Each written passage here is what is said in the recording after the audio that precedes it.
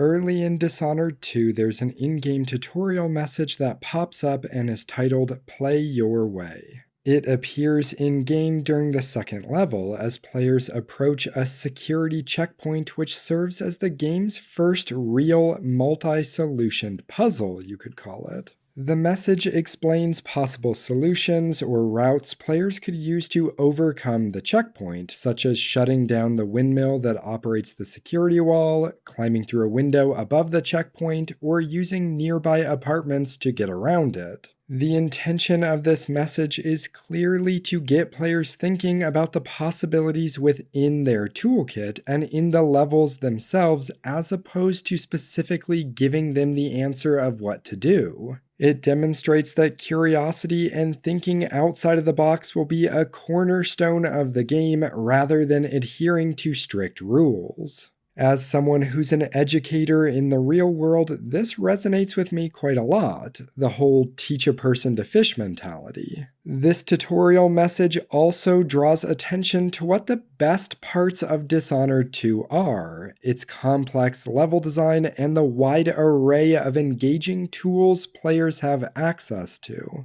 I want to underline both of those strengths. I have to frankly wonder if the next Exorcist movie will be about Arcane Studios because they clearly made a deal with the devil. That's how almost inhumanly good the level design is here. It's almost like it was the developers' intentions to design the best single-player levels ever, and a strong argument could be made that they were successful. Even if you've never played this game or any game in the series, you've likely heard mention of the famous level, the Clockwork Mansion. Deservedly so, I'd be surprised if there wasn't a course being taught somewhere that focuses heavily on the design and mechanics of this level alone. Each space within the game feels visually unique, yet the same in that oxymoronic way. The locations feel real and connected in that they inhabit the same world, yet exist with unique purposes. From the fish markets to the Natural History Museum and Offshore Medical Institute, even the sleek, modern, architecturally inspired mansion of the royalty, which clashes with the rest of the aesthetic, ends up feeling like it belongs once the game gives you the context. What makes this level design even more impressive then is when you remember how many possibilities had to be accounted for due to factors on the player's end. Levels had to be designed based around powers that could be unlocked in whatever order the player chooses, as well as two separate protagonists with two different powers entirely, as well as someone playing with no powers at all. Also, someone playing completely stealthily and or without killing, someone wanting an action-oriented experience, and for someone using the customizable difficulty settings, which might be more extensive than any other game I've played. These different designs were not just accounted for, but fully realized. This brings me to my favorite thing about the developers at Arcane Studios, their confidence to let players miss things. This could be lore documents, blueprints for weapon upgrades, lock-safe combinations, environmental storytelling moments. It's a design philosophy that creates special moments for players in the present, as well as during replays when they discover new secrets because of different abilities or playstyles, or simply just because they missed something on a previous playthrough. Unfortunately, this confidence to let players miss things, with just one exception, never really extends past the small in Dishonored 2. It doesn't go as far as it could, and more importantly, as it has in the past and will in the future, specifically with 2017's Prey. It's one of the frustrating things about the game for me that I don't see get brought up often. Many people talk about Dishonored 2 like it's a masterpiece, citing the massive improvements to combat and level design like I have just minutes ago, the brilliance of the Clockwork Mansion level, or the unique mechanic featured in the level titled A Crack in the Slab. This is all true, but what is equally true is that Dishonored 2 has too many flaws to be a masterpiece. In fact, I'd say in some ways it's a major step back from the first game, as well as the expansions that focused on the Assassin Dowd. Games should be judged for what they are and not what they aren't. Having said that, it's also important to judge them for what they are trying to be. Said another way, I don't think it's fair to criticize a game for a lack of content in a particular area when the game itself isn't focused on that area. For example, judging an action platformer's story in addition to its controls, mechanics, and platforming should only happen if the game itself is putting equal emphasis on its story as part of its experience. Obviously, these guidelines can be more difficult to follow in practice, and there's certainly exceptions and gray areas like a game's performance and technical flaws, which should always be judged as far as I'm concerned. But even this can be a gray area when you consider what happened with the reviews for Arcane's own Prey in 2017. The reason I'm bothering to explain this is because it's relevant here. If Arcane Studios wanted to design a game where players just stylishly move through complex levels, completing parkour, they could have. If that was the game that Dishonored 2 wanted to be, then it would have been an 11 out of 10, but that's not the game Arcane made.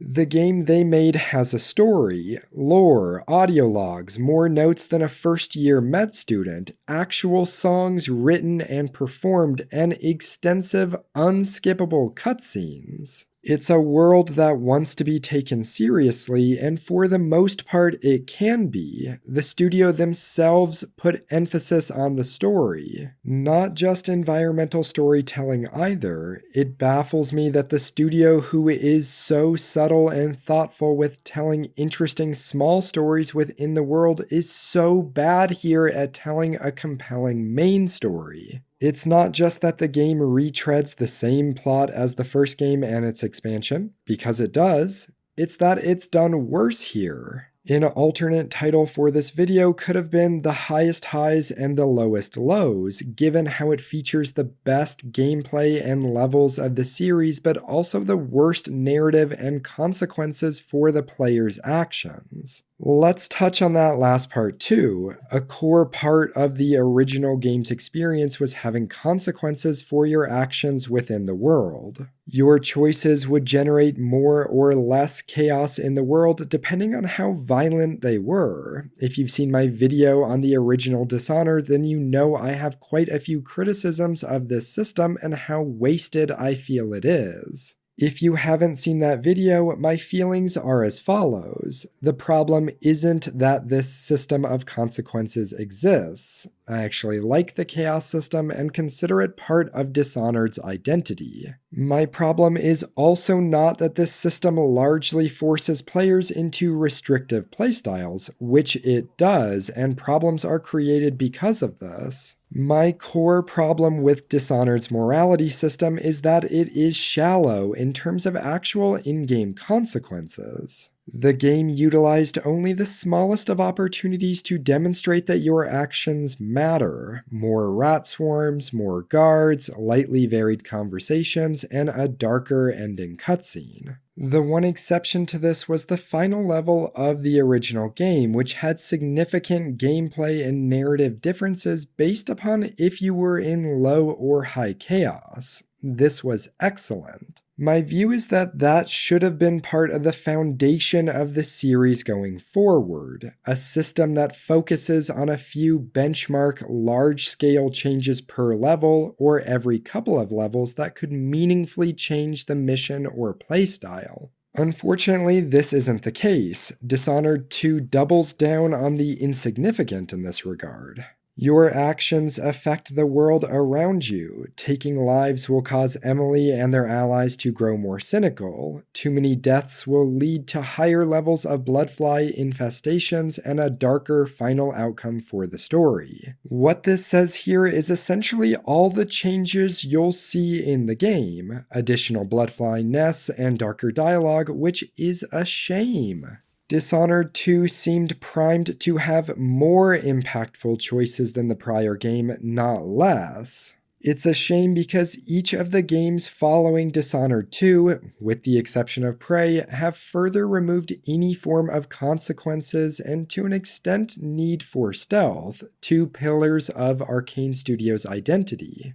And it's for this reason that this video won't spend as much time as my other Dishonored videos criticizing the chaos system differences, because Arcane themselves have put less emphasis on them here. I still firmly believe that it should be a cornerstone of the series, but Arcane was upfront about what to expect from high and low chaos in Dishonored 2, and while it's disappointing that the system has moved backwards, they were honest about it. Instead, much of this video will focus on where Dishonored 2 makes its greatest mistakes and how they could have been avoided. The narrative, characters, and gameplay decisions. My proposal for improving Dishonored 2 is changing key parts of the narrative to better represent the main theme of the game, as well as shifting the focus back to the interesting narrative originally presented. The first section of this video will be focused on specifically the first level of the game, with time spent on the important details that Arcane introduces here, as well as what they set this game up to be narratively and why it has problems right from the start. The second section will go through the levels based in Karnaca, and the third will be focused on the game's final level.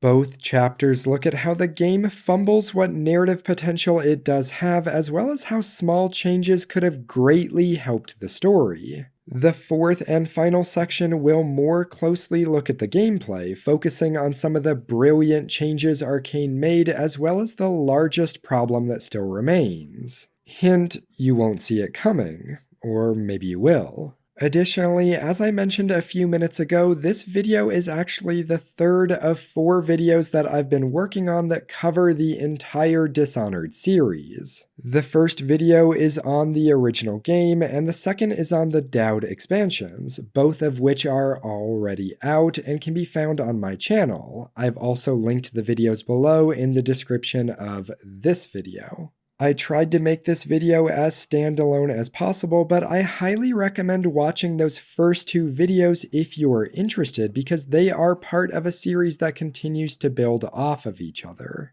This video contains spoilers for all of the games in this universe, and while none of the games have incredible stories, I do believe that the experience of exploring these levels alone makes it worth going in unspoiled if you're at all interested in this series. Dishonored 2 is a game that I love, in a series that I love, made by a studio that I love, but when I take off the rose-tinted glasses, I can see it for what it also is. An ambitious game that has some serious flaws. You'll sit on the throne someday, and will do well, I hope. It's a tricky life, full of responsibility and peril. It was not your choice to be the daughter of an empress, but I believe you'll rise to the challenge.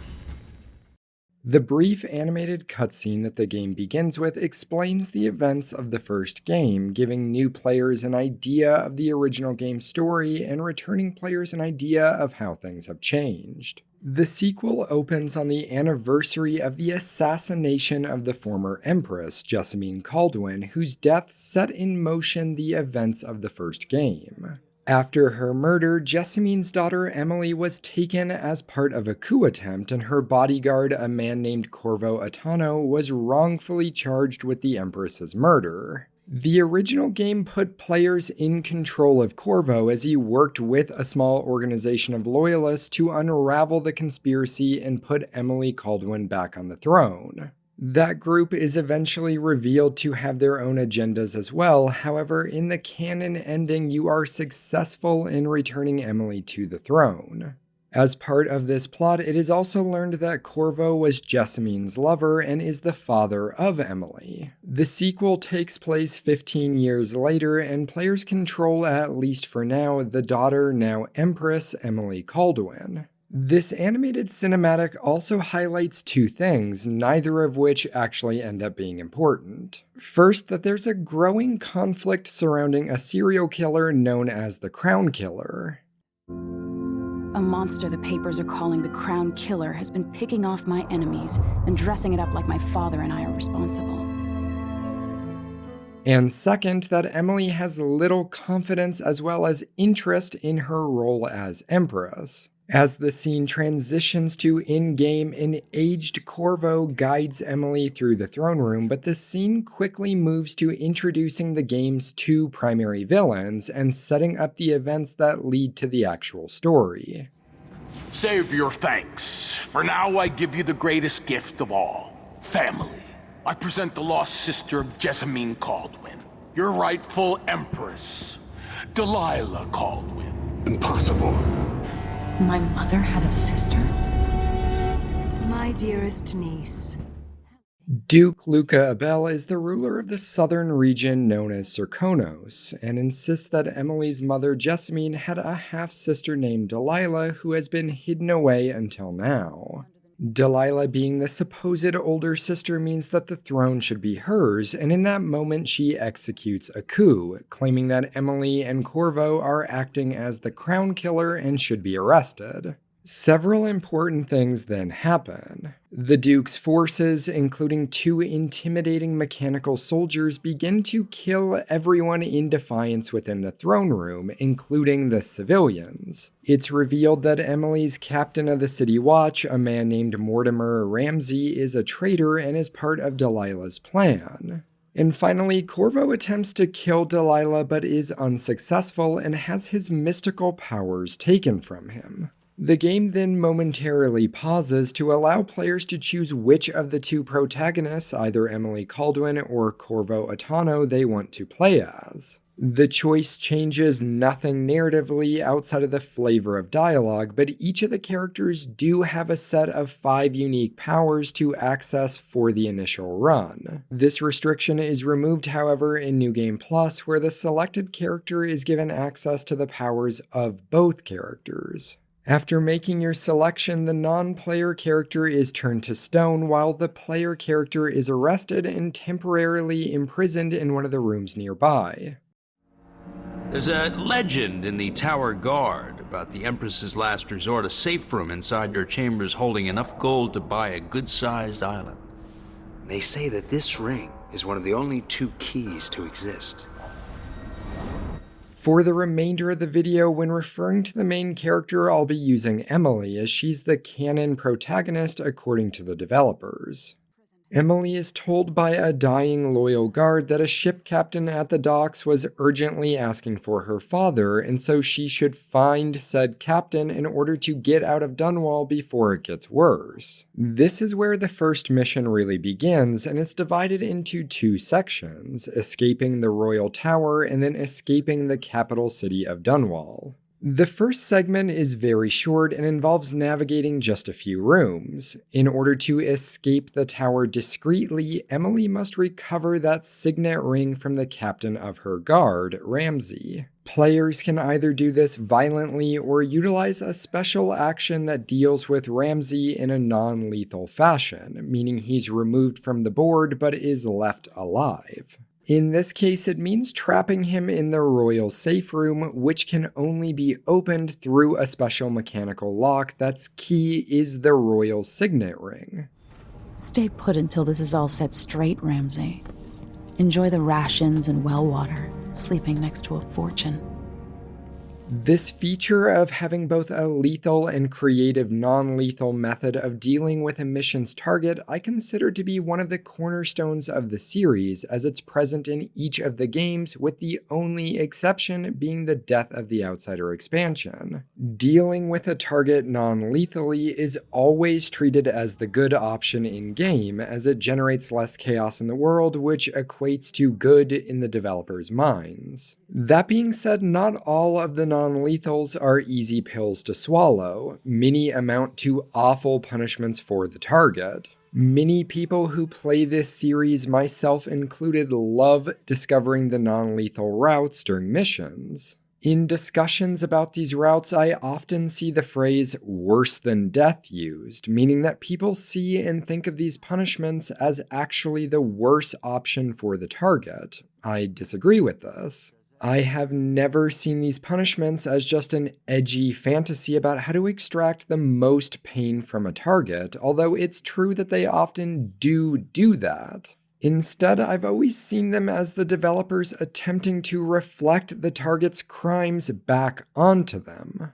This is why the trophy in the first game for only using the non-lethal methods is titled Poetic Justice. It's not about the amount of pain, it's about the punishment reflecting the crime. This is why in the first game, High Overseer Campbell's non-lethal, which involves him getting exiled from his religious order, makes sense. In order that he runs and abuses his position in turns against him, leaving him with nothing and showing that in the grand scheme of things, he was nothing. The organization was loyal to its rules rather than its ruler. Another example is with the Pendleton twins. Their non-lethal sees them abducted, tongues cut out, heads shaved, and forced into slavery as minors. This is extremely harsh and uncomfortable, but again reflects their crimes. They are forced into their own mines where they dehumanized the workers to extract the highest profits. They experience what they put others through. These are excellent choices that are brutal for the target, but again reflect their crime, that poetic justice.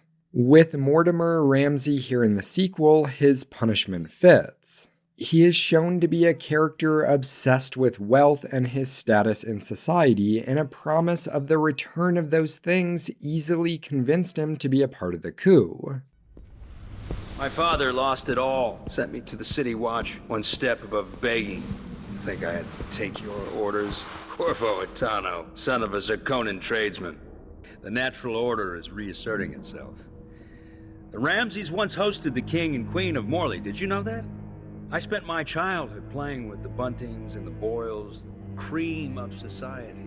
And very soon you'll be back at the top, Captain. If the girl... Oh, sorry, Her Imperial Majesty had not ignored me at the butler's change of command ceremony. If she'd bothered to keep her appointments, I might have finally restored the family to its proper station. My idiot father notwithstanding.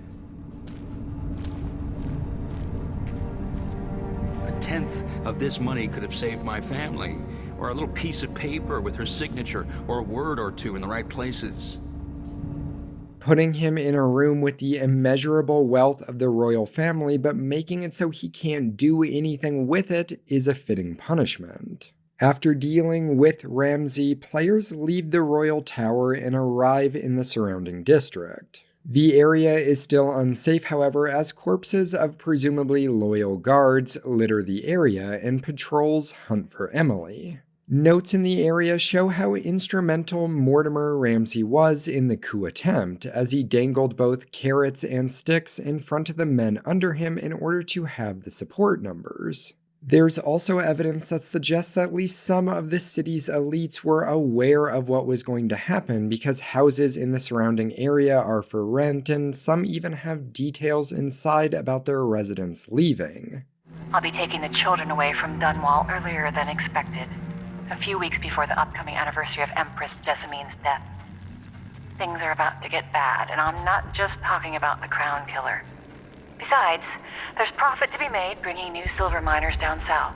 The level from here is mostly a straight shot down the main road to the docks, with a few side points of interest scattered along the way. The most significant of these are the Crown Killer crime scene in the Boyle Trading Building, and then the altercation occurring between the journalist of the Dunwall newspaper and a corrupt guardsman. The second one is more substantial, as it continues to paint the picture of how Delilah and her allies were able to successfully pull off their coup. But I never ordered those killings. I know that. It was irresponsible of me to print the name Crown Killer. I allowed myself to be coerced. Forgive me. You're forgiven. I'm not sure what happens next, but protect yourself. And when the time is right, tell people the truth. The journalist, however, is immediately regretful of his involvement with the Crown Killer propaganda, which I think is kind of boring and could have been more interesting if he actually believed the stories he wrote, or perhaps was at least apathetic to them. Either of these tone changes also could have helped strengthen the game's story, which I'll return to towards the end of this chapter. Your choice here of whether to save the journalist or not influences if the character is present in the game's final mission for a small bit of extra dialogue. The Crown Killer crime scene seems like it's the remains of some content and/or a storyline that was ultimately cut during development. Is that Ichabod Boyle, another victim of the Crown Killer just days ago in Dunwall?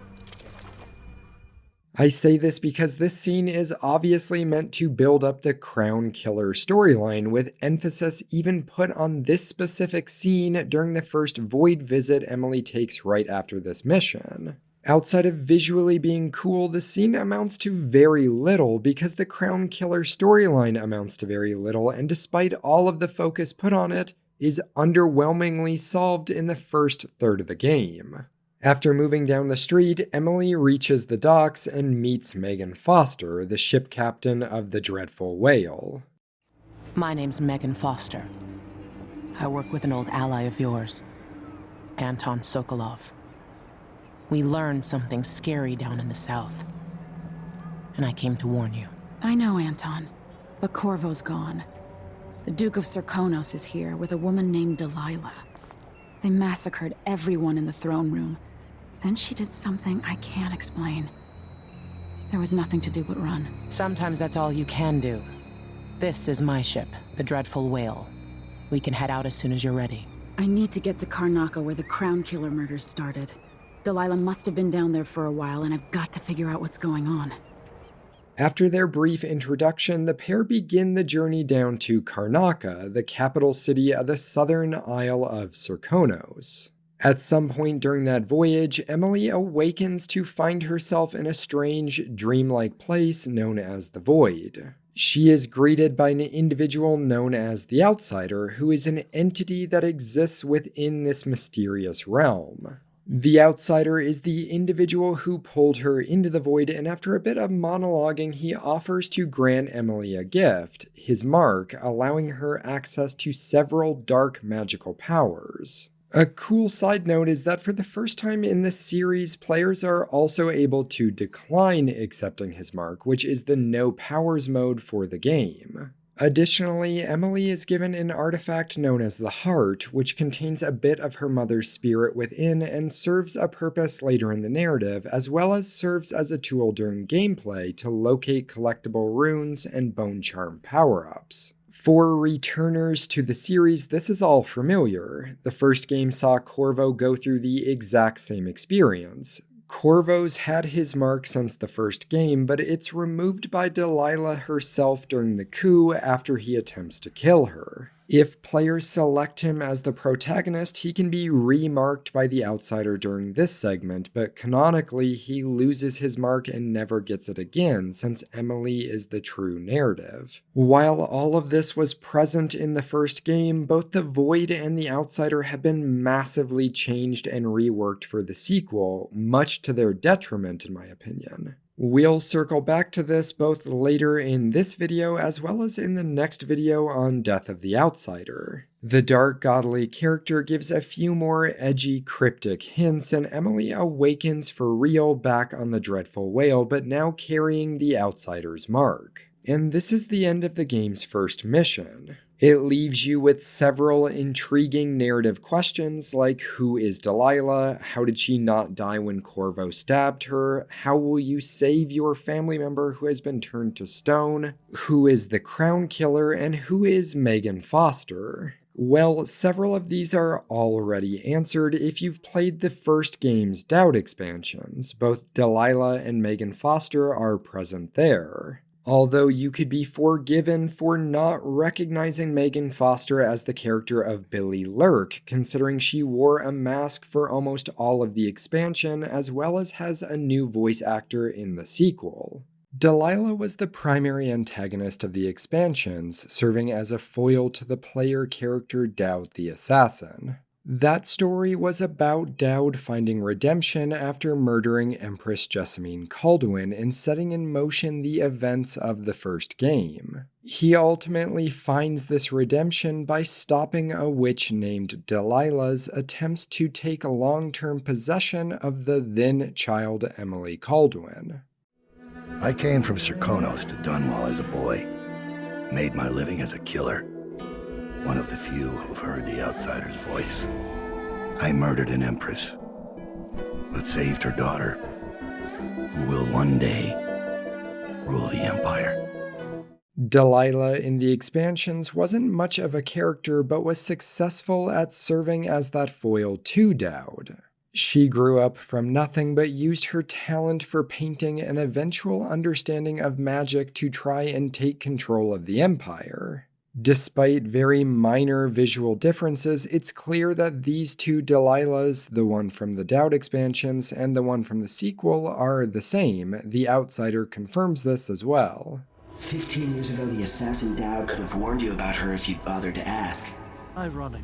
However, the reveal that Delilah is Jessamine's half-sister was not present in the expansions and is clearly a rewrite for this game in order to grant her some viable claim to the throne. It's a rewrite to support the narrative vehicle of the coup. The game doesn't ever outright confirm if Delilah actually is Jessamine's half-sister, which for me makes the story decision here to reuse her feel even more forced. This directly exposes the main issue I have with Dishonored 2's narrative. Delilah wasn't needed as the villain because the correct villains were already there in the Crown Killer and Duke Luca Abel.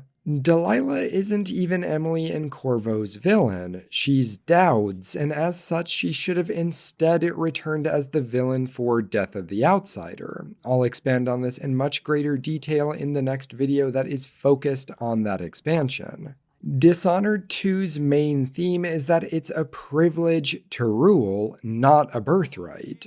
The first mission occurs on the anniversary of Emily's mother's assassination, someone who is beloved and ultimately killed because she put her people before herself. Emily's disinterest and inaction as a ruler are directly what led to the coup and her being ousted. By then traveling to the foreign city of Karnaca, she gets to witness what it's like under a ruler, the Duke, who cares very little for his subjects and uses his position of power as an excuse to do whatever he pleases. Duke Luca Abel is a reflection of Emily, really more of a warped funhouse mirror, but it's through this journey that Emily comes to terms with the realization that she's been a bad ruler and needs to be a better one. This is a mostly good setup, a villain that mirrors the traits of the main character in order to teach them a lesson. It's a bit Marvel Cinematic Universe-esque, but it's at least a coherent story.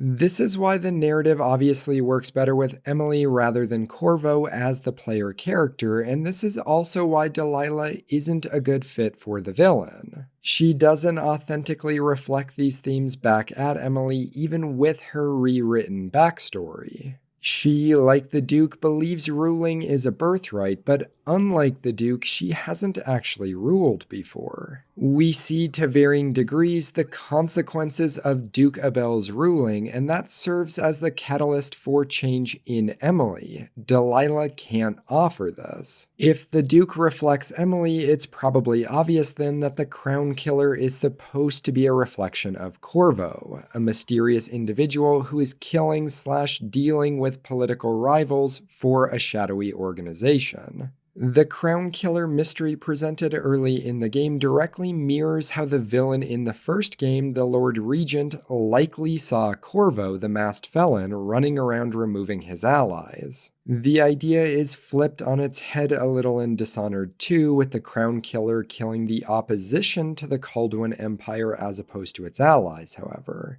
This is good on the surface, but ends up being wasted potential because the mystery is solved too early in the game. And it's also just unsatisfying as it currently is. The combination of the Duke and the Crown Killer are a good reflection of our pair of protagonists, and in a version of the game without Delilah, they could have been the final two targets. Duke Luca Abel taking the final spot in Dunwall as he crowns himself as the new emperor, and then the Crown Killer being the final target in Karnaca, still utilizing the Duke's palace level. This would have also allowed for the Crown Killer mystery to not only persist throughout the game, but to be further developed narratively and perhaps even in terms of gameplay. Imagine a version of Dishonored 2 where the Crown Killer could actually spawn into different levels and begin hunting you.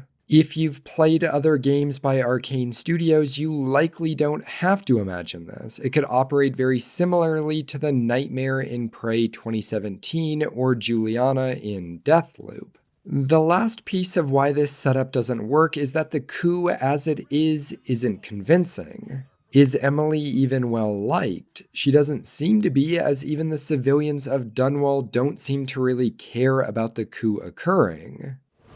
So it's a coup. The Caldwins have finally fallen. Never thought I'd see the day. It seems so. And even the legendary Corvo Attano couldn't stop it. Which itself could have been interesting to delve more into if the regular people of the Empire don't really care who sits on the throne. However, we also aren't shown an Emily that is widely disliked either, and the Crown killings are only loosely tied to her at best. Delilah comes in, claims Emily is the Crown Killer, and then immediately kills a bunch of people. There's largely no resistance from even Emily herself. Again, as the Empress, she doesn't appear to be despised, so where are her allies across the city? Why would she risk her life escaping with an unknown ship captain like Megan Foster versus finding people she can trust there? Utilizing the Duke and the Crown Killer could also better execute the coup narrative as well as lead to that Dishonored moment that the series usually has. Here's an idea. How about introduce a younger character related to the Duke, a son, daughter, nephew, niece, and have them be the Crown Killer through the same Dr. Jekyll, Mr. Hyde formula as it currently is, but with more control over the transformations. The characters being related is mainly to support that the younger family member would take over ruling Serkonos after the Duke ascended to Emperor. Their visit to Dunwall could be explained as a potential marriage proposal / alliance between nations or something along those lines. Have the Duke and their child, along with Corvo, Emily, and still the Captain of the Guard Ramsay, as well as the other nations' royal families all attending a dinner, some sort of grand banquet together. Then perhaps the Duke, his men, and his child then begin slaughtering all of the other guests, including the royal families. Corvo attempts to stab the Duke's son right as the banquet is open to the public, and suddenly the city and Empire have visual proof that Corvo and Emily appear to be murdering the leaders of the other nations. Ramsay could corroborate the Duke's story just the same, and our duo would be arrested for the killings. This sets up the story that Emily must take back her throne not just to clear her family's name, but perhaps because now there's a looming war between the nations as they attempt to secede from the Empire, something the game already sets up, but for different reasons. Some traitors who question her claim to the throne. Morley, Tibia, treasonous nations skulking in the cold, gloomy north. If they want war, we'll give it to them, no matter how many of you I have to sacrifice. Serkonos will fight for Delilah to the bitter end. This would be that Dishonored moment I spoke about a few minutes ago, a protagonist trying to clear their name or redeem themselves while attempting to avert impending chaos around them. And listen, this isn't perfect, but again, it's just a bare bones idea that I came up with as I was working on this video. I spent a lot of time just now on how I'd have changed the setup for Dishonored 2, and while I could probably spend the rest of the video building off of these changes, this is supposed to be a critique of the game we got. I'll still be offering suggestions and changes, but these will be designed to strengthen the game as it currently is, even if the basis of that game is set up by something as nonsensical as Delilah yelling that the throne was stolen from her. When you look at the great jeweled map at Dunwall Tower, Karnaca is the southernmost port in the Empire. A fat, red ruby. That's how I always thought of it. Up close, the city smells like the ocean and strange spices. Up close, it's a tangled story of blood and ambition.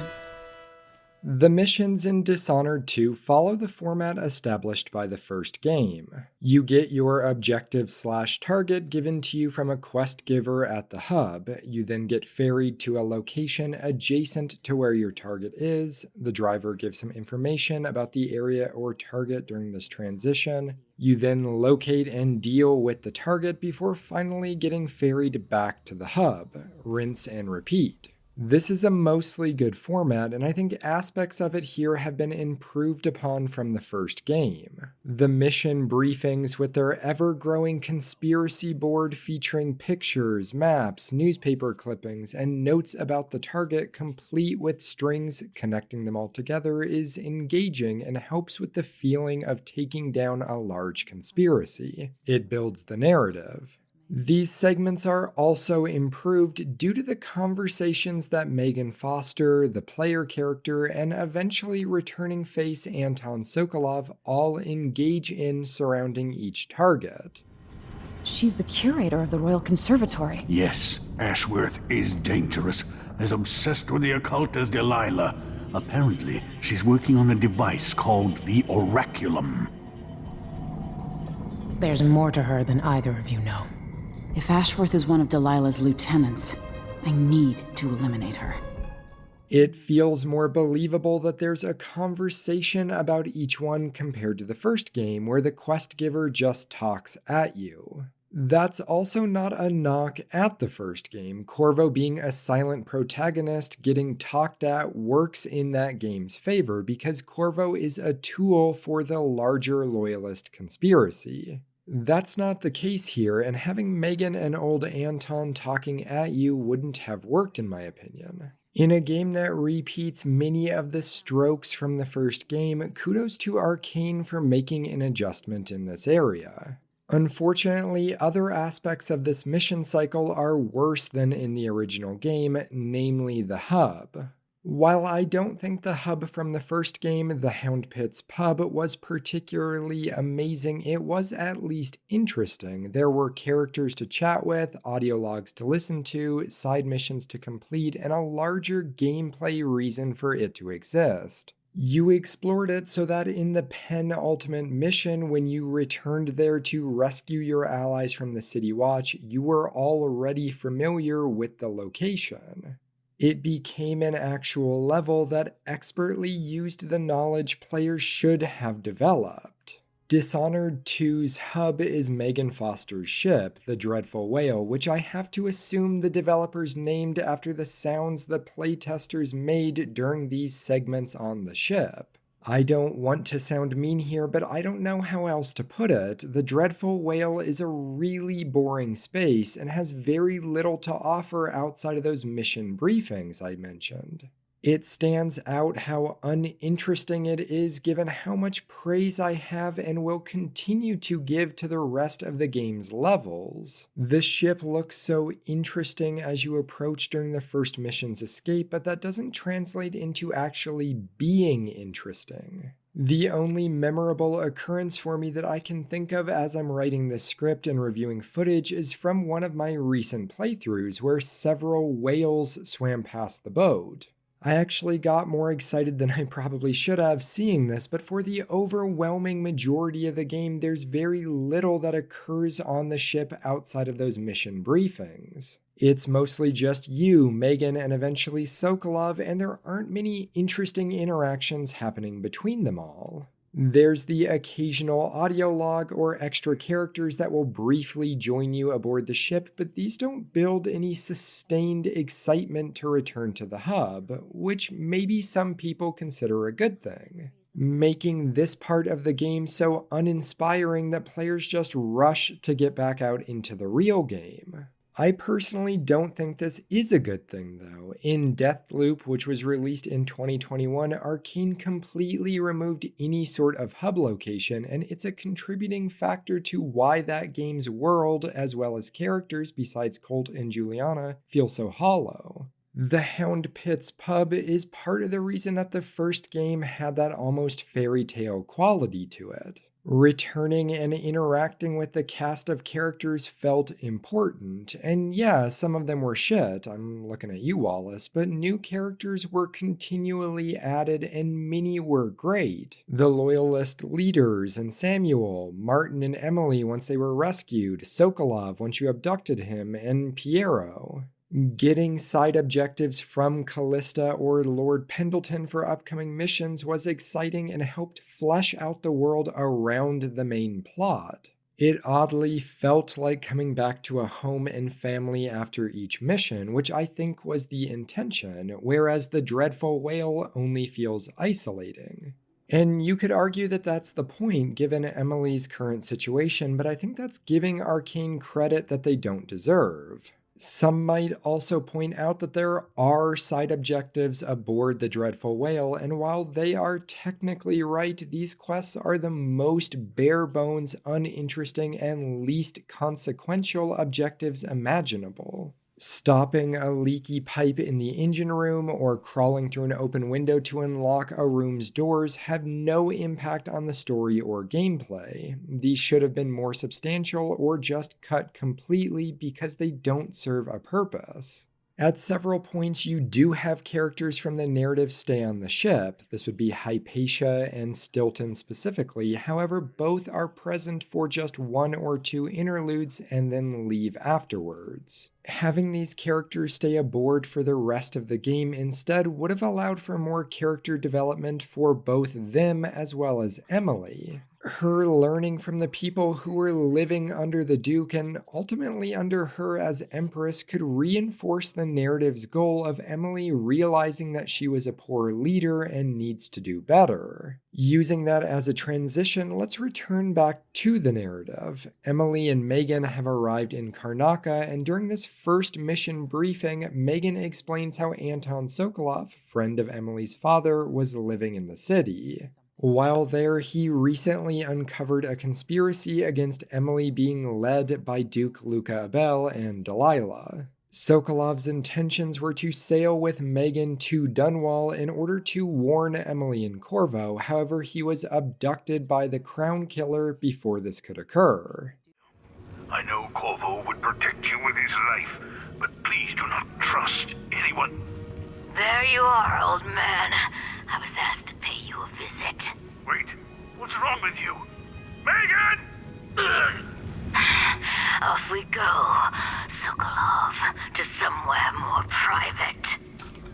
Megan was able to follow the abductor to the Addermeyer Institute of Infectious Disease before losing sight and then deciding to sail to Dunwall to warn Emily and Corvo herself. That journey from Karnaca to Dunwall takes 2 weeks, and Megan shows up just as the coup is occurring. She saves Emily, and then the pair spend 2 additional weeks sailing back to Karnaca. So what exactly was the plan from here? The lead that Megan has is 4 weeks old by this point, and while it is a place to start, it feels sloppy. It also immediately puts us onto the Crown Killer and solving the most interesting mystery up front. The Crown Killer has murdered all of its targets up to this point, so it would seem likely that Anton is dead by now since 4 weeks have passed. Additionally, as we see during the mission briefing, Sokolov and Megan have already done most of the work in regards to solving the conspiracy. They have a whole secret folder of research and information that we follow to a T throughout the game.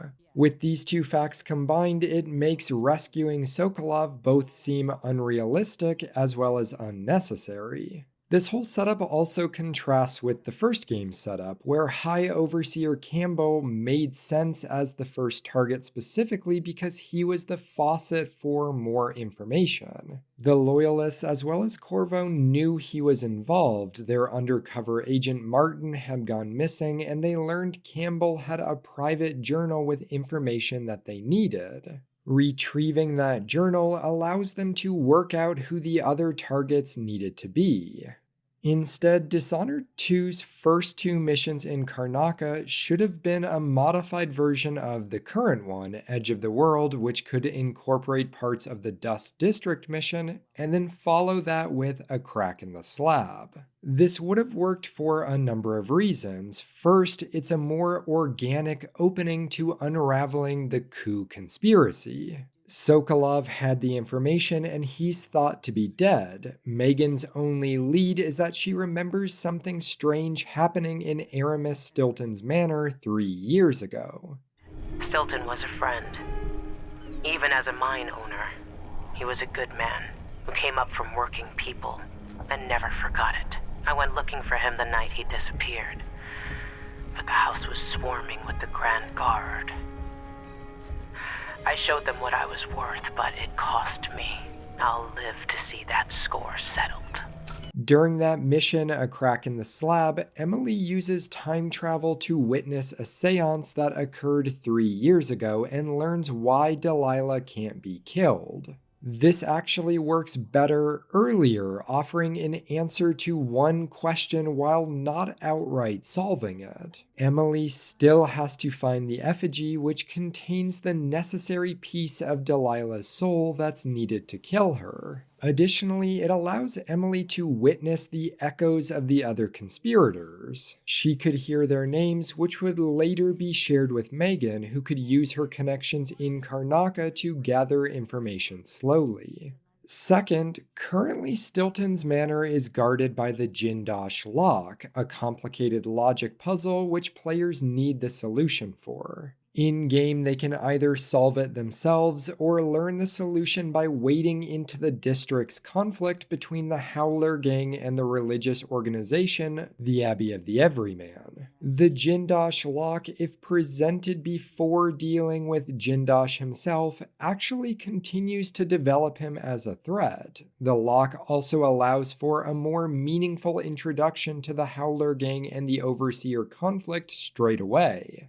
This could be done in two possible ways. If you wanted to save the faction leaders for a later mission, then you could use underlings here, like Mindy for the Howlers and maybe an Overseer Captain for the Abbey of the Everyman. These two individuals could be the ones you trade favors with in order to obtain the Jindosh lock solution. Or alternatively, and better in my opinion, is bring the whole mission forward, including the leaders of both factions, which as it is you currently deal with a little over halfway through the game. Have the leaders of both factions, Paolo and Vice Overseer Byrne, present as well as the same optional task, killing one of them for the other or non-lethally dealing with both of them. Or killing both, or leaving both be. Having such a prominent choice so early in the game would allow for an easy way to create different world states in future levels. A Karnaca where the Howlers have more control, or one where the Abbey does. It would be an easy way to show players how their choices have consequences, and it's more impactful to have big choices at the beginning as opposed to the end. Third, the A Crack in the Slab mission removes players' access to their powers due to the dark seance energy that occurred according to the narrative. So, setting the Stilton Manor mission earlier means that players won't have many powers by this point in the game, so it'll be less jarring when access to those powers are removed for an entire mission. A Crack in the Slab is an awe-inspiring mission, but there's always a hint of a dreadful wail from me in replays of Dishonored 2 because I know I'll be locked out of the powers in this late game mission. Fourth, allowing for the option to save Stilton so early means that he could remain on the dreadful whale for the rest of the game, working from there and being an ally in your efforts. This would help improve the dreadful whale hub segments of the game. Lastly, and most importantly, it means that the mystery of the Crown Killer isn't solved in the first third of the game. It keeps it looming on the horizon by teasing the character's identity visually during the seance without actually revealing who it is yet. Instead, what we get is an immediate resolution because they're the first target in Karnaca.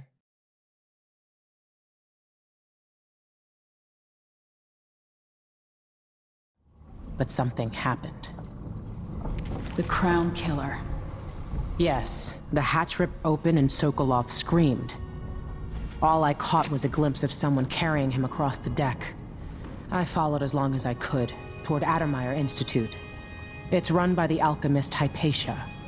Maybe the Duke is using a patient of hers, the Crown Killer. Addermeyer. All right. I'll get inside. The Crown Killer has to be eliminated, and if the alchemist will cooperate, maybe I can learn something about what happened to Sokolov. Wish me luck. If it's not immediately obvious during the debrief, then it will be soon enough once you enter her dark and ominous lab. Alexandria Hypatia, the chief alchemist of the Addermeyer Institute, is the Crown Killer. This is telegraphed quite hard, and because of that, I'd guess most people playing Dishonored 2 for the first time, like myself, assumed that this reveal wasn't the real surprise. That this was actually a red herring or simply misdirection in order to make the real reveal more impactful. Surely the mystery of this serial killer wouldn't be as obvious as this or resolved this early in the game. It was disappointing to learn then that the mystery was in fact this simple, but what was more disappointing was that the concept of the Crown Killer, the Dr. Jekyll / Mr. Hyde formula, is quite interesting and unique within the series, which leads to it feeling wasted here. Let's rewind though, because we're getting ahead of ourselves. There's a whole mission that precedes confronting Hypatia, one focused on actually getting to her island treatment facility, the Addermeyer Institute of Infectious Disease. Titled Edge of the World, Dishonored 2's second mission serves the same function as the majority of the other second missions in this series. To be the first truly fleshed out mission that allows players to play their own way with exploration, powers, and an expanded toolkit. Dishonored 1, 2, and Death of the Outsider all feature a more linear and straightforward first mission that's goal is to introduce players to the basics of movement and the narrative, a tutorial level. The consequence of this is that the player's toolkit and thus their creativity is greatly restricted until the second level. The Dowd expansion is the one exception to this, as players begin it with immediate access to his powers and gear, meaning its first level really feels like a fully fleshed out level and is designed with the creativity and complexity that the series is known for. This is one of the reasons why those expansions as a whole are so well done. If we were to rank the quality of the true first levels across the series, then A Captain of Industry from Dowd's story would comfortably sit in first, Dishonored 2's Edge of the World would comfortably sit in last, and Dishonored 1's High Overseer Campbell and Death of the Outsiders Follow the Ink would be fighting for second and third. Edge of the World is the weakest of all of these because it lacks an interesting objective. Your mission is simply to get to the carriage station that will take you to the Addermeyer Institute, and so it feels like just a transition for that level. Despite this, however, Edge of the World manages to be impressive with how it immediately distinguishes the flavor and feeling of being in another city and country, Karnaca versus Dunwall, which is something that none of the other games in the series have had to do. It does this mostly through art direction as well as expertly crafted environmental storytelling, which we'll get into in a few minutes. The mission is one large map, with players getting dropped off at the docks and making their way inland to the station. The map can be further subdivided into 3 areas: that introduction dock area, the more open canal plaza area, and finally the Addermeyer carriage station. The first 2 sections, the docks and canal plaza, are separated by a security checkpoint known as a wall of light. Present in the first game and returning here, a wall of light operates by creating an invisible threshold that quickly disintegrates anyone passing through that is not attuned to the device. You gave me no choice. Please? It's too late for that, Rapallo. Guess what happens next? No! These devices usually have many gameplay methods to circumvent, including removing the oil tanks that power them or rewiring the machinery in order to make them attuned to the player rather than the guards. The wall of light here separates the first 2 areas and serves as a way for Arcane to challenge players into finding their own path forward. This is that play your own way prompt I mentioned at the beginning of the video. This setup also isn't unique to Dishonored 2, as both the original game as well as the Dowd expansion incorporate a wall of light into their first real levels as well, and for similar reasons. It's a formula and one that works. One difference that the level does immediately draw attention to is the sequel's transition to black market shops present in missions rather than a shopkeeper present between missions, like Piero in the original game. The shops are always easy to locate and feature various ammunitions, runes, bone charms, and hints to purchase, as well as upgrades for your gear. This is a good change. Being able to return to the shop and purchase upgrades in the middle of a mission, especially after locating in-game blueprints, always felt exciting, although this change does also contribute to the lack of interesting individuals at the hub. Now, what this level does well, and this shouldn't be surprising for fans of Arcane Studios, is its environmental storytelling. I want to get into an example, but it requires a bit of background information first. Serkonos has a native species of flying insect known as bloodflies. These insects build complex nests within abandoned buildings and dead bodies. You can actually watch it happen with bodies in real time. Placing a dead body near a swarm of insects will see them begin laying their eggs on it, and eventually more bloodflies will hatch. The ecology of this species is pretty interesting. Bloodflies are quite aggressive, but don't always kill their victims. Instead, they sometimes lay their eggs within a living host and induce a disease called bloodfly fever, where the victim becomes psychologically attached to the nests and protects them. These victims are referred to as nest keepers. From a gameplay perspective, bloodflies serve almost an identical role as the rats did from the first game, a swarming entity that can quickly eat away at the player's health if they're not careful. Nest keepers serve the same role to the first game's weepers, becoming a zombie-like enemy type. Bloodflies also represent the health of the city and are used to communicate to players about their chaos level, with more swarms indicating higher chaos. From a narrative perspective, bloodflies are a native species to Serkonos and can sometimes lead to infestation problems. This year's bloodfly concern is the most severe in recent memory. If you encounter a nest or an infested corpse, do not disturb it. This mission introduces bloodflies in the form of a recently condemned and abandoned building in the first section of the map, the dock areas. Outside of exploration for the sake of exploration, the building also serves as a means of bypassing that wall of light I mentioned that separates this first area from the Canal Plaza region. Navigating the apartment building teaches important lessons about safe distance from the swarms, how incendiary bolts or flammable liquids can be used to destroy nests, and if you make it to the upper floor, you find a nest keeper. This is all done incredibly well and showcases how great Arcane is at organically teaching players lessons within their levels. What is also well done here is the small story about what happened within this building, told through the environment and notes found.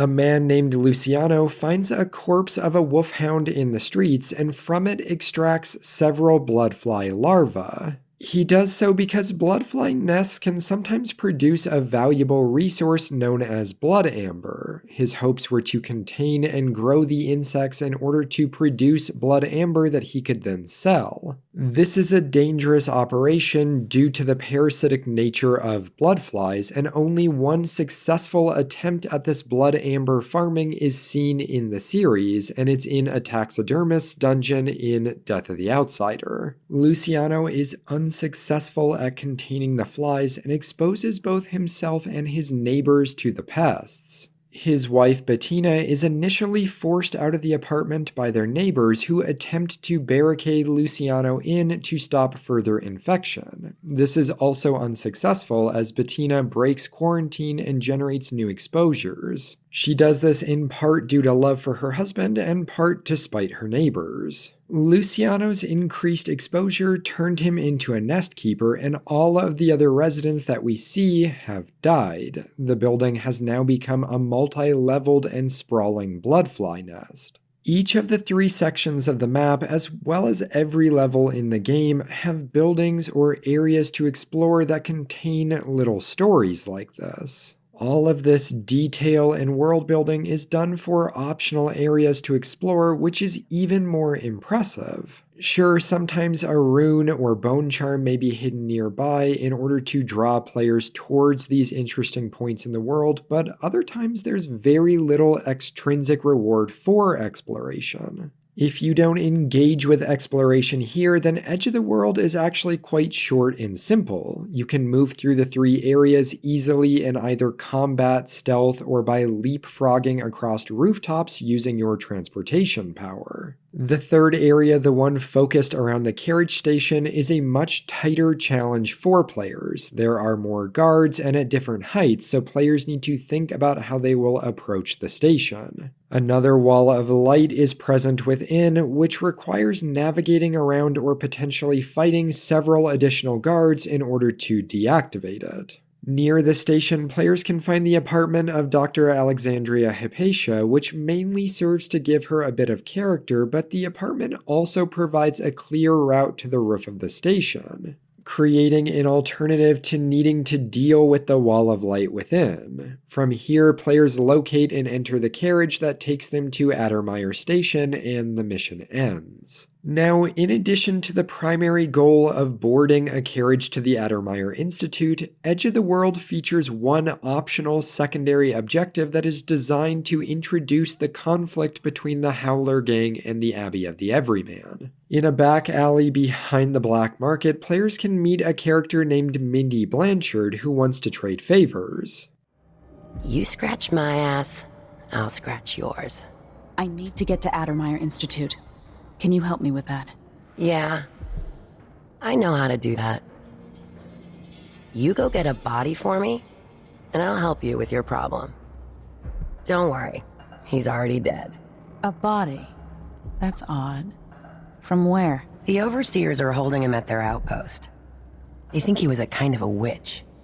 If players choose to help Mindy, they must sneak or fight their way through the nearby Overseer outpost in order to retrieve the body. While engaging with this quest does lead to an introduction to both factions, it feels like it's missing something, specifically some sort of alternative objective for the Overseers. An entire mission later on in the Dust District asks players to decide which faction they think is better for Karnaca, yet here in the introduction to this conflict, only one side can be engaged with. I actually think there was an optional mission for the Overseers here during development, because if you say screw you to the Howlers and kill Mindy Blanchard, a special animation pops up that says key figure assassinated. Mindy is the only character in the game that is not a main target or key ally that gets a special animation pop-up like this about her death. She's also not a key figure in the game, as even though she can appear later on, this is the most players will ever interact with her.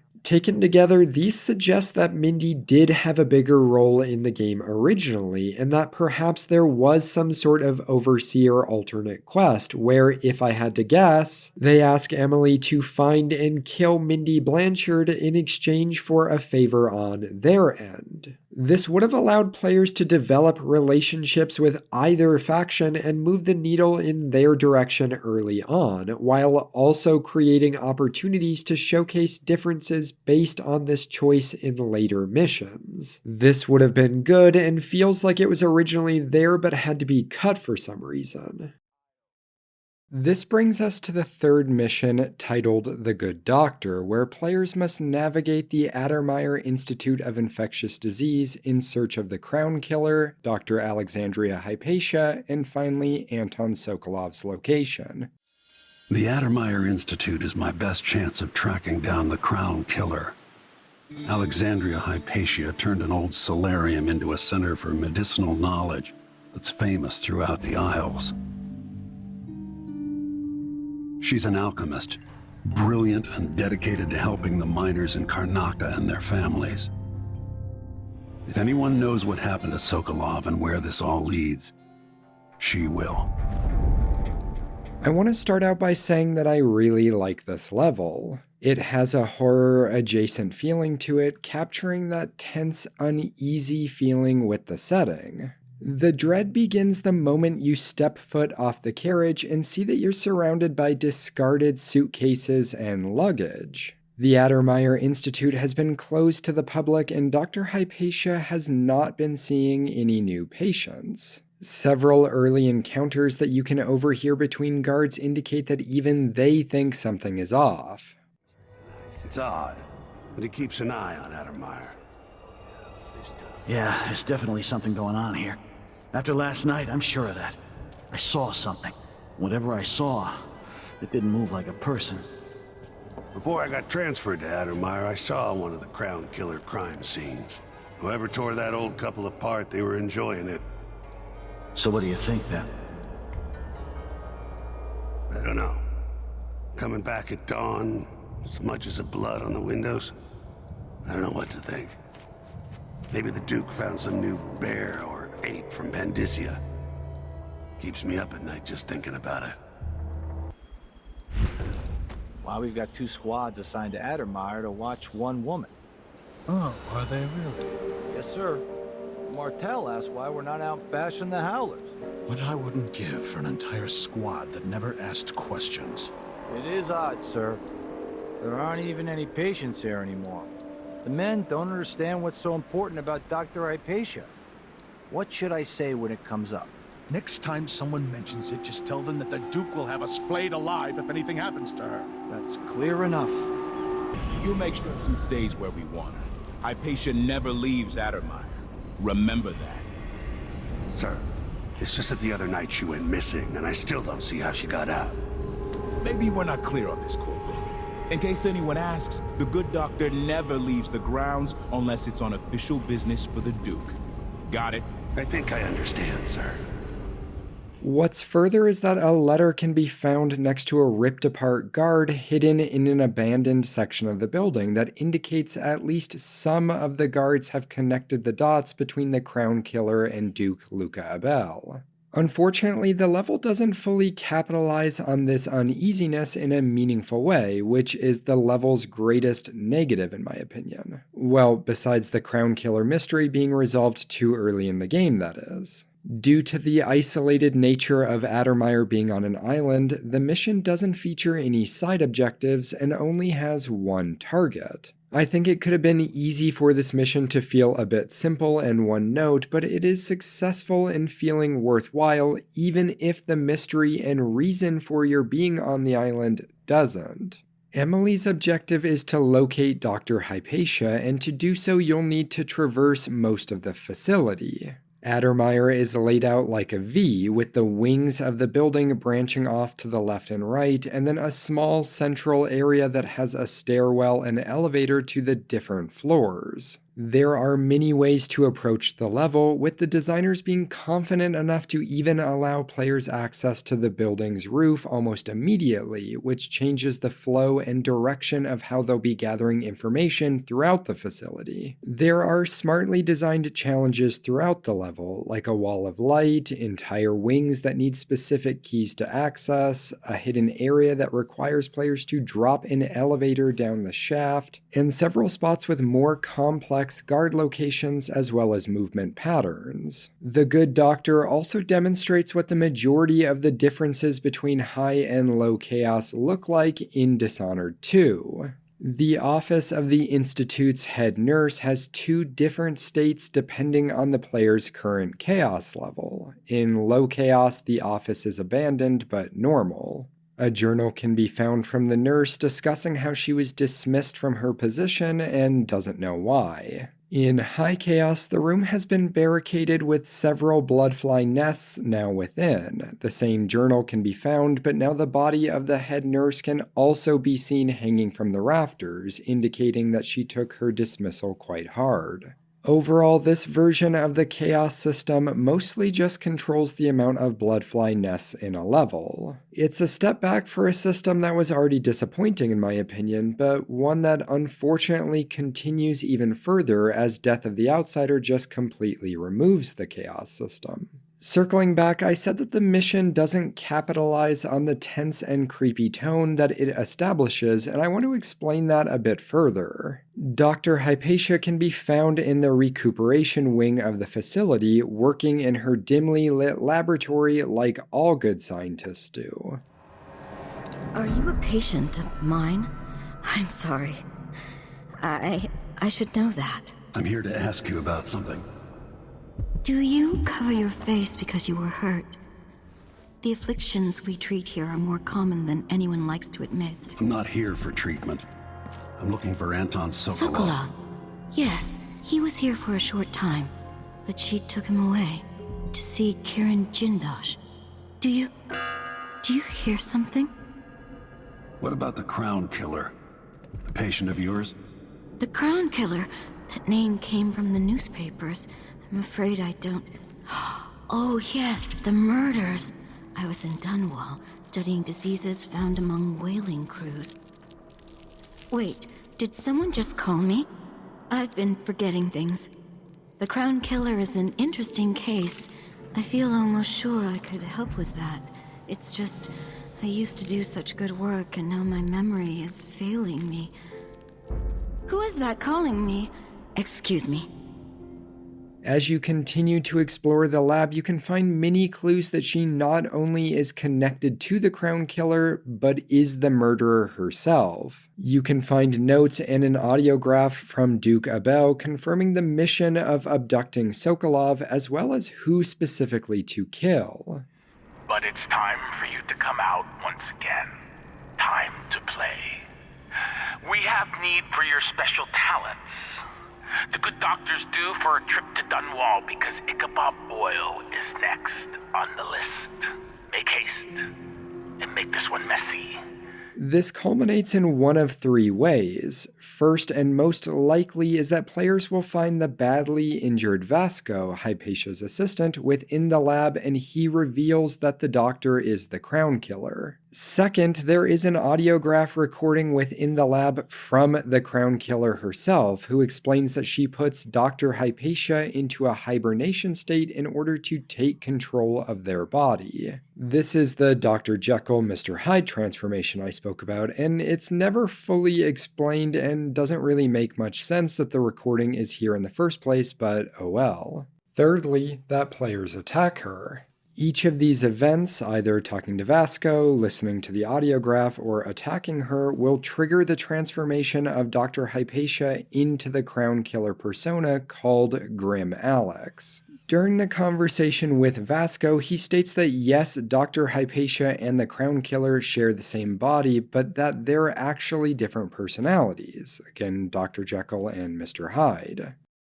She developed a serum trying to help the miners. The first version caused horrible changes to her mind. It's too late for me, but maybe you can still save her. She's a good person. What can I do?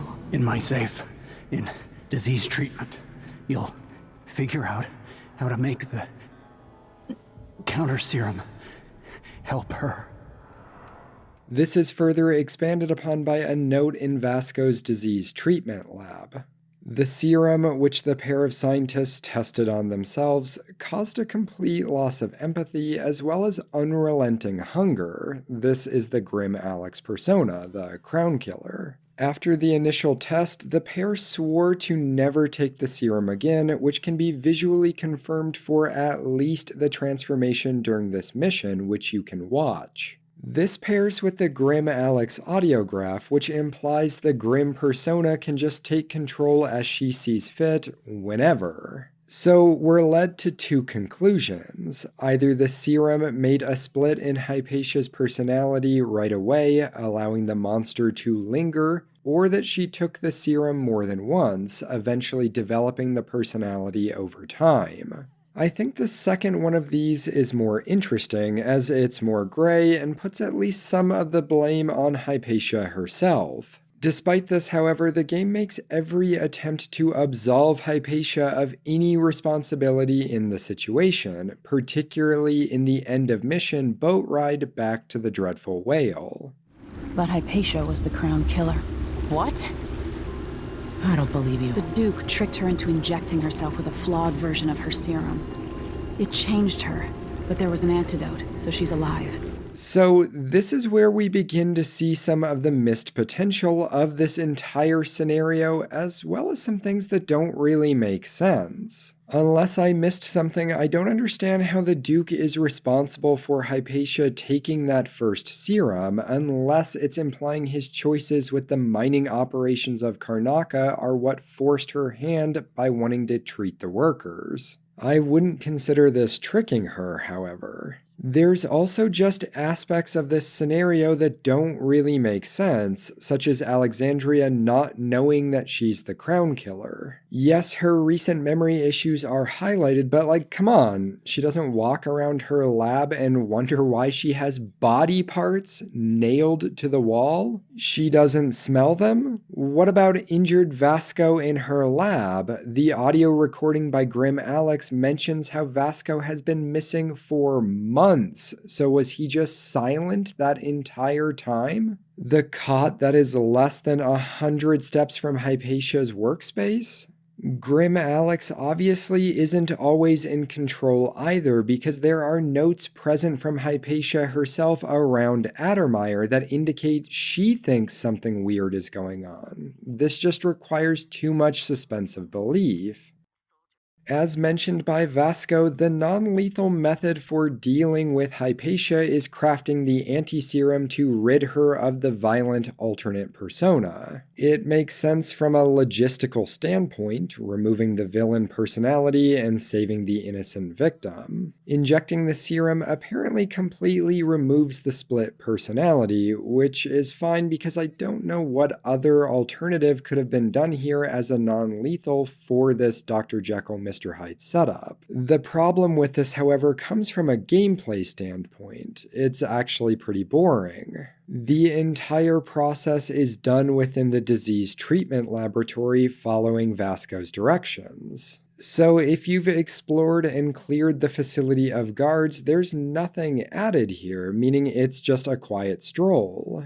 Even if you haven't cleared guards, there's little challenge because everything you need is located within the lab. It's a one-stop shop. There are two fixes or additions, if you prefer calling them that could have made this portion of the level better. The first is actually requiring the player to collect some of the ingredients for the anti-serum from around Addermire. This could work narratively in that Vasco was attempting to collect everything to make the antidote himself, but drew the attention of Grim Alex with the materials he was collecting, and so was attacked. There is a greenhouse type area on the roof that you could have collected plants from, and the kitchen attached to the dining hall perhaps could have had some sort of special oil or powder needed for the mixture. This makes the process of creating the antidote feel more involved, and when combined with my next suggestion, much scarier. Which is that after her transformation, Grim Alex should have stalked the player throughout Addermire. In case you didn't know, Grim Alex won't actually continue pursuing you once you exit her laboratory. She gets stuck on the Bloodfly nest residue and will return back to the lab. I don't know why this isn't in the game currently.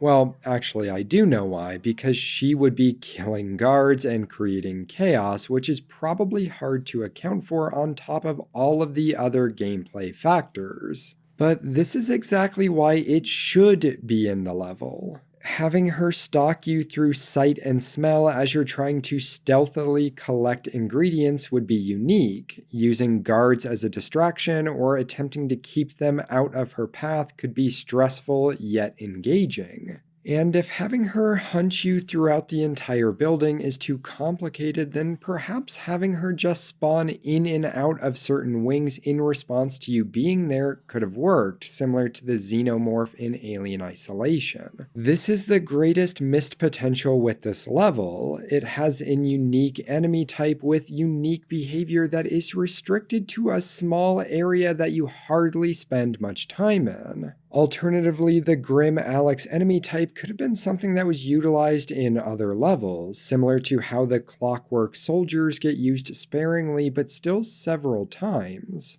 Maybe another scientist finds the serum recipe and produces vials that the Duke gives to some guard captains in levels. They could drink the mixture and transform into Grim Guards. This obviously doesn't work with the narrative as it currently is, as well as how the serum is presented, which is why I'm not saying that this is what should have been done, rather just thinking out loud about how to better take advantage of an interesting enemy type. By either physically killing the creature and Hypatia, or by injecting them with the serum to remove the split personality, the Crown Killer is eliminated. The doctor informs Emily that yes, Sokolov was brought to the facility, but has since been moved to the home of Kirin Jindosh, the Grand Inventor. I take some issue with this because, again, what Hypatia does or doesn't know is too convenient. She doesn't walk around her lab enough to notice a severed head, but apparently remembers and didn't find issue with Sokolov being at the Institute for a period of time. I'm willing to overlook it because I like the concept here a lot, but all of this taken together is why I don't think the Dr. Jekyll / Mr. Hyde character works as well when it's a morally good character being used as the Crown Killer, rather than having some sort of evil person as the killer.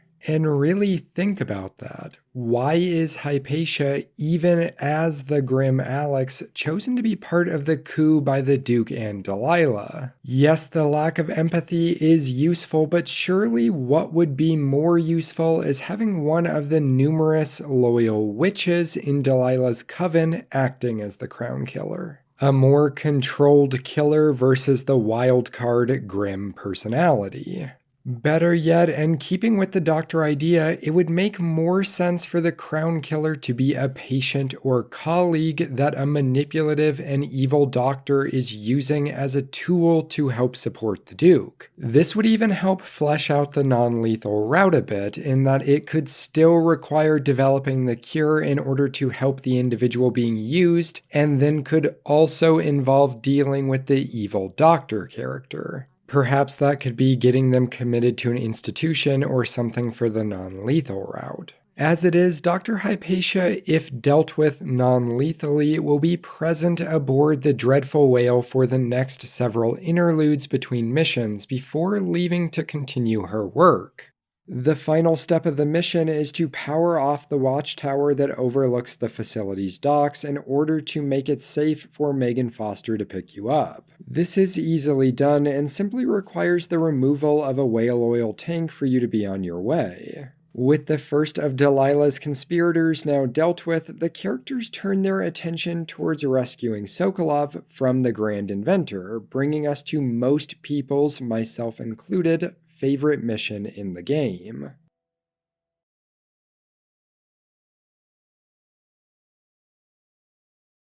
The level centered on target Kirin Jindosh, titled The Clockwork Mansion, is very good. I still have a few minor criticisms with it, but I truly mean it when I say that they are minor and have largely no impact on the quality of this mission.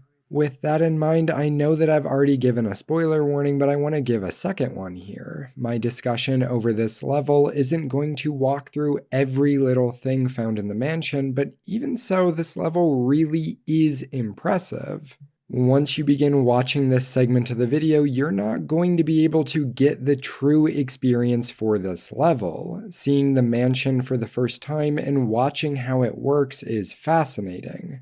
If you think you'd like to play this game at some point, please don't watch this segment. The criticisms I have aren't worth spoiling the level design of this mission for, and so feel free to skip to the next chapter focused on the target Brianna Ashworth. If you absolutely need my bare bone thoughts for the level before skipping ahead, they're these. The level is well paced, the design, functionality, and visuals of the mansion are incredible. The target Kirin Jindosh is the most interesting villain in the game besides maybe Duke Luca Abel, but the danger he presents gets a bit undercut during the level. Additionally, some of the interactions that occur in the parts of the level prior to the mansion are a bit wasted. Those are my stripped down thoughts. Kirin Jindosh is Karnaka's genius. A mad inventor who has given the Duke sinister machines that move like people but aren't. Clockwork soldiers that fight and kill. Got to find out where Sokolov's being held and bring the old man back alive. Rescue one genius and cage the other before he creates an army of Clockwork soldiers. The game's fourth mission takes place in a wealthier district known as Aventa. Megan Foster drops Emily off in a sewer tunnel within the lower part of the district, and players make use of the area's carriage station in order to progress towards the Clockwork Mansion incrementally. I say incrementally because there are roadblocks, both figuratively and literally, that players must overcome bit by bit. There are 2 walls of light, one in each area, the lower and upper parts of Aventa. Both have the usual removable whale oil tanks that power off the technology, but this level also introduces the Rewire tool, a single-use item that allows players to turn the technology to their side and hostile to the guards. This means that players can now walk through the walls of light themselves, and that guards will be disintegrated as they pass through. Additionally, both walls of light have alternate ways around as well, so for example, the first one blocks the main entrance into the Aventa carriage station, but players can find their way into the building from the roof. The second wall of light bottlenecks the main walkway of Upper Aventa, but a nearby alleyway leads around it if players can find the key that opens the gate. Players take a carriage to Upper Aventa, but are stopped from continuing towards the Clockwork Mansion due to a raised gate blocking the rails. They can locate the security code used to lower the gate within a nearby guard outpost, or they can just forget the carriage and make their way to the mansion by utilizing their movement powers to hop across the broken pieces of a bridge that once existed. Now, similar to the second mission, Edge of the World, traversal between the parts of this district can occur quite rapidly if players aren't interested in exploring, although by doing so they miss many interesting yet overshadowed parts of the level. Largest of which is the in-person introduction of Paolo, the leader of the Howler street gang. I'm supposed to get a visit from Paolo, someone you don't want to meet. Come back later. Understood. You should go. We can do business another time. Like I said, Paolo is coming by. I need 8 new cutters, short blades, the good stuff. Morley steel. I know what you mean. Do you? Because last time, you gave me some backwater foundry garbage that wouldn't hold an edge, and snapped against Grand Guard armor. I got taken on that deal too. But I'll make it up to you, Paolo. Lop off maybe 10%? 30. Because I like you. By next week. That's fair. I made a bad faith trade and I regret it. You'll have the cutters, I promise. Good, good. These are strange times. Overseers in the Dust District, a witch empress, and these Clockwork soldiers protecting their aristocracy. All bad for business. But if I get my way, Karnaca will be a different city a year from now. I like this not just because Paolo is voiced by Pedro Pascal and I hear that he hates golfing as much as I do, but because there are several special interactions that can occur here based on what the player does. You can simply wait in place, meeting Paolo face to face and getting threatened by him. I wonder why your face is covered, lady. That's my business. Who are you supposed to be? I'm Paolo. In this part of town, everything's my business. And slumming rich kids should remember all that etiquette they learned. Maybe you need another lesson. Is that what you came down here for? You can hide and avoid him, or you can kill him on the spot, or at least attempt to. Dealing a killing blow on Paolo causes his body to erupt into a swarm of white rats with no further explanation of what happened besides this. What just happened? Witchcraft. He's more than just a petty thug, isn't he?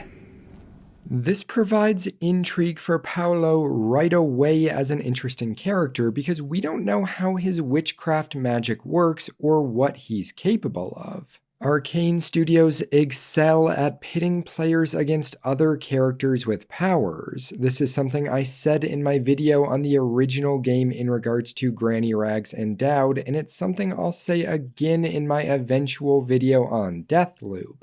It's also for this reason that I think a side game where you played as an overseer tracking down powered individuals could be interesting. This interaction with Paolo is also important because it shows that Paolo and the Howlers aren't good people.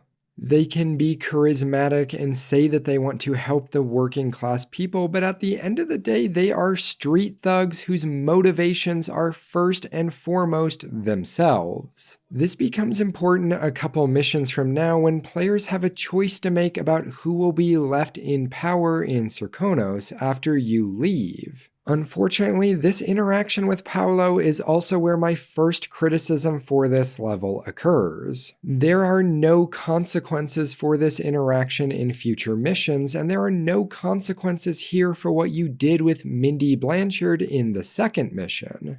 It feels like completing that operation for Mindy should lead to Paolo being friendlier here, that Emily Kaldwin is someone who might be sympathetic to the Howlers' cause, and as such, this gang leader would be trying to woo her to his side. And looking forward to an upcoming mission, it feels like attacking Paolo here should set up hostilities between the character and Emily that would make it more difficult to side with him later. As I'm writing this, it's not even just that there aren't consequences for these actions, it's that there's not a single mention of what players do during these interactions, ever. It's like they didn't happen. Another weird choice that is present throughout many of the missions, but feels the most confusing here, are the optional objectives to rob the black market shops in each level. These operations range from locating a missing key, to finding the proper code phrase in order to pose as a seller, to, in this mission, blowing a hole in the wall of the shop with whale oil tanks. This is cleverly presented here because in order to successfully blow open the wall, players need to actually listen to the characters that are found discussing the heist.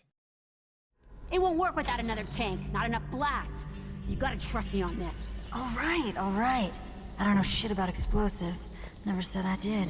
I'll go out again later and find some more. Good. You can't rush jobs like this. It takes a smooth hand. This provides the information that the wall won't fully collapse with just 2 oil tanks detonated, and it requires players to locate and collect a 3rd tank for it to have enough of a blast. As cool as it is to get these environmental clues, however, the actual task feels disconnected from the narrative. Why is Emily Kaldwin, ousted ruler who is trying to win back her throne, robbing small-time shops? A big part of the narrative is Emily reflecting on how bad Karnaca has become under the Duke. However, through completion of side objectives like this, she is contributing to the problems within the city. One more quick tidbit that I like about this early part of the level is an environmental story moment that happens in an office of a guard captain in Lower Aventa. Within, you can find the dead captain as well as a note from the next target, Brianna Ashworth, who is thanking the captain for their efforts in tracking down all of the guards that were present for the seance 3 years ago at Aramis Stilton's manor. The guards have been dealt with, and as an additional thanks, Ashworth gifted the guard captain a bottle of wine. This is all interesting and continues to set up the mystery of what happened at Stilton's manor that evening, but unwritten is how this guard captain died. The arrangement of the body and environmental clues clearly indicate that they were poisoned by the wine Ashworth gave, which fits narratively as her trying to tie up loose ends.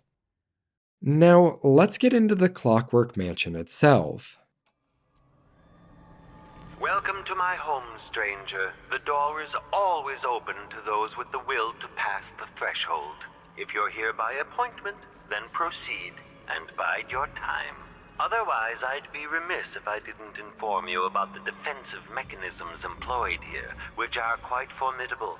Many have entered without invitation, for reasons as myriad as the fish in the ocean.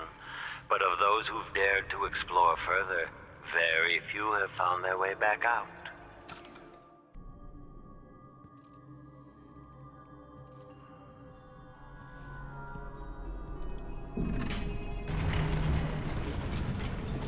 Who would build something like this, and why?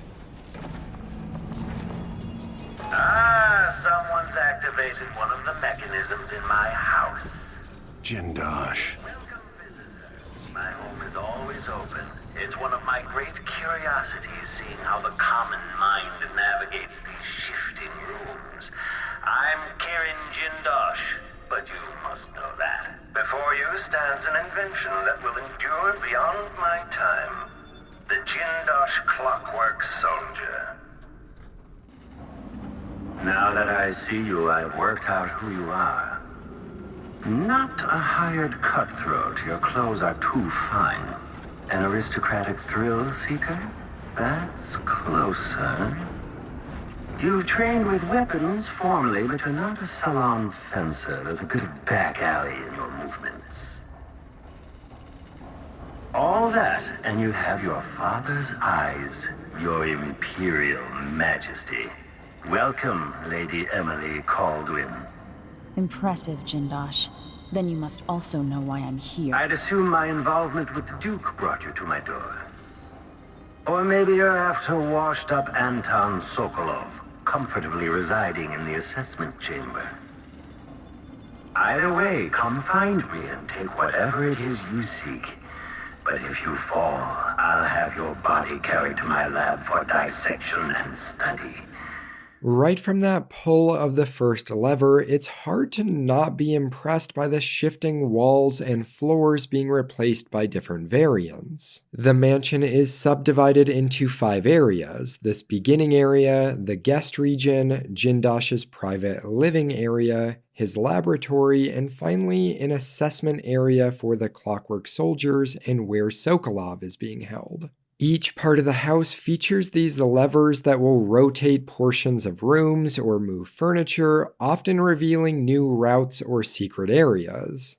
Players can also enter the area behind the walls, the cold gray concrete areas that no one is meant to see and where no one is meant to be. As I said in the intro of this video, I would be surprised if this level wasn't being used as a case study in level and environmental design courses. I'm not going to go point by point with the areas, but if you're interested in understanding the design, the YouTube channel called Game Maker's Toolkit has a video interview with several of the developers where they break down how the level was built. It's quite a good watch, and I will link it below in the description of this video. The environmental storytelling, world building, and instructional nature of this level are also highlights. Players are given multiple opportunities to learn how the Clockwork soldiers work before they might have to engage with one. Do you think this thing can see what we're doing? No. When they're like this, they're blind. They can still hear, though. They'll wake up at any loud noise, or if a fight breaks out. Still kind of creepy. I have to work hard to ignore them. I find it kind of exciting. Like being watched, but not really. This is good design given how intimidating they feel when you first start seeing them. Jindosh's lab was also one of the most visually interesting designed spaces, with its swappable lab bays that focus on different subjects. It feels like a realistic workspace for a man like Kieran Jindosh, who very much likes to have a finger in every pie, even the ones he shouldn't. There's a funny letter from Delilah in one of the labs that basically tells Jindosh to stay in his lane in regards to questions he has about the Void. One of the smaller storytelling moments I really like about this part of the level are the two potential buyers waiting in the guest area. You'd think at these prices, the man wouldn't keep us waiting. There's only one Kieran Jindosh. He can charge whatever he likes. Besides, you're rich enough to afford a couple of the Clockworks? I'm not used to waiting. Neither am I. When was the last time someone had me waiting for more than an hour? I can't remember. It's almost titillating. How many Clockworks did you say there were? It's a numbered set, if I recall. It is indeed, but 36, 46? Very exclusive, whatever the count. Everyone at the Garden Club will be green with envy. The implication is that Jindosh was supposed to meet with them, but then because of your presence, forgot about them. The buyers will even comment on the taunting that Jindosh is doing over the speakers. What I especially like here is that you can actually further this interaction with these two buyers by pulling a lever that brings their whole waiting area deeper into the mansion. We're moving at last, but where is Jindosh? Do you know how long we've waited for this appointment?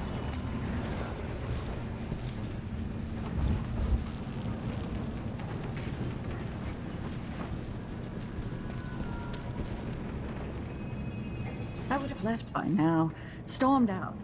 But, oh look, it's one of the Clockworks. But what is it doing? Is this some sort of maze? It's obviously a chamber for conducting experiments and tests. How would you know? You can barely wind a watch. Jindosh isn't here. Do you suppose we're in danger? Let's just stay here to be safe. I'm starting to rethink my desire to purchase anything from the man who'd build a mansion like this. It's this sort of level of detail that makes Arcane Studios so special to me. While learning how to navigate the shifting Clockwork Mansion is the lion's share of what makes this level a success, a smaller but still important piece of that success goes to the actual reasons for visiting the mansion established by the narrative. Right from the game's introduction, we are shown, not just told, how much of a threat the Clockwork soldiers are when they quickly slaughter the loyal guards and civilians during the coup in the Dunwall throne room. Jindosh's goal is to make an army of these war machines, and so it becomes clear why Jindosh needs to be stopped. It was surprising then to realize that my largest criticism of this level has to do with a confusing wrinkle that is added to this terrific setup. This imperative mission of stopping the Grand Inventor, Kieran Jindosh, is undercut by the mission's other primary objective, which is rescuing Anton Sokolov. I want to be clear that the problem is not that this objective exists, which I actually really like because it comes full circle, from abducting Sokolov in the first game to now rescuing him here in the sequel. The problem is why he is being held prisoner by Kieran Jindosh in the first place. My Clockwork soldiers have played their part, but each costs more coin than a wealthy man sees in a lifetime. It could take years to find a solution on my own, but if Sokolov can be tamed, together we might refine the process, making new Clockworks at a fraction of the cost. If you won't agree to collaborate on the next Clockwork prototype, I'll use the device on that brain of yours, Sokolov. I refuse. If I'm to be a drooling idiot, at least I won't be bothered by any more of your rambling fury. Sokolov is being held captive and tortured because Jindosh needs him in order to make the Clockwork soldiers more viable. The machines have too high of a cost to mass produce at this point, and given how many are simply guarding the Grand Inventor himself rather than being sold, it begs the question of if Jindosh even has the funds to continue production currently. A note can be found from a military major asking about the timetable for the cheaper model of a Clockwork soldier, so it appears that Jindosh has potentially bitten off more than he can chew. The Grand Inventor begrudgingly needs Anton Sokolov because without his cooperation, he can't produce the soldiers at the rate he must. This leads to some interesting lore for how the Grand Inventor views Sokolov, his once mentor, as well as his own legacy, which is all good. However, it somewhat undoes the work that the game has established up to this point that these mechanical soldiers are an immediate problem. The solution here is to change Jindosh's motivation for having Sokolov imprisoned. As it currently is, the juice isn't worth the squeeze. By removing the need for Sokolov to help with the production of the Clockwork soldiers, there could have been some sort of large-scale storage or manufacturing site at the mansion that clearly shows that the Clockwork soldiers are about to become an even bigger problem. This could lead to some additional dialogue about how Emily further realizes that she has been asleep behind the wheel with her ruling because she must have missed the clear signs that the Duke, the Grand Inventor, and Karnaca were gearing up for what could become a full war. This could even be brought up by Jindosh himself, who currently taunts the player throughout the level. Having a large-scale production still works from a narrative standpoint as well, because even if the various parts of the soldiers are present, the game establishes that eliminating Jindosh eliminates the ability to even build these war machines. In an area prior to the mansion, players can find a shrine built for the outsider, and interacting with it leads to the Dark God giving some insight into the target. In High Chaos, his comments mainly highlight Jindosh's cruelty, which is interesting, but for now I want to draw attention to his comments made in Low Chaos. I'll tell you a story about Kirin Jindosh, a prodigy from Karnaca. Self-taught, he was hailed by the Academy of Natural Philosophy as a genius who would surpass Sokolov and bring about an age of enlightenment. But just 2 years after his arrival, he was banned from the Academy for life, for reasons that are still not public. When they deported him, he left behind a machine that drank seawater, playing music that brought listeners to tears. They promptly took it apart, and it has never worked since. The point of this story is to clearly illustrate that the Grand Inventor is highly skilled, so skilled in fact that his inventions can't be properly understood or operated by anyone other than him. This bit of information is important because it's a subtle way of explaining to the player why there isn't an additional objective for the level that focuses on destroying the mansion or manufacturing center for the Clockwork soldiers. Jindosh's mind is the manufacturing center. Even with a blueprint and the parts, others still can't recreate his work. It's this fact that makes the non-lethal route for this mission so great, even if it's the most uncomfortable in the game. We'll circle back to that in a moment. With this change, there'd need to be a reason then for Sokolov to still be held captive, and for me the obvious answer just builds off of Jindosh's cruelty. Kirin Jindosh. That man has the empathy of a mantis. Once he was commissioned to make a toy for a 6-year Tivian noble girl. Jindosh worked for 3 months and built a machine composed of wood, brass, and the bones of several cats. It ran on a few drops of whale oil a day. The little girl was told she would have a special treat, and she was perfectly delighted until the moment it was activated. She lives at an asylum up at Dabakfa now, and will until the end of her days. Jindosh wants so desperately to be remembered and to have an important legacy. He's the Elon Musk of the Dishonored universe, except is actually talented. It would make sense that Jindosh isn't keeping Sokolov as a prisoner because he needs him, but rather because he's vindictive. Sokolov had a role in getting Kieran kicked out of the Academy of Natural Philosophy, a prestigious scientific institute, and so now Jindosh is treating him like a dog in order to assert his dominance, as well as to prove a point. Shaping the experience like this also provides fertile ground for Anton Sokolov to reflect on his own journey through life, which is impactful given that he's the only non-player character that returns from the original game. This would also provide better motivation as to why Jindosh is using the electroshock machinery that becomes relevant for the non-lethal route in the mission. As is, the Grand Inventor was using this machine to cause significant pain to Sokolov in an attempt to condition and force him into helping with the Clockwork soldiers. He threatened longer exposure to the machine, which results in significant negative neurological effects on the individual. He wanted to rob Anton Sokolov of his intellect if the old man continued to refuse his help. Changing this to the inventor just being cruel and wanting to torture his old mentor before finally reducing him to a blubbering idiot simplifies and sharpens his motivations. Now, with a machine like this, naturally it's going to be a part of the non-lethal means of dealing with Kieran Jindosh. Players can knock the inventor out, strap him into the chair, and turn the electroshock machine on, keeping it running long enough for the Grand Inventor to be robbed of his intellect. No! You don't know what you're doing! Anything! I'll give you anything you want! Stop! Don't do this! So much will be lost! An age of advancement!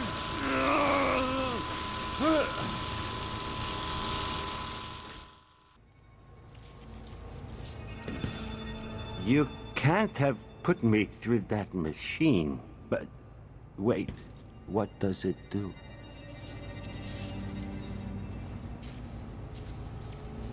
Please, kill me. Please make me die. Through this, Jindosh's greatest asset, his mind, is taken, and he, as well as his Clockwork soldier production plans, become useless to the Duke. His punishment reflects his crime. In addition to dealing with Jindosh, players must also rescue Anton Sokolov. He can be found in the area of the basement called the Assessment Chamber, which is a large maze with pressure plates that change the layout of the walls within. The Grand Inventor has put Sokolov within as he works out how to incentivize the old man to help with the Clockwork problem. To deter Sokolov from attempting to escape, Kieran has placed a Clockwork soldier within that patrols the corridors, and it's this knowledge that effectively keeps Anton isolated in his little room. I like this a lot because it provides evidence of Jindosh's cruelty, making his prisoner willingly choose his jail rather than enter into the maze with the Clockwork. It's reminiscent of the Minotaur and Labyrinth story in Greek mythology. Players must enter the chamber and either destroy the Clockwork soldier or stealthily navigate around it in order to reach Anton. Emily Caldwin, if you're here, things have gone further than I thought. Anton is happy to see Emily, but quickly collapses, leading to the player needing to carry his unconscious body all the way back to Megan and her boat in the sewers. It's a great mission that reflects the Sokolov abduction mission from the original game, but improves upon it in every way. Emily brings Sokolov back to the Dreadful Whale, and upon resting is once again pulled into the void, although this time by Delilah rather than the Outsider. You supposedly learn Delilah's tragic backstory, but similar to all of the interactions with the Outsider in the sequel, it's not very interesting. This comes down to poor characterization in my opinion, and is something I will circle back to when discussing the final mission. For now, let's continue on to the next one.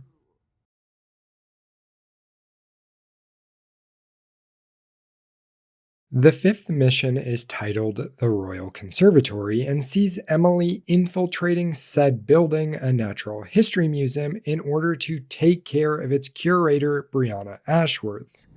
Jindosh often had a visitor, Brianna Ashworth. She's the curator of the Royal Conservatory. Yes, Ashworth is dangerous, as obsessed with the occult as Delilah. Apparently, she's working on a device called the Oraculum. There's more to her than either of you know. If Ashworth is one of Delilah's lieutenants, I need to eliminate her. Who knows what this device is capable of, or what she's up to.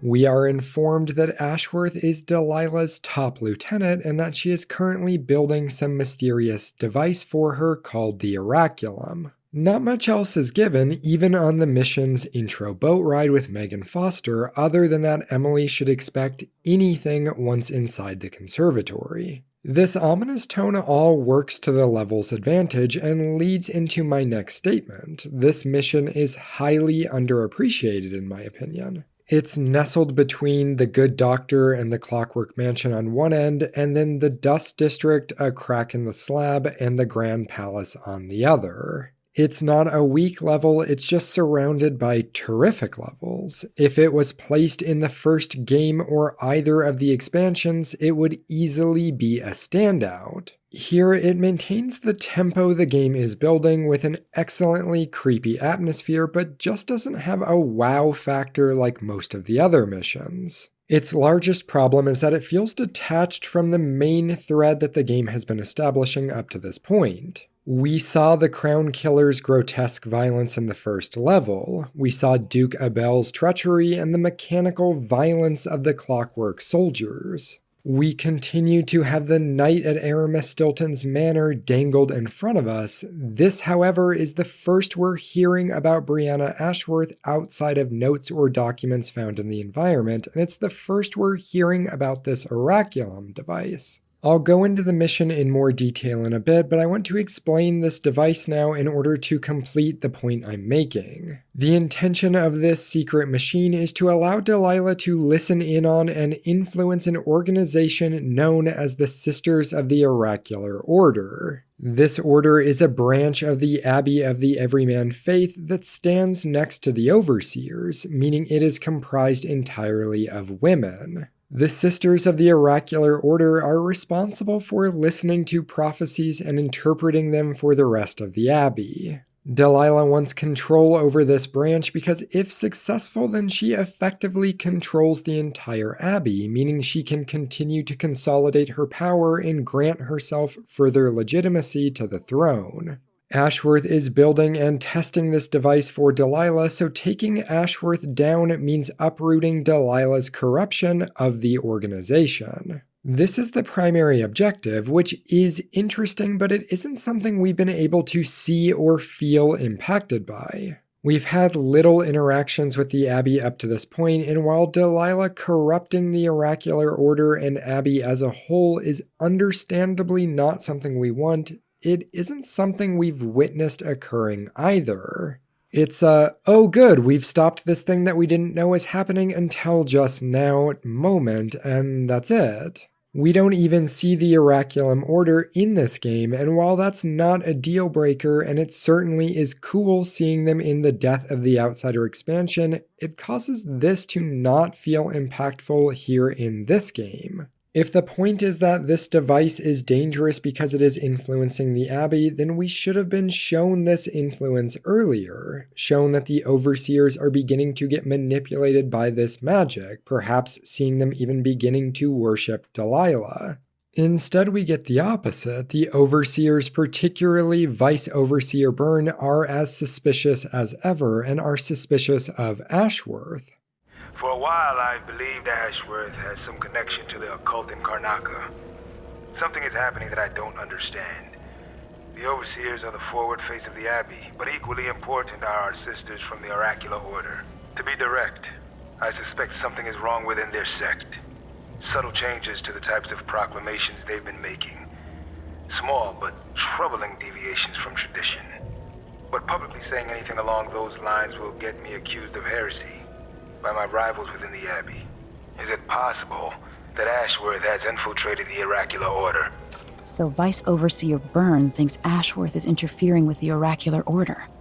And sure, at this stage their influence is still growing. We can actually overhear a conversation between Ashworth and a statue of Delilah that details the progress being made.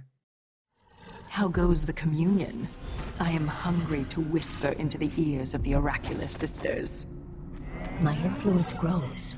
Last night, I walked through a dream with one of them, and we drank from a fountain in the town where she was born. Vice Overseer Byrne's suspicions were right. Business with Jindosh won't affect things. No. He continued to tinker with the lenses. Thicker, thinner, more opaque. It was tiresome to watch.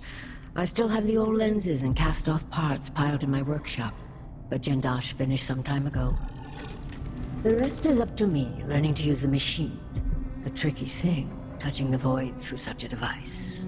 However, it still leads to my point. This objective feels tacked on when compared to the threats the game has established. I say this because while the Oraculum is definitely interesting and adds a lot to the series' universe, there's another objective that could have made more sense to base this level around. Remember how in the game's intro, the character you don't play as is turned to stone? That originally seemed framed to be a problem we would have to figure out how to fix, but no. It's never expanded on, and at the end of the game, after dealing with Delilah, your character just simply unthaws them from the stone, no problem. This would have worked as the main objective paired with Ashworth, Emily sneaking into the Royal Conservatory to learn the advanced ritual that undoes this magic. It even seems primed to potentially serve as the non-lethal for Brianna Ashworth.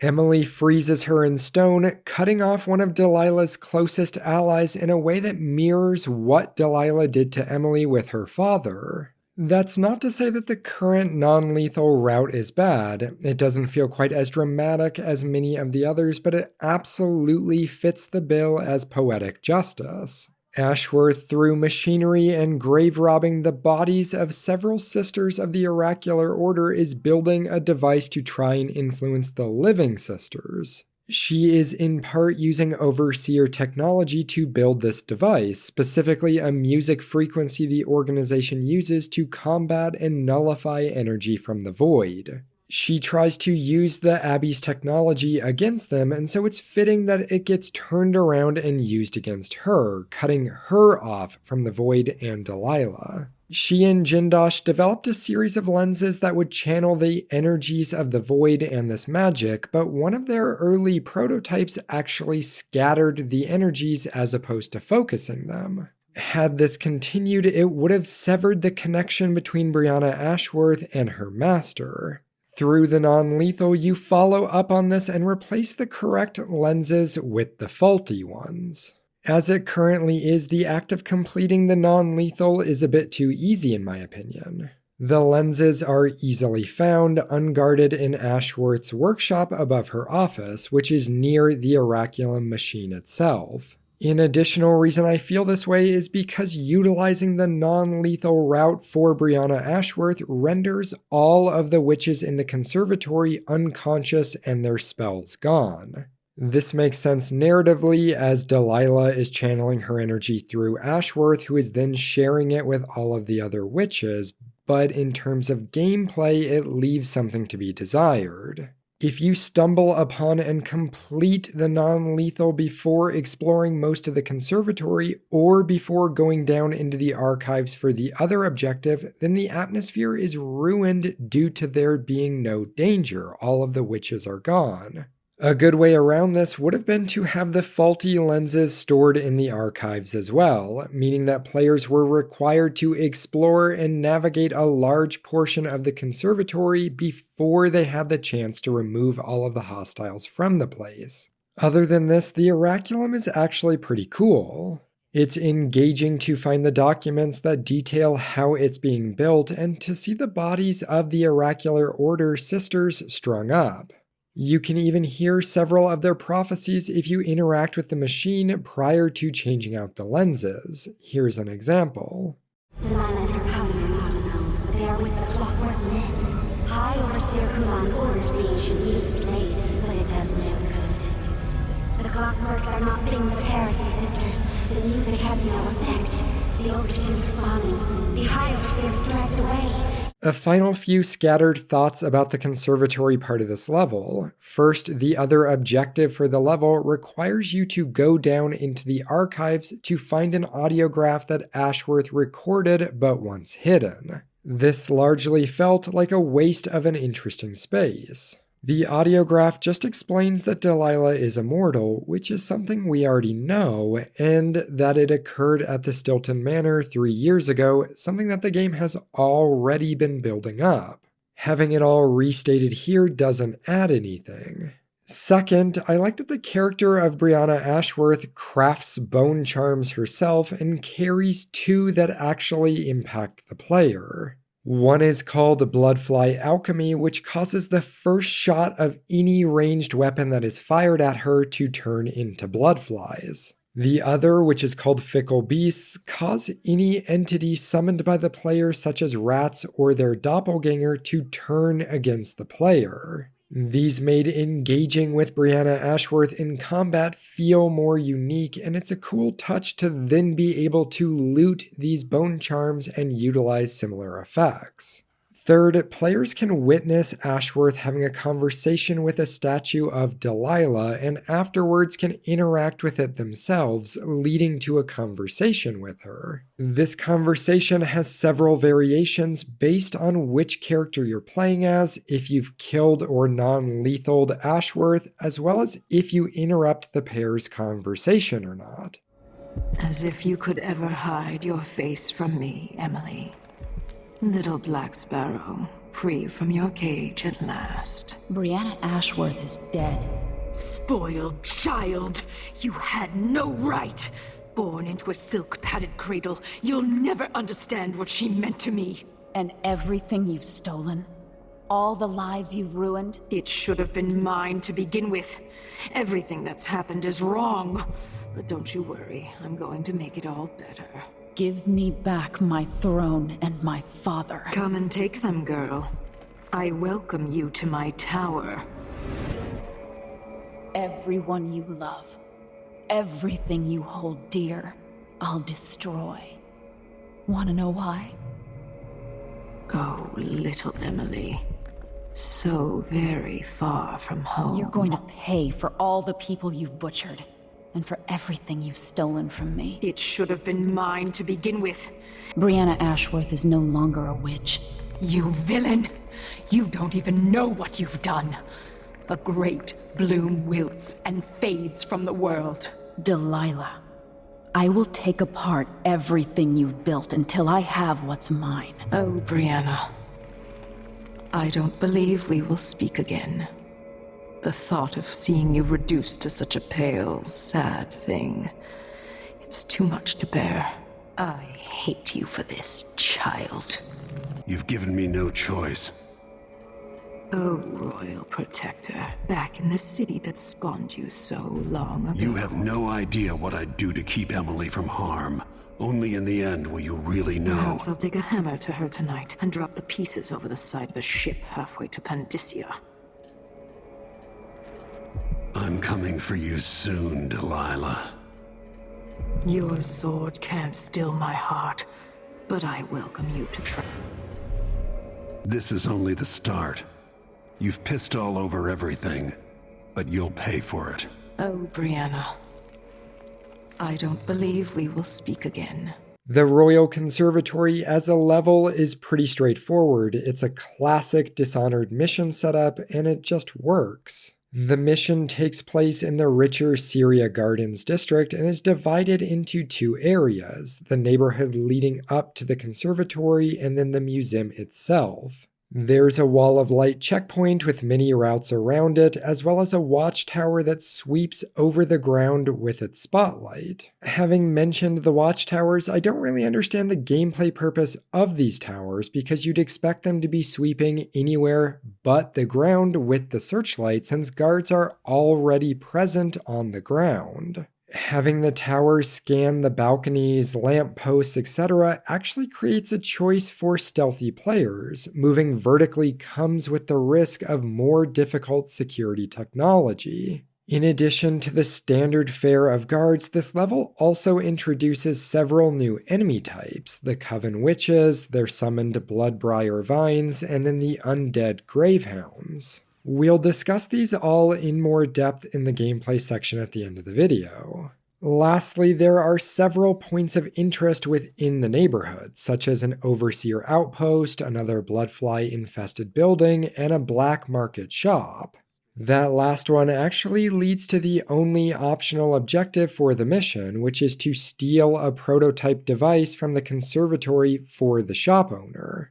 Doing so requires very little effort and grants a discount at all of the black market shops going forward. The conservatory setting itself, with its multiple floors and wings the players must navigate, is one of the best visually designed spaces in the game. The various taxidermied bodies of animal species, specifically the giant owls hanging in the main chamber, were both interesting as well as eerie.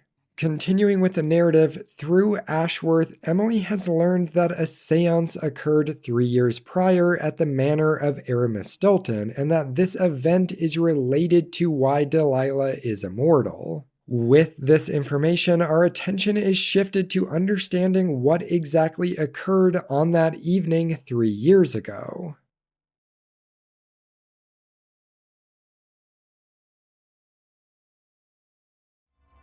Aramis Stilton was once an ally of the Duke, the owner of Karnaka's mines. Stilton lived in a fortified bunker at the heart of the Dust District. No one's seen him for years, since around the time Delilah started making her moves. But whether Stilton's alive or dead, his home holds the key to Delilah's immortality. We're not quite at the mansion yet, however. There's actually an entire mission that leads up to entering Aramis Stilton's manor, and while technically it's connected to the mansion and Stilton's disappearance, it's one that is entirely disconnected from the coup. Despite that though, from a narrative standpoint, the 6th mission, titled the Dust District, should be the single most important mission in the game.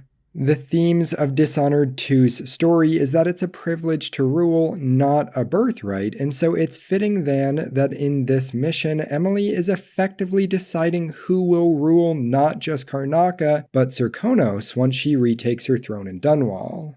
Does she leave Karnaka to the religious overseers, the Howler Street Gang, both, or neither? Unfortunately, the choice you make during this level has no impact in any way that I could find on the final 3 levels of the game. This is hugely disappointing given how significant this choice feels, and because of this I want to reiterate what I mentioned earlier in this video. That this mission, or at least the choice here of who should be left in power, should have been shifted to earlier in the game in order to incorporate consequences for that choice. Consequences specifically for gameplay. I understand that there are endgame cutscenes that draw upon these factors, but these are less interesting to me than having actual things occur during gameplay. For example, having different world states based on the outcome of this choice. Perhaps the beginning of the Grand Palace mission where you finally go after Duke Luca Abel could have had a different flavor or factions present based on what you did during this mission here. I'll get into the specifics of the choice shortly because despite having no real impact, it's still well executed in the mission itself. In fact, the level of choice that players have here is half of why this mission is so great. The other half is how the atmosphere of the level complements the narrative. The mission takes place in the aforementioned Dust District. Stilton helped build modern Karnaka with those silver mines. Started as a miner and worked his way up until he was a prince of industry. But And now the new Duke drives the mine crews night and day. Dust falls non-stop onto the district. What was once prosperous is now in ruins. While formally named the Batista Mining District, the area is now known as the Dust District due to the increased production at the neighboring silver mines, causing mining dust to rain down on the district. Dust storms have become a regular occurrence, limiting visibility and leading to a respiratory sickness within the district. We've seen several of the wealthy parts of Karnaca by this point in the game, and here we get the contrast with the conditions that the poor are forced to live in. The district feels convincingly oppressive and desperate. The target, Aramis Stilton, was a mining baron who worked and resided within the Batista mining district. He was known for upholding fair and safe working conditions within the silver mining industry, but since his disappearance 3 years ago, the current Duke has exploited the industry and workers, directly leading to the decline of the area. Emily would largely just need to skirt the district in order to reach Aramis Stilton's home. However, she learns that a complicated lock has been installed over the only entrance into the manor. This is what provides the motivation for wading into the district conflict between the Overseers and the Howlers. I believe that if you take out Paolo or Vice Overseer Byrne, the other one will grant you safe passage and will help you get inside Stilton's home. Neutralize either one of them, and bring him to the other. Both leaders can provide the means of getting Emily into the manor if she sides with them. By getting rid of one of them, however, she is priming the other and their organization to take power in Karnaca after she removes the current Duke. The two sides are struggling over the hearts of the underclass in Karnaca. Vice Overseer Byrne offers them the solace of tradition and structure. The Howlers claim to fight for the people against the powerful. You'll have to decide who's right. This naturally prompts the question of if one faction is better to side with than the other, and the answer to that is a loud, resounding absolutely. It doesn't initially appear this way because both of these organizations are horrible, but the more you interact with one of them, the answer of who's better for Karnaca should become obvious. It's the Overseers. I think the Dishonored fandom kind of romanticizes the Howlers, likely because their leader is voiced by Pedro Pascal, but in-game they are demonstrated to not just be as bad as the Overseers, a fanatical religious organization, but actually worse. Who keeps them off your back? Oh, that's Almost. I know what he does. You deserve that. For all of us. That's right. He sends us out to risk our lives for you. But somehow, you're not grateful. I can't afford what you're asking. Then why do you take our protection? You don't give me a choice. It's the Overseers who don't give you a choice. Just think about what they'll do if they find out what you're up to. Then let me know when you can give us the money you owe. Paolo just wants what's fair. If Paolo gets his way, the law will mean even less than it does under the Duke. They terrorize and extort the locals so severely that many don't and likely won't ever trust them. Remember that during the Clockwork Mansion mission, you can meet Paolo, who threatens and will start a fight with you, a stranger, for no real reason outside of you being in the wrong place at the wrong time. The most clear-cut example of their cruelty, in my opinion, is a note you can find in a bar during the previous mission. It details what the Howlers did to the previous owner of said bar. The note explains how the man wanted to stop paying the gang, and that in response they secretly killed the man's mother and made him unknowingly use her flesh as bait during a fishing trip. Afterwards, they revealed this to him. "Howlers don't play, you piece of shit," is the sign-off on the letter to the new owner of the bar. This note is found in both high and low chaos, by the way, and your chaos level changes nothing we can witness in the personality of the two leaders. I don't care what Paolo or the Howlers say, and they love to verbally jack themselves off about being fighters for the working class. Their actions speak louder and in contradiction to their words. After siding with Paolo, he ominously rambles about his concepts of a plan for Karnaca under his leadership. The Duke, the Abbey, the Empress in Dunwall, none of them know what's best for Karnaca. But you do. Maybe you don't understand how things work down here. Things are changing, and if I have my way, I'll be guiding the course of the city for a long time to come. That might be less fun than you imagine. All this is to say that I don't think the Overseers are a great option either, just that if the choice were only between the two organizations, one is clearly better for the city than the other. This is likely because, as I mentioned in the Brianna Ashworth section, we don't have as many interactions with the Overseers in the game, so there's less opportunity to see their own version of violence. This goes doubly for Vice Overseer Byrne, who, even if he is crazy, at least does a better job of hiding it. Thanks to the Duke, we've lost our proper place here in Karnaca. And we've been fighting just to hold the streets against the heretic Paolo. But you shut him down for me, and for that, I'll give you what you want. I'm listening. Interrogating one of the Howlers, we learned that some of them knew how to open up the Jindosh lock and to enter Aramis Stilton's home. Probably just Paolo and a trusted few. What you're looking for is probably connected to why the Duke had Kieran Jindosh seal up Stilton's home. The Abbey still rubs me the wrong way, as they are forcing their religious beliefs onto communities and cultures that didn't ask for it. Byrne emphasizes that that would remain one of his goals should he gain power in Karnaca. One of the Isles, in full alignment with the Seven Strictures.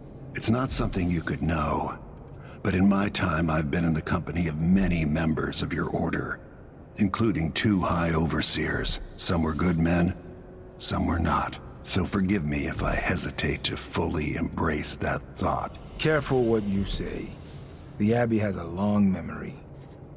I assure you, if I get influence over this country, I will find a way to serve the Empire and the Abbey. Which is much more than you can say for Duke Luca Bell. But go in peace, for now.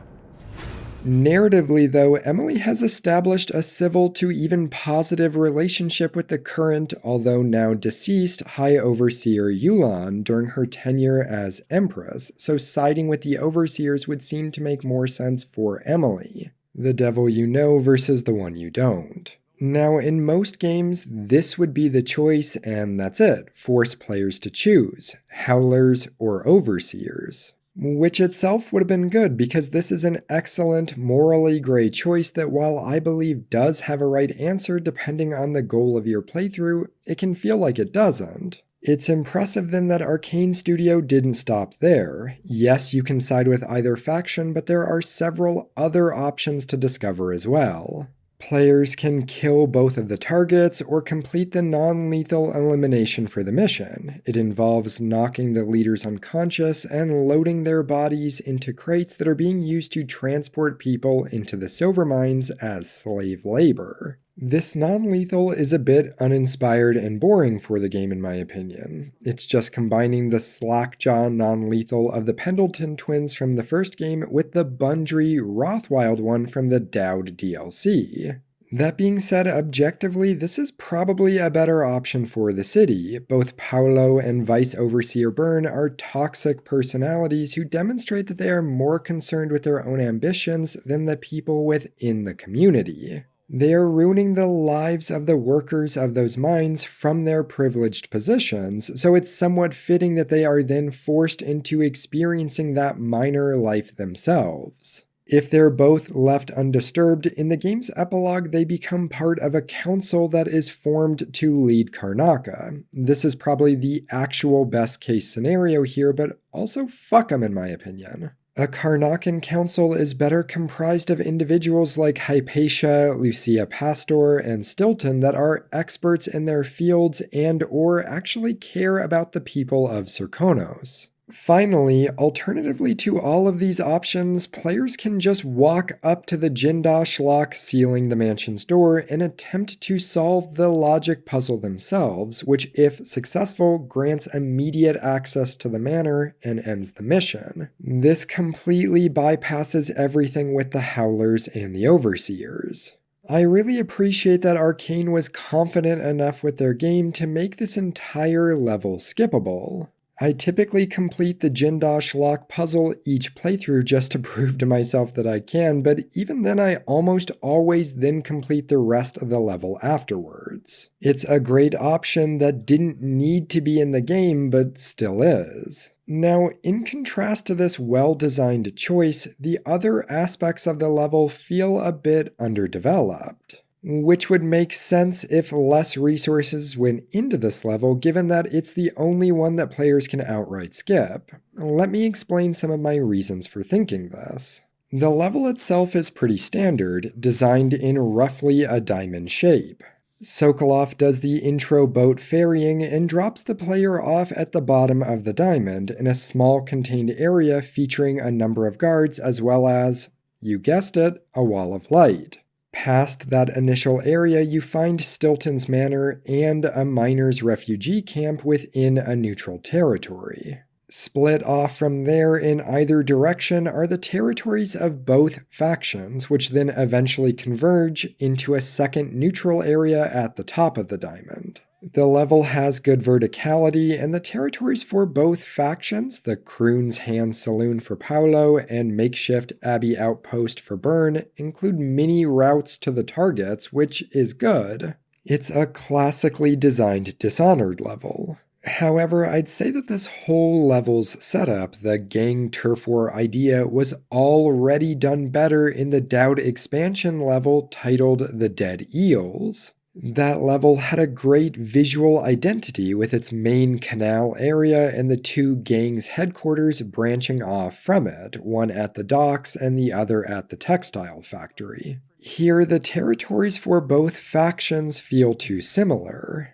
The level does have a gimmick where dust storms routinely blow through and limit visibility for both you as well as the guards. Calling this a gimmick might sound negative, which it isn't fully intending to be. This is a twist and adds some cool gameplay elements, but it doesn't make the level feel much more unique. A positive to this is that I did like realizing during one of my later playthroughs that the dark vision power, which highlights nearby enemies, could be used to do just that through the dust storms. The power isn't one that I typically use given that it masks the series' beautiful art direction, and this specific function doesn't make it any more worthwhile in my opinion, but it was still a cool gameplay discovery to make after having already spent more than 200 hours in the game. The Dust District also introduces and reintroduces a couple characters that go on to have no impact on the rest of the game. There's a miners' rights activist named Lucia Pastor that the game has previously referenced during that Dr. Hypatia mission. She is present in the miner camp, but what you're about to see is the entirety of the interactions possible to have with her there. The soup is only for the workers and their families. Something tells me you're not one of them. Between what the Duke did, and now the Howlers and the Overseers fighting over the area, these people haven't been fortunate.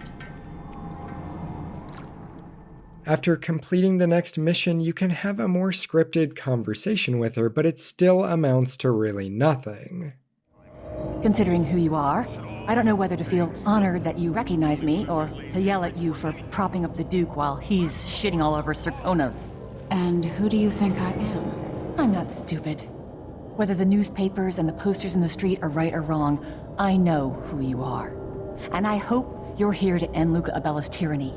This one in particular feels like cut content. Given her role with the mines, it feels like she must have originally been the one organizing the non-lethal elimination for you. Think about it, it would make sense for her to send the two leaders to work in the mines given how disposable both treat the residents of the district. Now, if players side with the Howlers and they did the favor for Mindy Blanchard earlier in the game, then she can be found within the Croon's Hand Saloon and interacted with.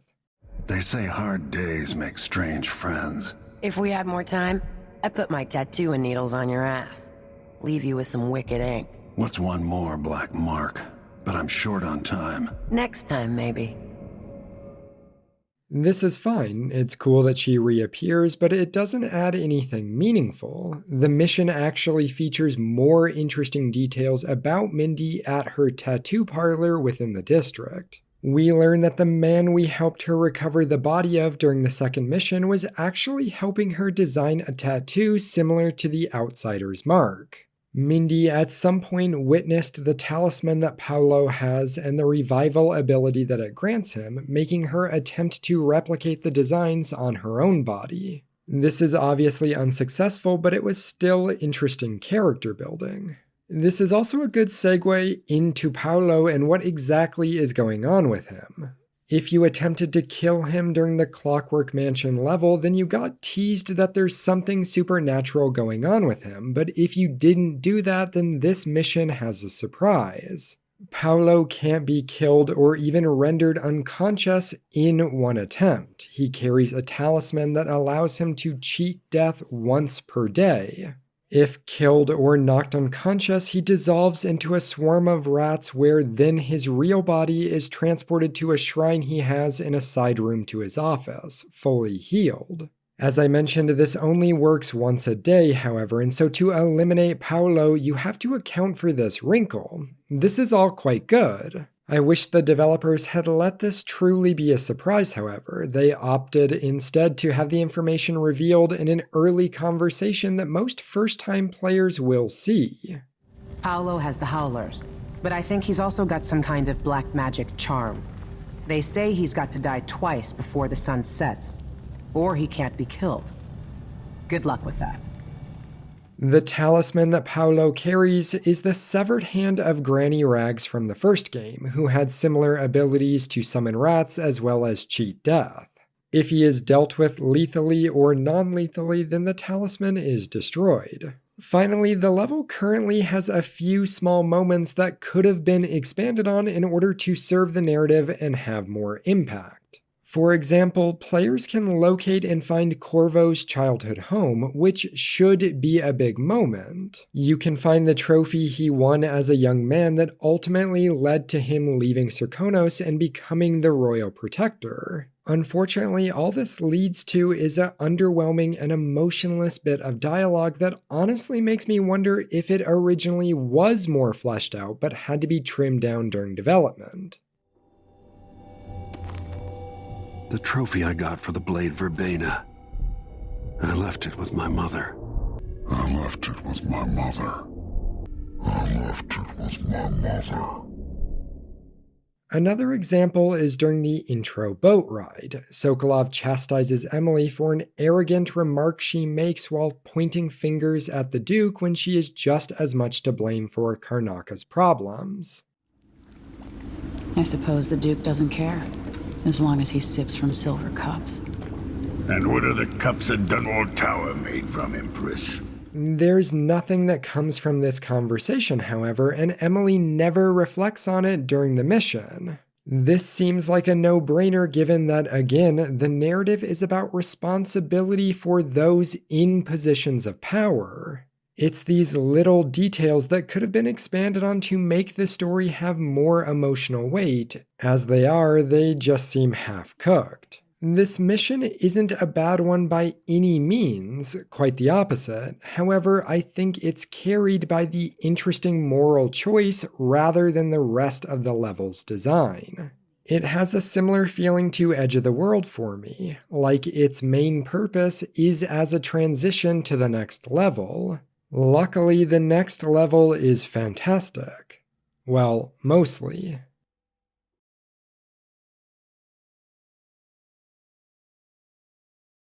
The next mission picks up immediately where the last one ended. Emily enters the grounds of Aramis Stilton's manor.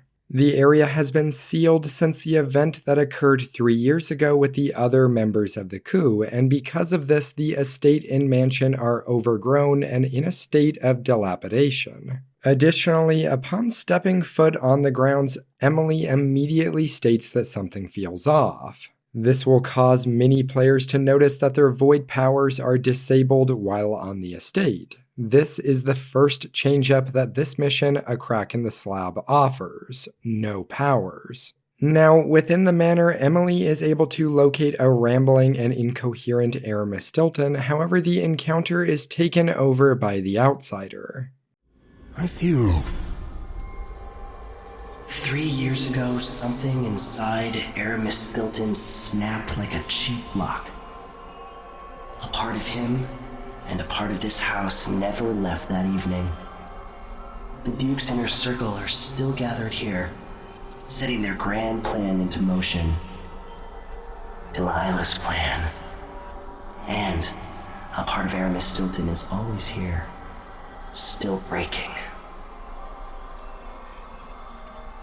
The Void is not exactly a place, and it's much older and stranger than you could ever know. It watches you from within. And at the heart of Stilton's house, the Void is leaking through a pinprick left behind by Delilah's little trick. Even magic is perverted here, and things don't work like they should. Take this. Imagine it's a kind of timepiece. Go and watch the Duke and Delilah.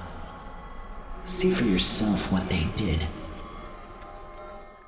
Emily is given a device that allows her to shift between the present there in 1852 and the past in 1849, with the intention being for her to witness what happened at the seance 3 years ago.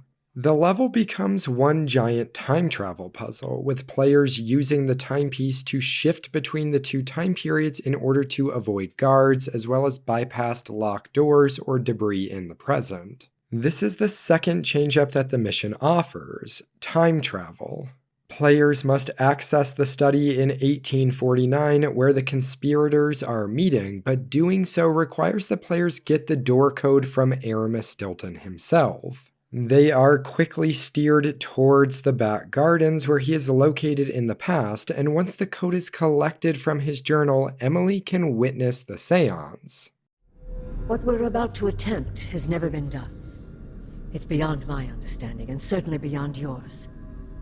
If anyone has any doubts, set them aside now. This defies rational understanding. It's the frayed edge when natural philosophy crosses over into something else. Yes, I can feel it. We risk madness. The more I hear, the more I think this is ill-advised. Who wants to speak with the dead? If this Delilah really was killed or banished from the world, what if she's lost her mind? Delilah's stronger than before. The Duke and I have heard her voice, whispering to us. And now it's time. So take your positions.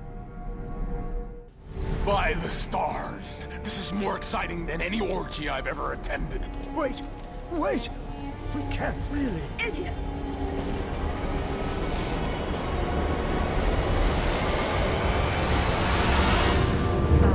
Here, returned from the cold, from forever.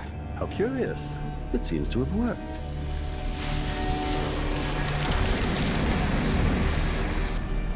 My spirit is safe now, inside this thing. Luca, you must lock it away. I can still see the insides. One has become a stone, the other reforged and marked by the one whose eyes are black. Poor Aramis. I feel obliged to take care of him out of loyalty to my father. This gives the long-awaited answer to why Delilah can't be killed. She has placed her spirit inside of a ritual effigy and so is immortal until it is returned to her. The effigy is being kept safe by Duke Abel, which makes sense given that he and Ashworth were Delilah's two most trusted underlings. Witnessing the past also provides the answer to what happened to Aramis Stilton. He hesitantly partook in the seance and was driven mad by the experience. The Duke has since kept him isolated within his manor. With all of this information, Emily can now remove Delilah's last key ally, Duke Luca Abel, as well as return her mortality by locating and releasing her spirit. Upon leaving Stilton's manor, the outsider pulls Emily into the void to reveal his feelings on Delilah as well as his own origin. While I'm again going to save discussion on this little bit of character development until that later chapter, I want to express that I strongly dislike this particular segment. It feels completely out of place in this game and seems to only serve to set up aspects of the Death of the Outsider expansion that came out after this. Now, in regards to this level, A Crack in the Slab, I'm overall quite torn. From a gameplay perspective, the level is an 11 out of 10 on that first playthrough. It's smile-inducing, and cycling between the two versions of the level, or the alternate third version if you perform a specific action, is incredible. Arcane Studios developed a complete gameplay mechanic time travel for a single level, and that makes me shake my head in disbelief. The mechanic to shift between the time periods is executed perfectly. The little glass wing on the device that creates a one-way window into the alternate time is fantastic. There were genuinely times where I'd begin panicking when enemies were being alerted, but I was unable to trigger the shift due to an object being in the way in the other time period. The level truly is, in my opinion, the greatest gameplay-driven use of time travel in the video game medium. I consider that first playthrough of the level to be one of the best levels in the entire series. On later playthroughs, however, the experience is dropped to more like a 7 out of 10, and I'd say that that number continues to drop lower on repeat playthroughs that occur within a short span of time. Not being able to use your void powers is the most common criticism I've seen for this level, that without your powers you are quite limited in what and how you can approach the mission. This is true in part. Circling back to what I mentioned when discussing the Edge of the World mission, I think this particular criticism would have been somewhat addressed by placing a Crack in the Slab mission earlier in the game. Doing so would mean that players don't have as wide a range of abilities to begin with, and thus wouldn't be missing as much. Exploring that criticism a bit deeper though, a key piece that is being left out is how the level was designed. I've seen suggestions that on New Game Plus, players should be allowed to use powers for the level. This wouldn't actually solve A Crack in the Slab's problems though. The mansion simply wasn't designed in a way that would make using powers like Blink, Possession, Shadow Walk, or Domino fun to use. The level is built around two ideas: manipulating the environment through time travel, and the temporal version of whack-a-mole that you'll be playing with the guards. Popping back and forth between the time periods in order to avoid detection or to stab guards and vanish is really cool and fun, especially on that first playthrough, as I've said. But it also becomes less interesting than the creativity that your powers offer. The environmental time travel shenanigans are good, we'll go through all of them in a bit, but they also don't change and only have one solution. So you're just repeating the same steps each playthrough, regardless of how you've built your character.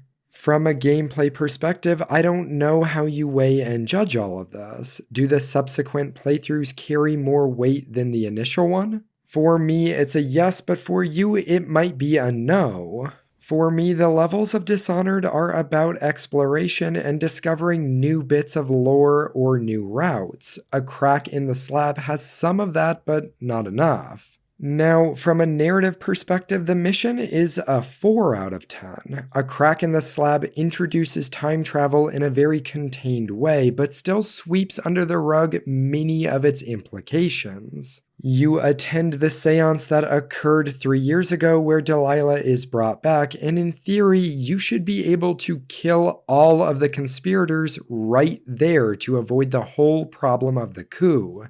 The game attempts to get around this possibility by saying that the two time periods are overlapping, so the conspirators aren't really there and you're just witnessing their echoes at the seance.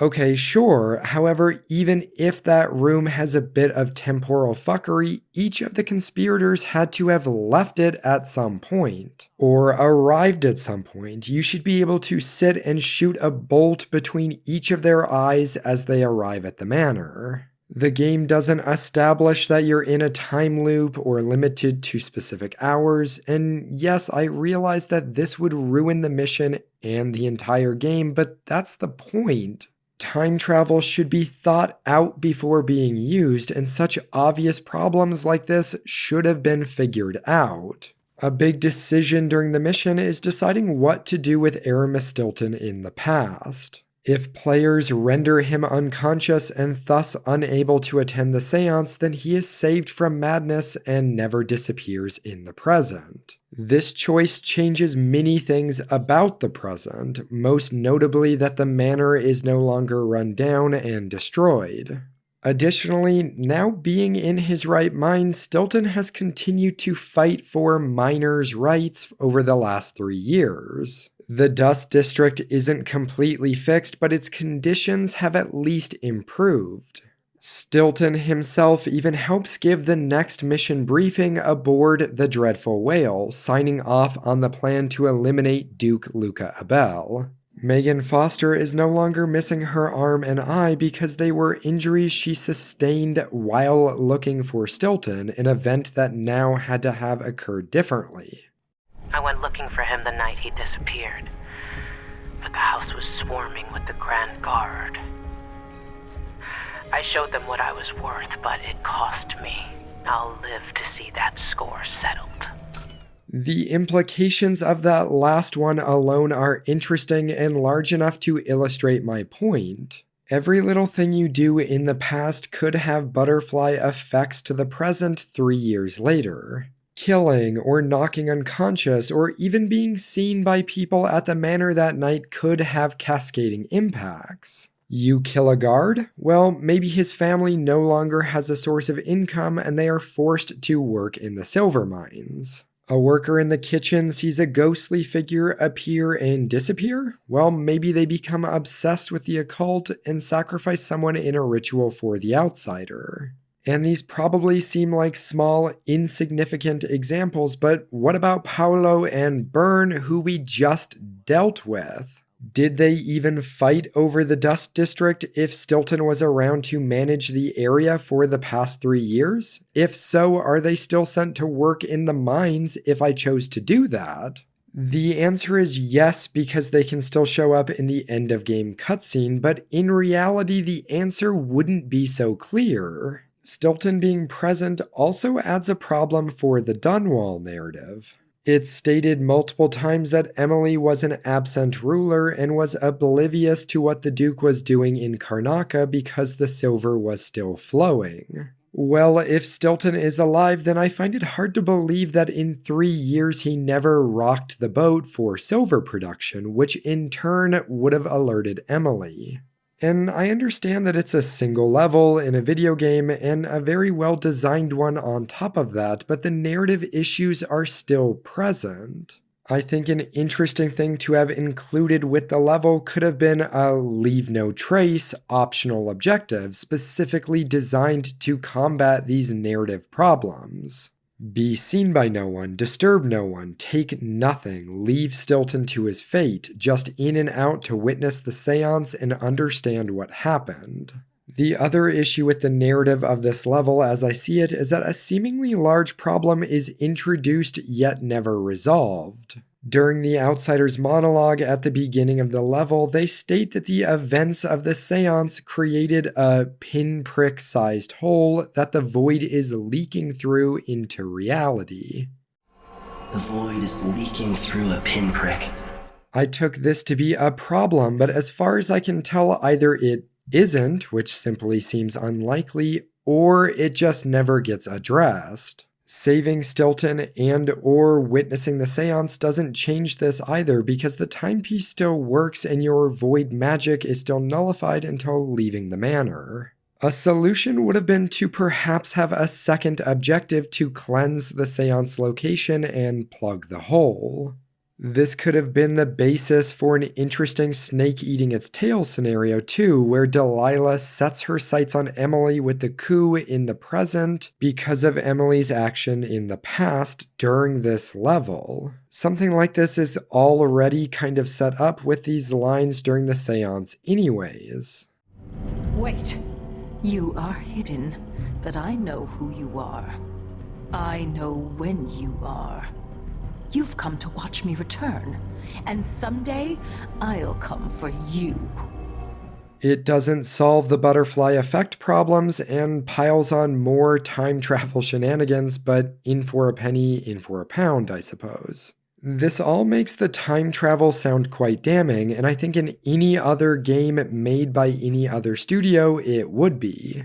But then there are still all of the interesting ways the level uses the time travel mechanic to impact the environment. While quite cool, I do hesitate to call all of these puzzles because many require very little thought. For example, both the Stilton statue and the balcony can be interacted with in the past by aiming and firing a shot at the support cable, and that's enough to disrupt the object in the present. For the statue, this means it wasn't ever carried to its original spot along the wall, and so now in the present there is a new path out of the vault. For the balcony, the shot causes the structure to give way over time, meaning players in the present can now climb up a partially broken balcony to the library area above. There's a closed-off bloodfly-nested room in the present that can be cleaned and opened by utilizing a furnace in the past to destroy a bloodfly-infested wolfhound corpse that rests in the room.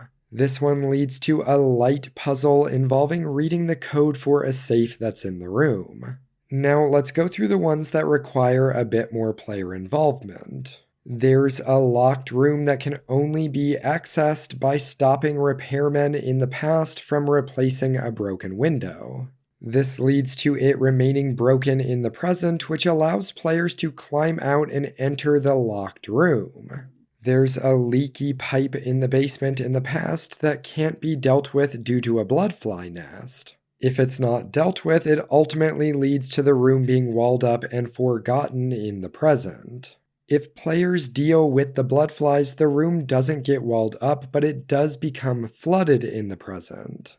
Using the timepiece, players can shift around and attach a crank wheel to the leaking pipe and then drain the room in the present to earn a rune.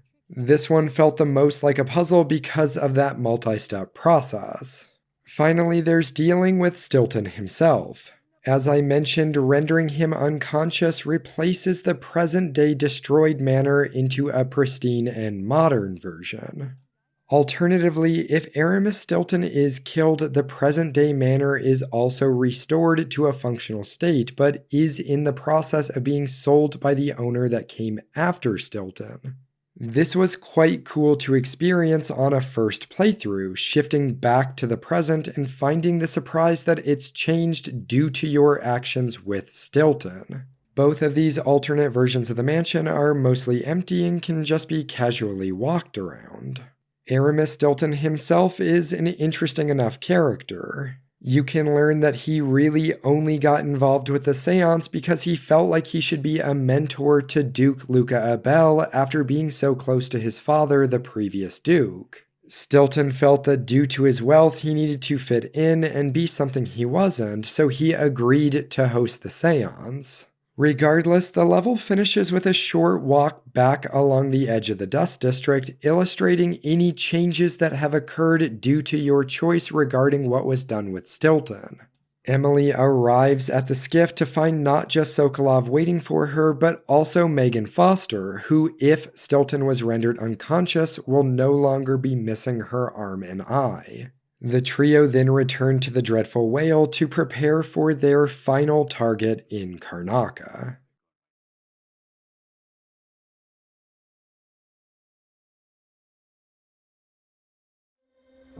Duke Luca Abel tore down the original palace in Karnaca, his birthplace, in order to build a lavish structure that cost enough to feed everyone in Serkonos for years. It's said to be a sprawling estate to humble all others, A monument to his ego and sense of princely entitlement. But whatever the Duke has done to his nation happened while I was Empress. In Dunwall, we were content to look the other way as long as the silver kept flowing. I've got to get inside the Grand Palace, deal with the Duke, and find a way to steal Delilah's soul. Titled The Grand Palace, this level serves as the finale for the missions based in Serkonos. In it, Emily pays a visit to the gaudy residence of Duke Luca Abel in order to not just deal with him, but also to retrieve Delilah's soul, which he has been keeping safe. It's an excellent mission that just so happens to be my favorite from the sequel. I want to start out by saying that I really like this level, bringing us to most people's, myself included, favorite mission in the game. This mission is highly underappreciated in my opinion. The level of choice that players have here is half of why this mission is so great. I consider that first playthrough of the level to be one of the best levels in the entire... No, but actually this one is my favorite. It's a testament to the level design of the sequel that an argument could probably be made for why each level should be considered the best. In fact, I was thinking about doing a tier ranking of the series' levels at the end of the Death of the Outsider video if there was interest in that.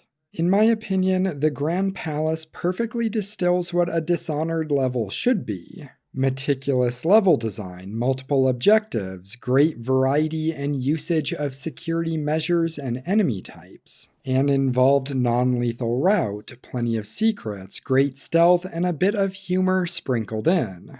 There are several narrative stumbles, but let's focus on these positives for the moment. The level is divided into two stages, the district neighboring the palace, which is centered on Ravenna Boulevard, and then the sprawling Grand Palace itself. Both maps are expertly crafted and filled with details for observant players. Ravenna Boulevard's layout is shaped like a capital letter A, but with an additional lane on one side.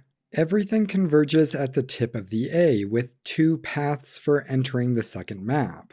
Either through disabling a wall of light that is covering the door within the barricade, or by locating the key that allows for access into a seized apartment that overlooks the palace. Both routes require the player to wade into heavily guarded areas in order to proceed. The Grand Palace rightfully gets most of the attention when this level is discussed, but Ravenna Boulevard sets the tone. The main street is wide and highly vertical, with many of the surrounding buildings and apartments being explorable. My favorite of these was the small apartment of an ivory sculptor. While not particularly exciting outside of a bone charm within, the space just felt real, and unlike any other, it also becomes a bloodfly nest in high chaos. That additional lane I mentioned leads to a back area featuring the black market shop, a performing music group, and an outsider shrine where the god hints that Emily will need to give something up in order to retrieve Delilah's soul. The black market shop can be robbed like each of the others, this time requiring players to uncover a passphrase in order to trick the shopkeeper into letting them in. More interesting in my opinion, however, is that there's an event that can occur here with the shop. If players have robbed 2 or more of the previous black market shops, then Howler gang members will attempt to ambush and kill the player at this shop. This was a nice surprise to discover and is actual cause and effect from your actions. There's a watchtower guarding the access points for the palace, and boy can it snipe you with its spotlight from far away. I'm not quite sure what's different here from the previous levels, but the watchtower feels like more of a threat. Additionally, a large number of guards are patrolling the street at the various choke points. There are also smaller units of 2 or 3 guards located in several of the surrounding buildings, businesses, and rooftops. The message should be clear straight away that Emily and the player are entering a hornet's nest. It's a great map to run wild with the powers and equipment, and we haven't even touched on the palace itself yet.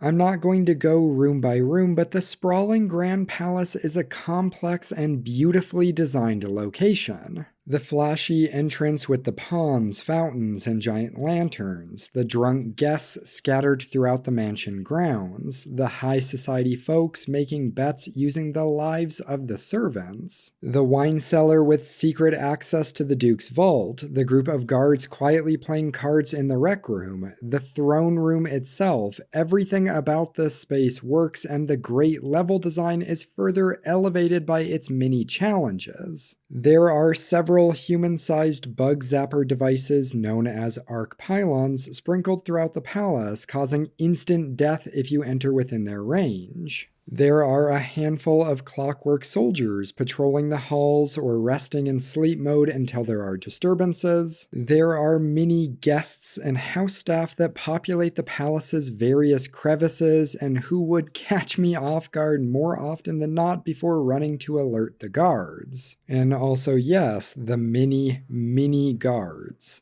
Let me just pop a quick H on this level, this way we all know it's filled with hornets. The developers also make thoroughly exploring the grounds necessary because of the mission's non-lethal method for eliminating Duke Luca Abel, which is replacing him with his body double. The Duke uses the privilege of who he is to rule, and so replacing him with someone who also just so happens to be able to use that same privilege is excellent from the poetic justice standpoint. The narrative implications of this non-lethal don't make sense, and we'll circle back to that, but gameplay-wise, it's also excellent. It requires the return of something from the original game that has been criminally absent up to this point, the randomization of a target's location. This was present in the original during the Golden Cat mission with the Pendleton twins, and then again in the Dowd expansion with the Stay of Execution for Lizzie mission, where she could be found in one of several holding cells throughout the prison. In Dishonored 2, every other target is always found in the exact same location. Ramsey walks the same route and only starts after you trigger his dialogue. Dr. Hypatia and Jindosh are always found in their labs, Ashworth always in her office, Paolo and Vice Overseer Byrne in their offices, Stilton in his gazebo, and Delilah on her throne initially, and then on her overlook once inside the painting. The Duke is the only exception to this and shines because of it. Duke Abel and his body double, named Armando, can be found supposedly in 5 locations around the palace. The Duke's lavish bedchambers, his personal office, a room dedicated to Delilah, the Grand Throne Room, or the private gardens located outside on the grounds. I say supposedly because I've only ever been able to trigger 3 of these locations across my playthroughs, but I don't have reason to doubt the game's wiki, so I think that's likely just bad luck on my part. Several of these locations can be quite difficult to crack, specifically because performing the non-lethal requires that players talk to Armando, which can't be done if he witnesses you engaged in combat. To clarify, this isn't a problem, it's again excellent and made it challenging to figure out how to maneuver around. The minor critique that I have here in regards to the gameplay aspect of this non-lethal is that the game makes it incredibly obvious how to determine which Duke is real and which is the body double. Within the span of 2 minutes, 2 different sets of NPCs in the opening of the palace reference clues about telling them apart, such as the real Duke keeping the vault key on his person and the body double being boring. You sure he always keeps the key with him? I'm sure. We'll do it tomorrow night when there's only 1 squad scheduled for patrol. Just be ready. I'm not sure who's worse, the Duke or his body double. One's half likely to have you flogged for looking at him wrong. The other might just bore you to death. This is on top of Megan Foster giving you the biggest clue right out of the gate on the skiff ride at the beginning of the mission. A friend of mine washes the linens and said the double is a smoker, if that helps. These feel a bit like arcane spoon-feeding the player, especially when contrasted against much subtler clues that are also present. On the balcony attached to the Duke's bedchambers, players can find a canvas painting of Duke Luca Abel. It's labeled as the artist's self-portrait, meaning Luca painted it himself. It clearly is meant to be shitty and funny because of that, and it is. It easily could have just been a throwaway bit of humor, but it can actually serve as a clue itself. If either of the dukes are located at the private garden spot, they will be found currently live painting a portrait of a wolfhound. If it's Armando the double, the painting is actually quite detailed and good. If it's the real Duke, then the painting will match the same shitty style as the self-portrait near his room. This clue isn't telegraphed by NPCs loudly talking about it, or if it was, I didn't hear it. It was just there for players to find and realize the significance of themselves. It was also cool to discover that both the Duke as well as Armando could be interacted with and accused of being the real Duke or the double. This meant that it was also possible to misidentify them during these interactions, which was a small but nice addition. Luca Abel, it's time to pay for your crimes. Bleeding your nation dry. All the corruption and the coup against your rightful empress. No. Now that has finally come. I just can't take a bullet for Luca. The true methodology and direction for how the body double will replace the Duke is given once players interact with Armando and they can witness the whole transition. If people believed that I was actually Duke Abel, and that he was the political decoy, we could have him committed for lunacy. We could convince everyone that the double's finally lost his mind and believes he's the Duke. I've spent years perfecting my performance. But there's a catch. He's got a medallion that I need. Even if I sound convincing, which should be the easy part, his Grand Guard officers will ask to see the medallion as proof. Luca never puts it aside. Poor man. He served me well for years. We'll never find anyone else who so bears my resemblance. Take him away, Captain, but be gentle. I think I understand, Your Eminence. We'll handle it. Another minor criticism is that it's a bit silly that the writing emphasizes the importance of the medallion, but then the guards don't ask about it. But oh well. After dealing with the Duke, Emily enters his vault and finds the effigy containing Delilah's soul. There, Emily must release her mother's spirit from the heart equipment she was given at the beginning of the game in order to make room to house Delilah's spirit within. The mother and daughter say goodbye to each other, and then Emily traps Delilah's soul. After dealing with the Duke and capturing Delilah's soul, Emily gets picked up by Megan Foster. Now, there are a few additional things I liked about the level that don't cleanly fit anywhere in the script, so I'm going to quickly mention them before we get into the level's narrative problems. It was a nice surprise finding out that there's a follow-up on what happened to Jindosh if you used his electroshock machine on him. Kieran, sir, we were confused by your most recent response. The Duke was, well, he was furious. He sent me to interview you about your progress. One of the maids took me for a walk. We dug beetles in the park with shiny green shells. I don't understand, Mr. Jindosh. Working with Anton Sokolov, were you successful at lowering the cost of Clockwork soldier production? The Duke is expecting a reduction of 80 to 90% based on your own estimates. She let me keep a few of them in a jar. I pulled off their legs.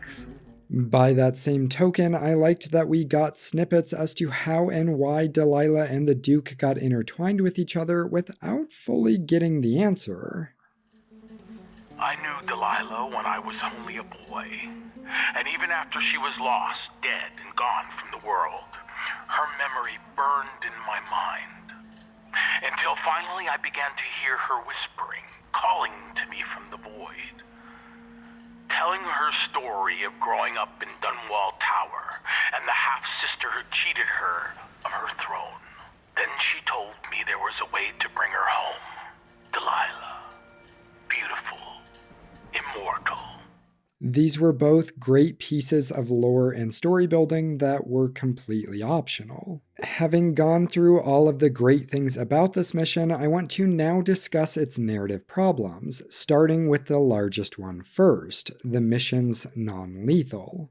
Narratively, I consider this the worst non-lethal in the game, and it stems from the question of how does this actually change anything? Let's say Armando becomes Luca Abel, that still isn't a magic hand wave away for the problems, and in fact it creates more. Duke Abel literally declared war on the two northern isles, Morley and Tivia. He orchestrated a coup and backed a false empress. He murdered nobles in Dunwall and across the Isles as part of the Crown Killer plot. It's ridiculous to think that a now agreeable and apologetic Duke Abel, who had a change of heart, would erase the consequences these actions would have. If Emily steps in and supports the new Duke, that would make her judgment seem questionable, especially to these other nations. Are Morley and Tivia just going to forget this conflict ever happened? In our own world's history, when a global superpower attempted world domination and then was eventually defeated, their country was carved up and divided amongst the winners. It doesn't sound like Armando would allow for that though either, because during the mission as Emily plots with Armando, she states that she expects a more agreeable Duke, but the double bucks this immediately. But I'll guide Serkonos in the ways I see fit for the people here, not as the hand-chosen puppet of your empire. So this boils down to, what's really the benefit of replacing him when he's going to be stepping in the same pile of shit? What's the benefit of keeping a Duke Abel around, even if he's agreeable? And I recognize that some of the endings portray a Karnakan ruling council being formed, or that Armando rules peacefully, etc., but these don't address how these large hurdles are overcome to create that scenario.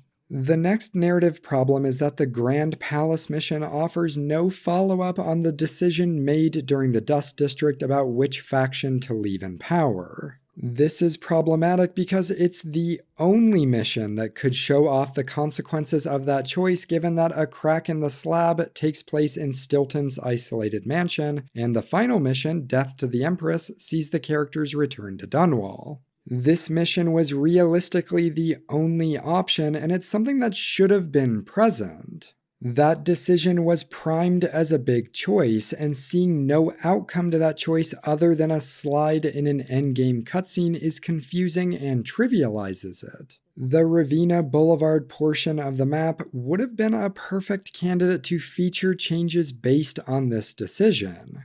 Whichever faction you left in charge could be attempting to assault the palace or perhaps exert power in the noble district now that their influence has grown. The current version of the map could be left for if players shipped both Paolo and Byrne off to the Silver Mines, showcasing the Karnakan Grand Guard's greater control. If players left both faction leaders, perhaps the district has now become a three-way war that is ripping the area apart.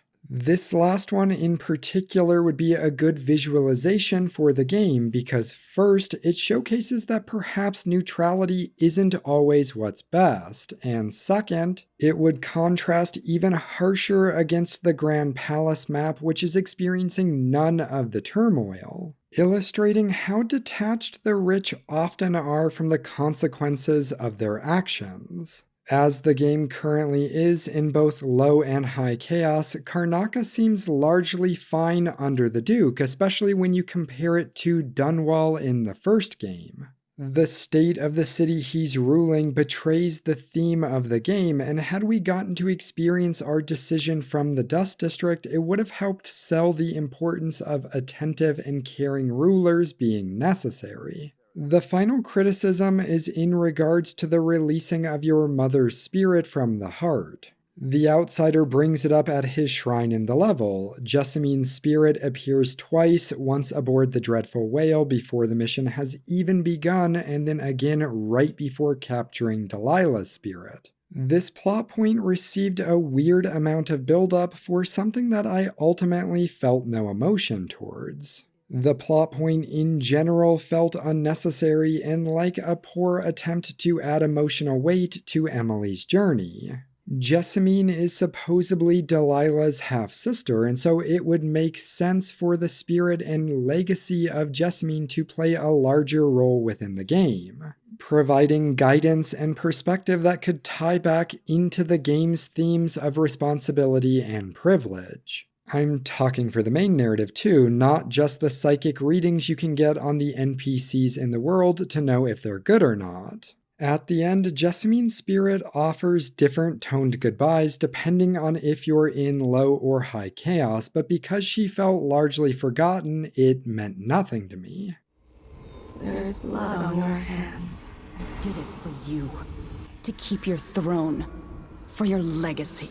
My daughter, you are becoming everything I fought against. With the Duke and allies dealt with, and now with the ability to finally eliminate Delilah, Emily, Megan, and Sokolov leave Karnaca to return to Dunwall and reclaim the throne. Perhaps more than anything, Delilah had a talent for imagining the world as a better place. If only that could have been channeled towards something less twisted. It's probably too late to dwell on regrets.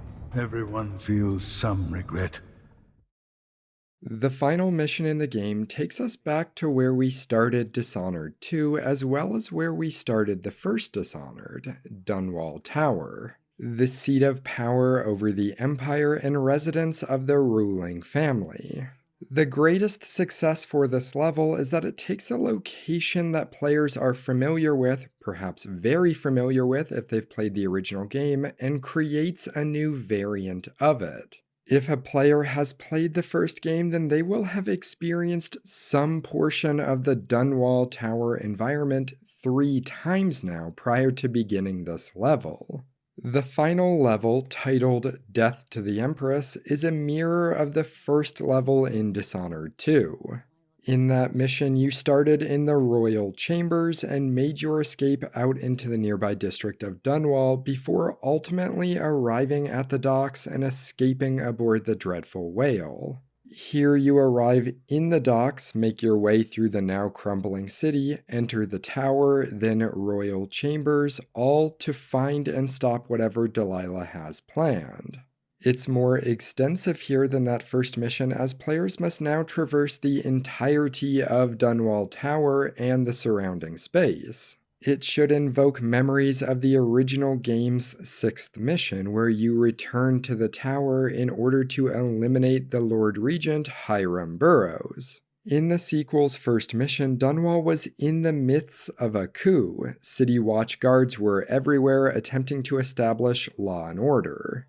It was bloody, but the city's foundation was still present. Here, now, the city feels dead. More buildings are boarded up, the carriage rail system has collapsed, and city watch guards are nowhere to be found, instead replaced with Delilah's coven members and the obedient wolfhounds and Clockwork soldiers. A document can be found written by a city watch captain warning those beneath her that even the guards who were part of the coup are being killed by Delilah, and another note can be found from a guard detailing deserting his position. Since we're revisiting the same map, it's likely many players will revisit the same points of interest from the first mission to see how they've changed. The crime scene that was present in the Boyle Company building has been cleaned up, but the building is now run down and several Hatter gang members can be found inside attempting to rebuild a Clockwork. These gang members serve as more of a wink and nod to the Doubt expansions, where the Hatters served a prominent role, rather than being a new or interesting enemy type here. Members of the gang can be found across the various buildings along Dunwall Street, showcasing how lawless and unwelcoming the city streets have become. Revisiting the Dunwall Courier building, players can find the journalist from the first mission if they stopped the City Watch guard from killing him. Your Majesty, you're alive! It's been almost 2 months, hasn't it?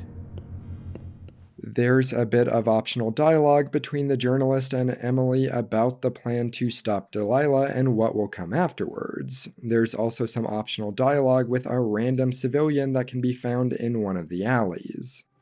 At first, there was fighting. Delilah's bunch against those in the City Watch who were still loyal. People tried to barricade the streets, to put up a wall around the tower. Eventually, the Overseers came down, led by the High Overseer himself. They fought against Delilah's witches. That's the only word for him. But I haven't seen an overseer in a while now.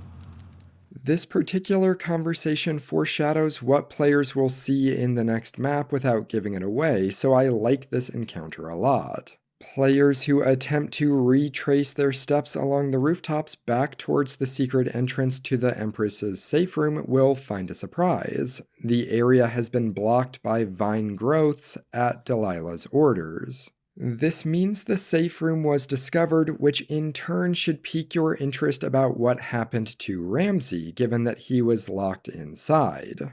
There's also a neat optional moment where Emily can use a nearby microphone to address the city and announce her return. Those of you surviving here in the shadow of the tower where I was born. Under Delilah, you've endured much over the last weeks. But now your rightful Empress has returned. The dialogue here is flavored based on your chaos level with a more cynical and darker tone if in high chaos. A similar moment existed in the Grand Palace as well, with the microphone found in the Duke's personal bedchambers. Here it triggers the spawning of several witches who rapidly approach the microphone and who will attack Emily. Players can progress to the next map, which is based around the tower, via two different ways, either through the City Watch checkpoint or through the canal. While both routes have great atmosphere, the City Watch checkpoint feels like the intended route given the incredible environmental storytelling it presents. Death to the Empress is not among my favorite missions, however, I do think an argument could be made that it has the best atmosphere in the sequel. Seeing the streets of the city and later Dunwall Tower in such disarray reflects how much damage can be done by poor leadership in such a short amount of time.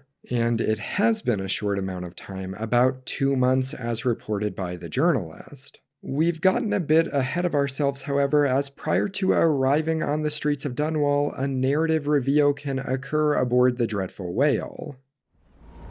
Megan. People have called me that for a long time, but it's a lie.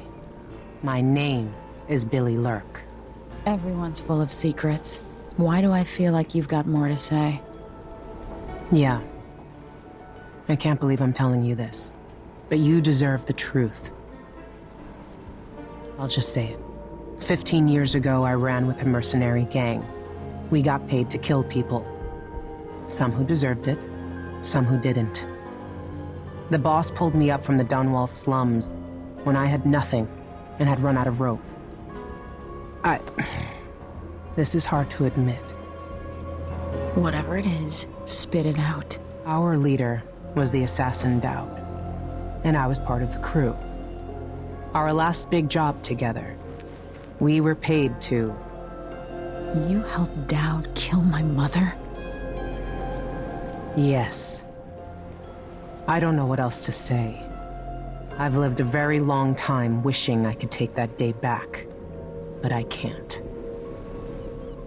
This reveal that Megan Foster is actually Billy Lurk, the side character from the first game's Dowd expansions, didn't feel like a big twist, but rather just an okay moment. There's nothing bad about it, it just sort of happens, or can happen. The interaction where Billy confesses only occurs in low chaos as she doesn't trust Emily in high chaos.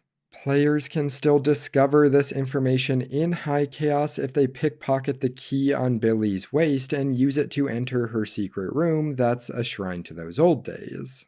Emily can respond to the confession in two different flavors, either accepting the information while still not forgiving Billy, or by outright calling her a monster. Neither response changes anything besides the dialogue, as all of these variants still end with Emily taking the skiff into Dunwall alone.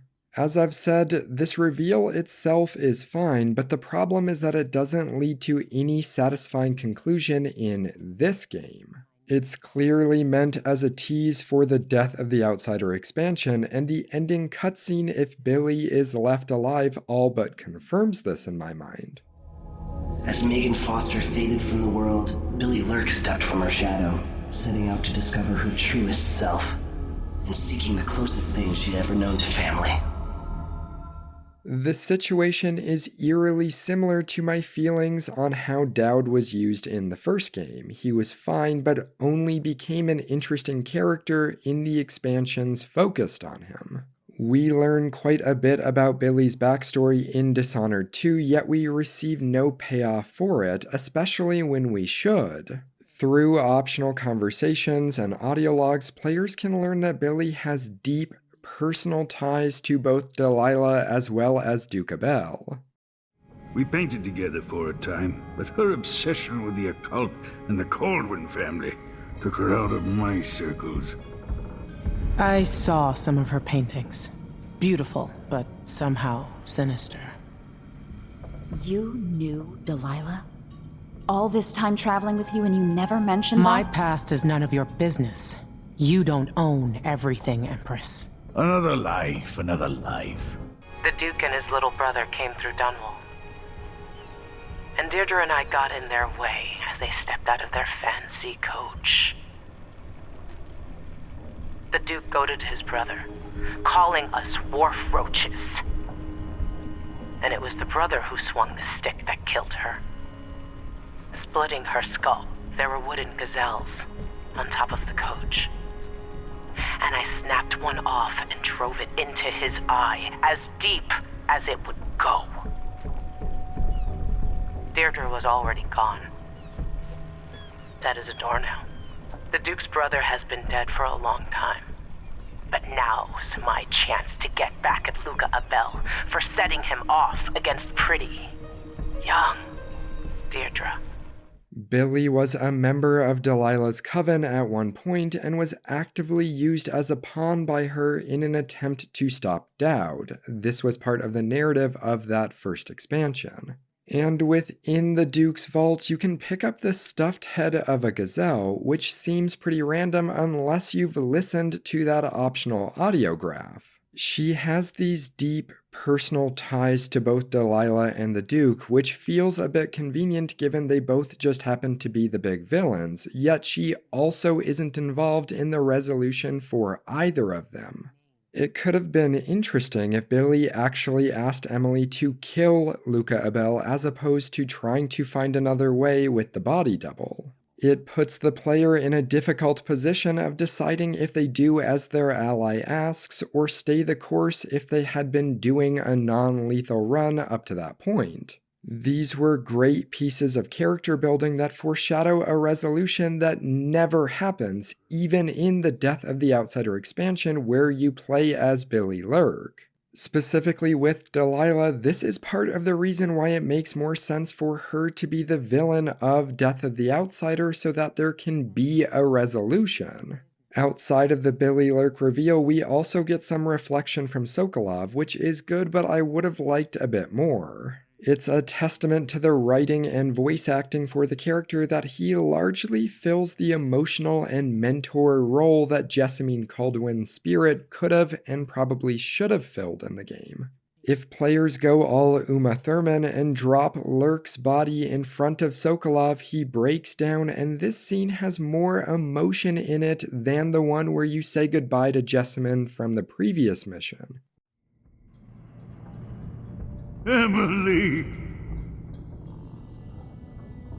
Why?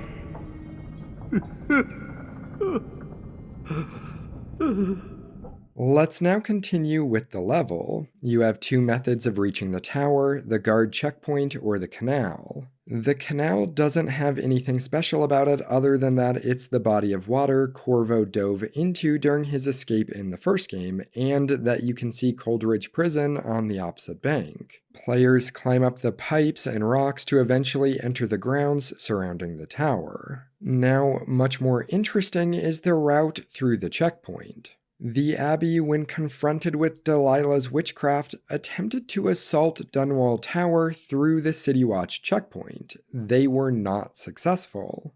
Overseer bodies litter the road early on, and as you approach the tower, many more are found encased in stone. It's quite a haunting sight.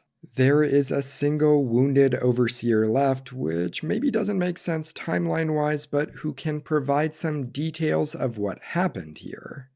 I saw the High Overseer fall, all is lost. Leave this place. The Abbey assaulted the tower? Somehow we were overcome.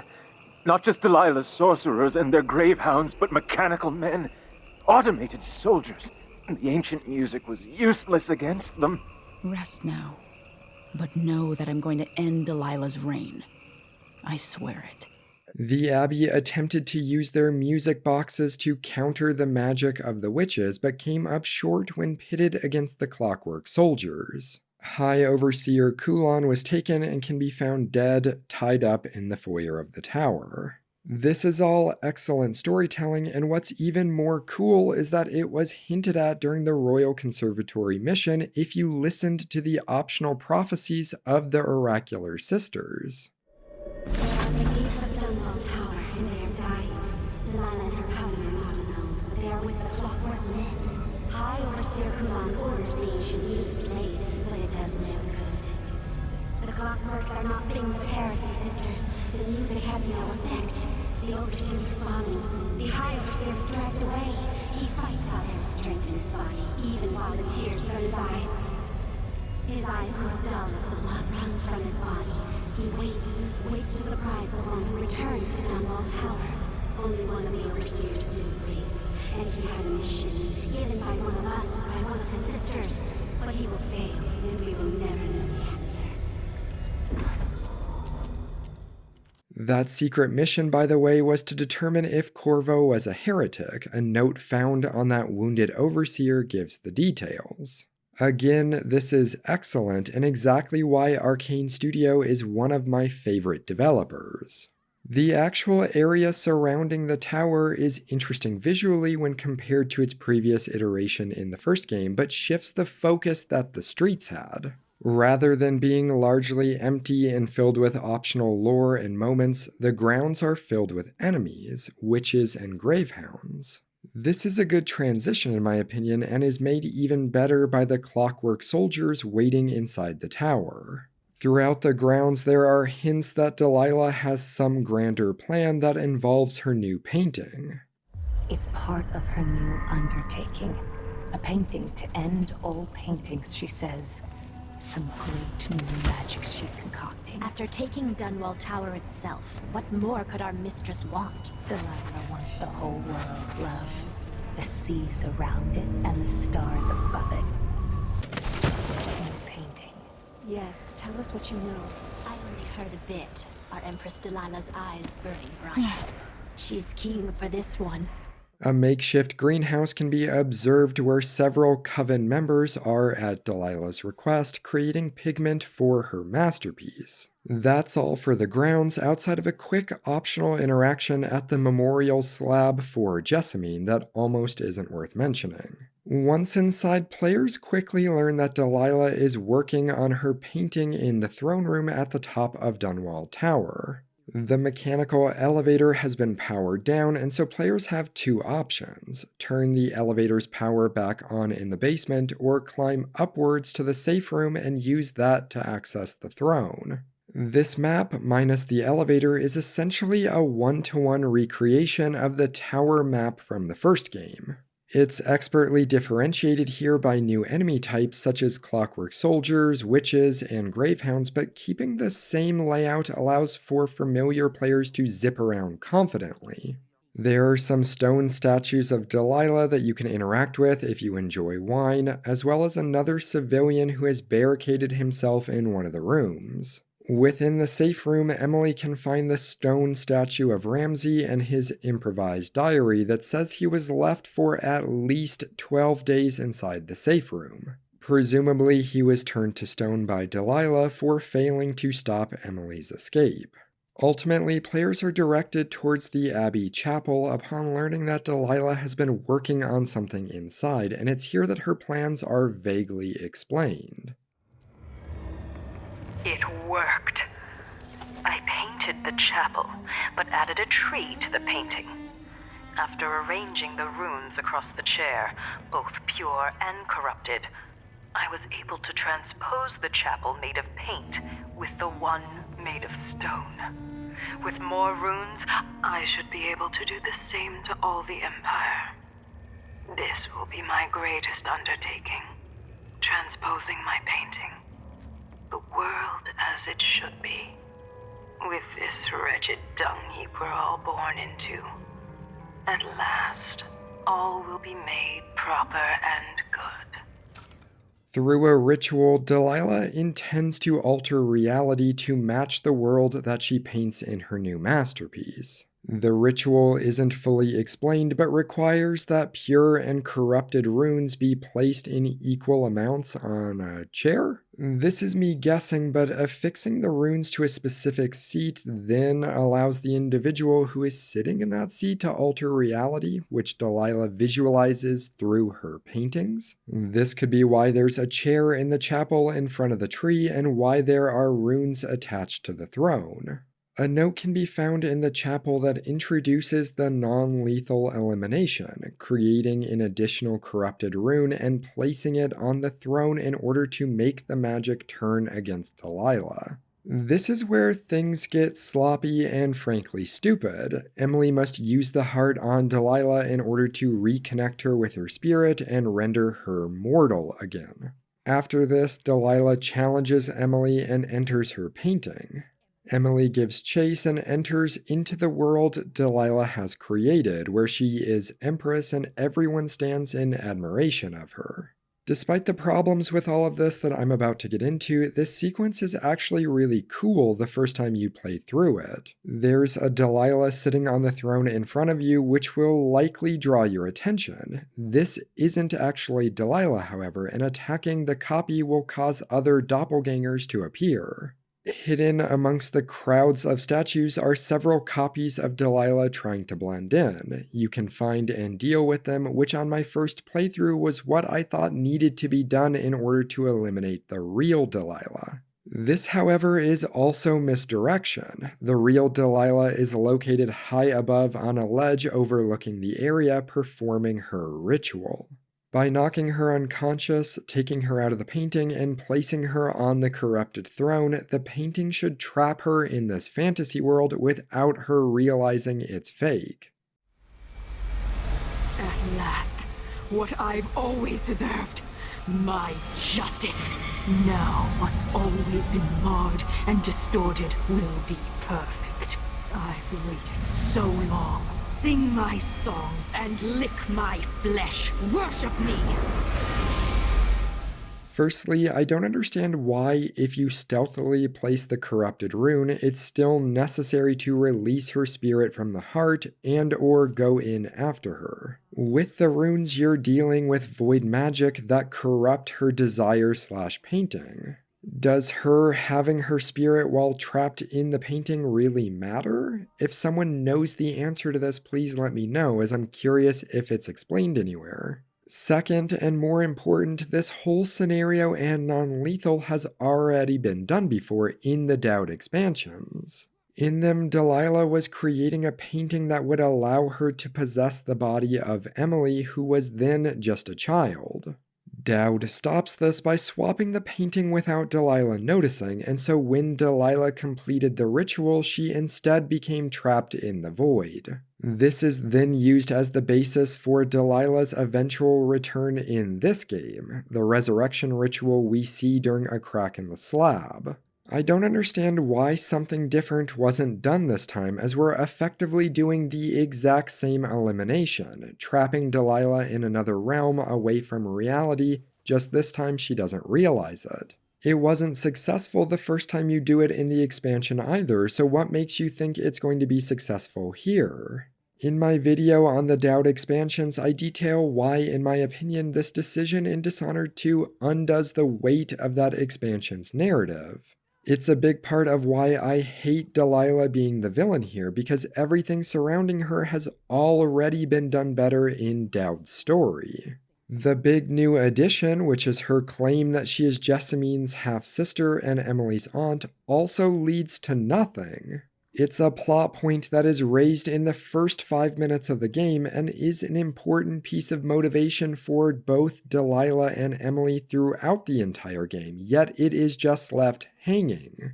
Truth be told, it doesn't actually matter either, because whether Delilah is a Kaldwin or not, it doesn't actually make her portrayal or motivation interesting. And I have no idea whether you're telling the truth or not. But it doesn't matter.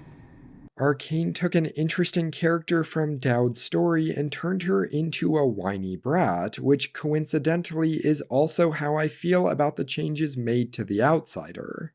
I've said multiple times throughout this video that I'll discuss the Outsider's portrayal in this game. However, I make these longer videos in pieces, and I've since decided that I'm actually going to wait until the Death of the Outsider video to discuss the god himself, because it feels more appropriate. If you've been waiting for it, I apologize and ask that you wait just a tad bit longer for that video. After dealing with Delilah, you are able to release your family member from their stone prison. Mind you that this was never referenced or explained how to undo in the game, you just do it by touching them. I do like that in High Chaos exclusively you are given the choice to not undo the spell, meaning the person is kept as a statue permanently. It's a small but nice addition.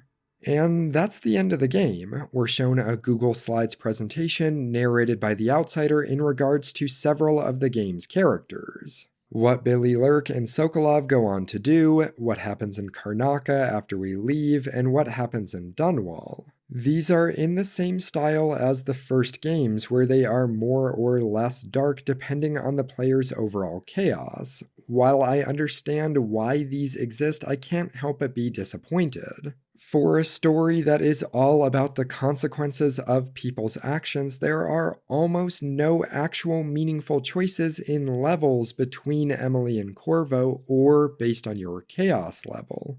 And listen, I don't want to pull a Delilah and whine, but I can't help compare this final mission to the final mission of the first game, titled The Light at the End.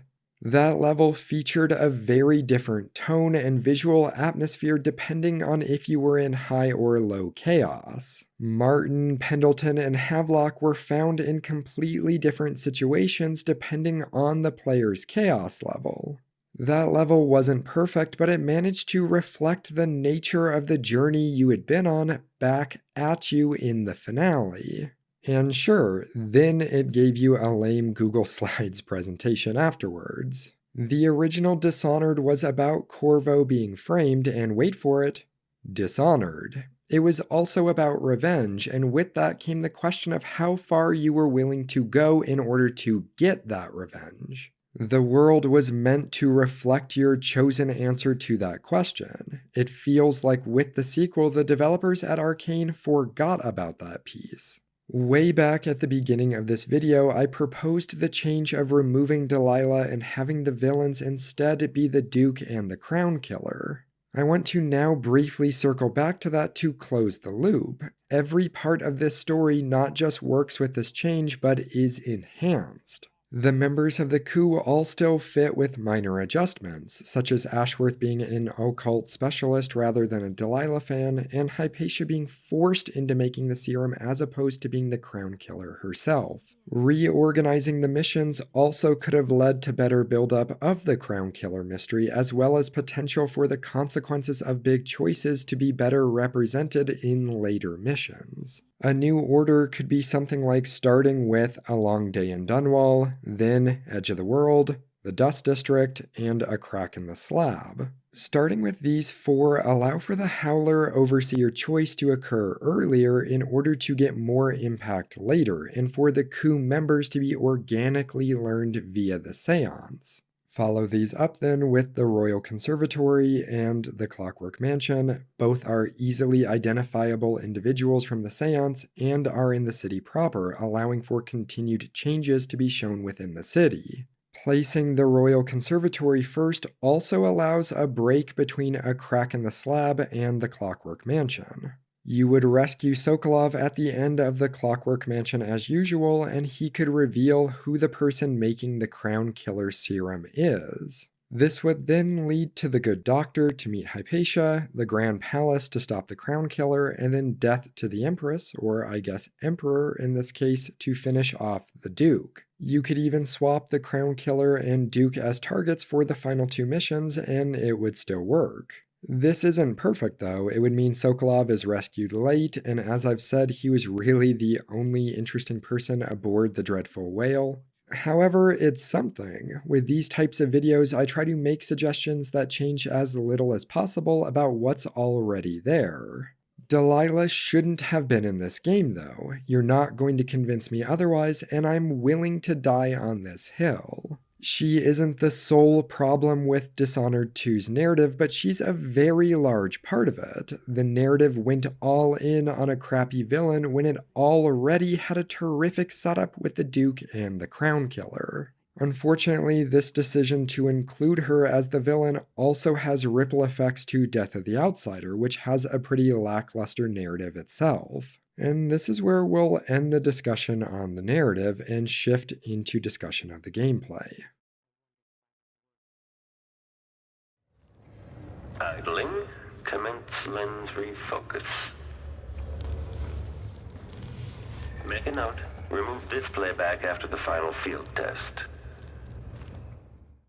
The original Dishonored successfully had two distinct gameplay styles available to players: methodical stealth and actiony first-person combat. Players were given a wide range of tools for gameplay: a handgun, a razor wire mine, adrenaline-driven executions, sleep darts for a mini crossbow. Abilities like teleportation, seeing through walls, freezing time, and summoning a swarm of rats to attack people.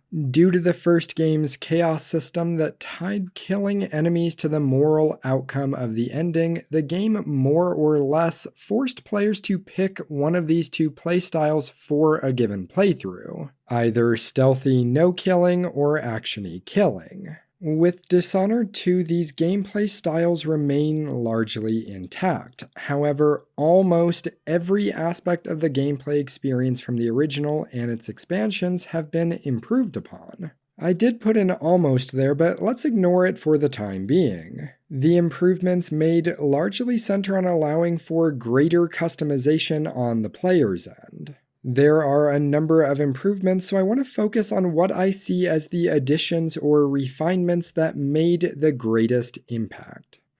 First is the expansive and meaningful upgrades available for both the Void powers as well as your weapons and equipment. These systems have been so far expanded from the original that it's a bit unbelievable here. In the first game, each Void ability had just one purchasable upgrade, with them largely just improving the stats of the ability. So for example, the upgraded teleportation ability Blink had a greater range, the upgraded possession allowed for possession of human targets, not just animals, the upgraded rat swarm featured more powerful rats, the upgraded dark vision highlighted resources and machinery in addition to enemies.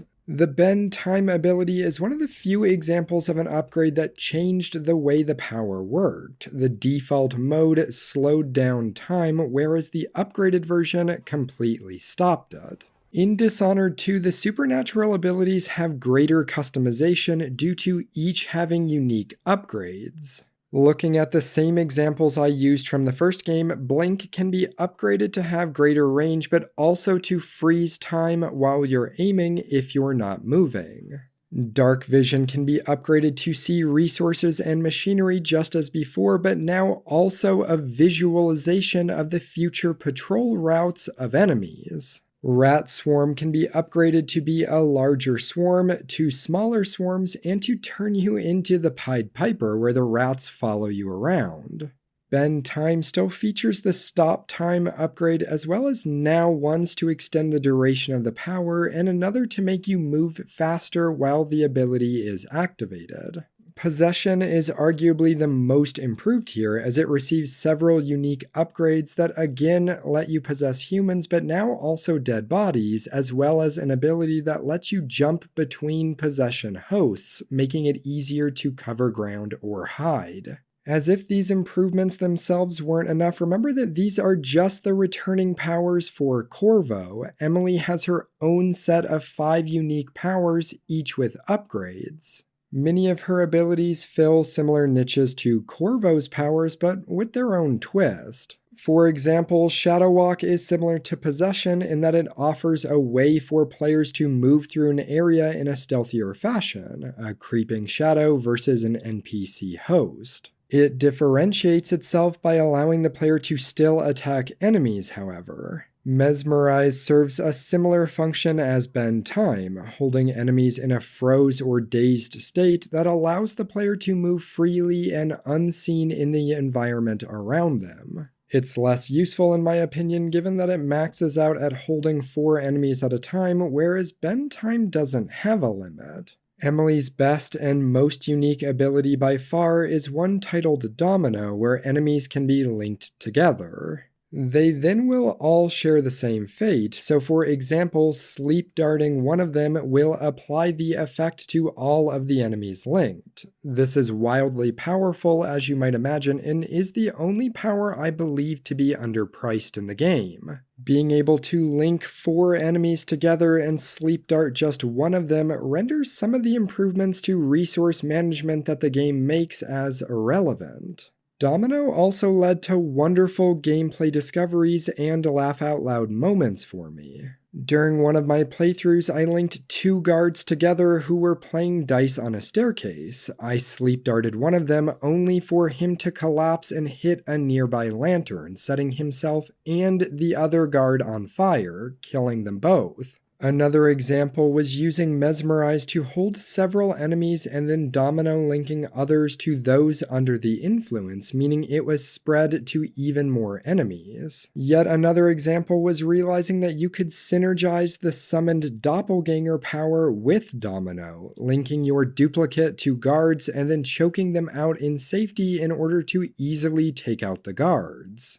Everything I just detailed is for the supernatural powers in the game, but the weapon and equipment upgrades are just as extensive, although not as interesting in my opinion. Black market shops sell upgrades like increased carrying capacity for ammo, increased reload speed for the ranged weapons, and different effects for equipment. For example, there's an upgrade that increases the number of charges that a stun mine can release before it becomes inactive, and another that creates a chain lightning effect where enemies near the target who triggered the mine will also be electrocuted. The shop's options can also be further expanded by locating blueprints and special Masterworks versions during missions. The Masterwork variants are unique in that players are presented with 2 options for an upgrade, and selecting one locks the other away. While a cool addition in theory, I found most of the Masterwork upgrades to be too situation specific to be excited by.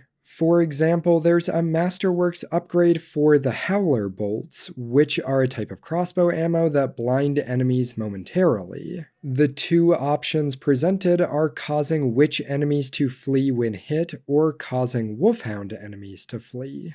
This isn't very interesting, but also both of these enemy types are somewhat rare. The witches only appear earnestly for 2 levels, and while the wolfhounds do appear in more levels, there's typically only 1 or 2 present. Neither enemy type is much of a threat either, so this upgrade feels like a waste. Shooting from the hip, a better choice could have been something like an upgraded Howler bolt that permanently blinds enemies, or an upgraded Stinging bolt that causes enemies to go mad and fight one another. Both of these options would expand the toolkit in a more interesting way. The Masterwork upgrades for the pistol and crossbow are the exception to the underwhelming nature, as both offer great playstyle potential. Similar to the powers, both Emily and Corvo have their own unique upgrades for both the pistol and the crossbow. For example, one of Emily's pistol upgrades makes it semi-automatic and chain-fed, so it never needs to be reloaded, whereas one of Corvo's effectively turns his pistol into a shotgun. Both are great. The most interesting of these, in my opinion, was one of Corvo's upgrade options for the hand crossbow, which allowed multiple targets to be targeted and hit by splintered crossbow bolts. This only worked with standard bolts, but it was still surprising to me that this was locked to Corvo playthroughs because it was a really great upgrade. The wide range of upgrades made it difficult to choose which abilities or blueprints to purchase on a new playthrough, which is an excellent problem to have. It's then overcome by New Game Plus, where players have access to all of the supernatural powers as well as their total rune count from the previous playthrough. This means that right away they can purchase even more powers and go even deeper with their customization. It's an excellently designed cycle that can continue to be augmented by further New Game Pluses. And this has all just been one of the areas of improvement to the sequel's gameplay. Second is the addition of bone charm crafting. In the original Dishonored, bone charms were found in levels and would give some specific benefit or trait if equipped. There were specific locations bone charms would be found on each level, but the traits they offered would be randomized every playthrough. This meant that it was possible and, in my experience, likely to get bone charms that were completely useless to your current playstyle, like getting combat-geared ones during a stealthy no-killing run. The Dowd expansions expanded on this by adding corrupted versions of bone charms that granted a powerful trait at the cost of a large drawback to counterbalance it. For example, increased movement speed but at the cost of increased damage taken. This was a good addition but didn't solve the randomization issue. Dishonored 2 offers the solution to this problem in the form of bone charm crafting. Now players can break down bone charms in order to learn the traits they offer and then craft their own charms, either mixing and matching the traits they want in order to optimize for capacity, or stacking a few traits to enhance their effects. Similar to runes obtained, the traits they've uncovered carry forward into New Game Plus, and so early in a second playthrough, players can craft exactly the bone charms they want for their run. This allows for great customization and control. On one of my Corvo playthroughs, I stacked several traits that made me move faster while crouching as well as while carrying a body. This was further increased by a corrupted charm too. The end result was that I was faster while crouching and carrying a body than I was while running regularly. Another great but overpowered setup was stacking the trait that sometimes meant sleep darts could be recovered after use. Stacking it 4 times meant that more often than not it cost me no ammo to fire a sleep dart. This became overpowered, particularly when combined with Domino, where 1 sleep dart could knock out 4 guards and then be recovered afterwards. Now, the third and final improvement that the game makes is to its enemy variety. I want to reiterate something that I said in my original video, that a good stealth game should feel like an arms race. It should alternate between making the player feel powerful and vulnerable, providing new tools and then new challenges. I think it's important to highlight that the new challenges is a crucial piece of this equation, and enemy variety is a necessary part to accomplishing that. Even with new tools, a game without an appropriate level of enemy variety often becomes tedious. Banisher's Ghosts of New Eden is unfortunately a perfect example of this. Even as it introduced new ghost hunting weaponry and spirit powers, it was always against the same 5 enemy types that you had been fighting for the previous 40 hours. This led to combat feeling samey and tedious even as new variety was added on the player's end with an expanded moveset. The original Dishonored offered relatively good variety when it came to an action-y playstyle, but offered little when it came to stealth. Almost all of that game's enemies could be dealt with in the exact same way, a sleep dart or the chokehold. Additionally, the things that made the enemies unique in combat weren't factors you had to deal with in stealth. Dishonored 2 is almost identical in this regard: blue-shirted guards and red-shirted guard captains, overseers and their hounds, The Howlers replaced the standard gang members in the original. The Witches and Gravehounds were present in the Doubt expansions and function identically here. The Nest Keepers are this game's version of the Weepers, although they are more interesting in that they inhabit bloodfly nests, and so the insects serve as an additional alert system for them due to their symbiotic connection. There is only one truly new enemy here, and so it might be confusing then as to why I listed enemy variety as an improvement for gameplay.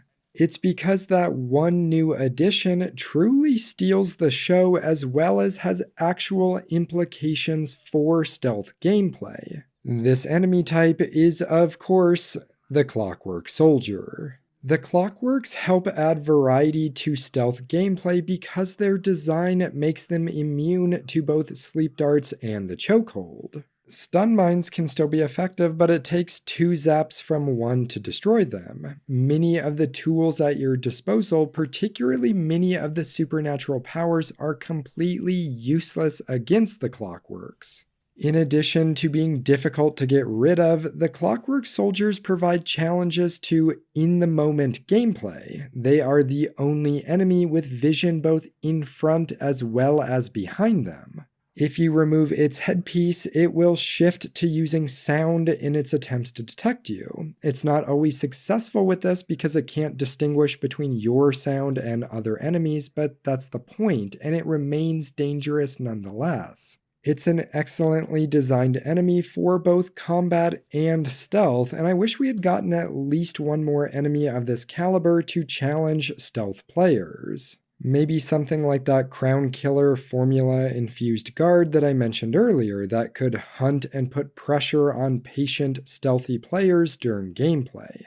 How the powers, equipment, bone charms, enemies, and level design all interact with each other and discovering what interesting things can be done with each is one of the best aspects of Dishonored 2. Having gone through what I consider the most impactful improvements, let's now finally return to that almost I used in the opening of this section. In my video on the first game, I stated that the stealth systems become too easy too quickly. That not only remains true here, but is further magnified by these improvements. The gameplay side of the game has improved in almost every way. However, it is undeniable that as the series continues to evolve into one of the greatest immersive sims with more options than Taylor Swift, its stealth systems have largely stagnated. The encounters have changed, tougher enemies, better tools, however the core experience of Dishonored stealth systems hasn't changed.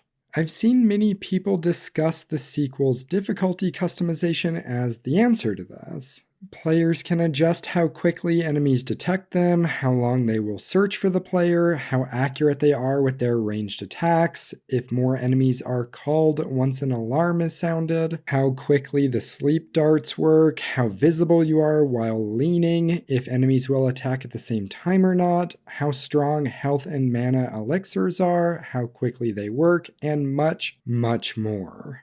Arcane Studios went deep with these options, and it shows. Turning many of them on at once creates an experience that is rewarding as well as quite tough.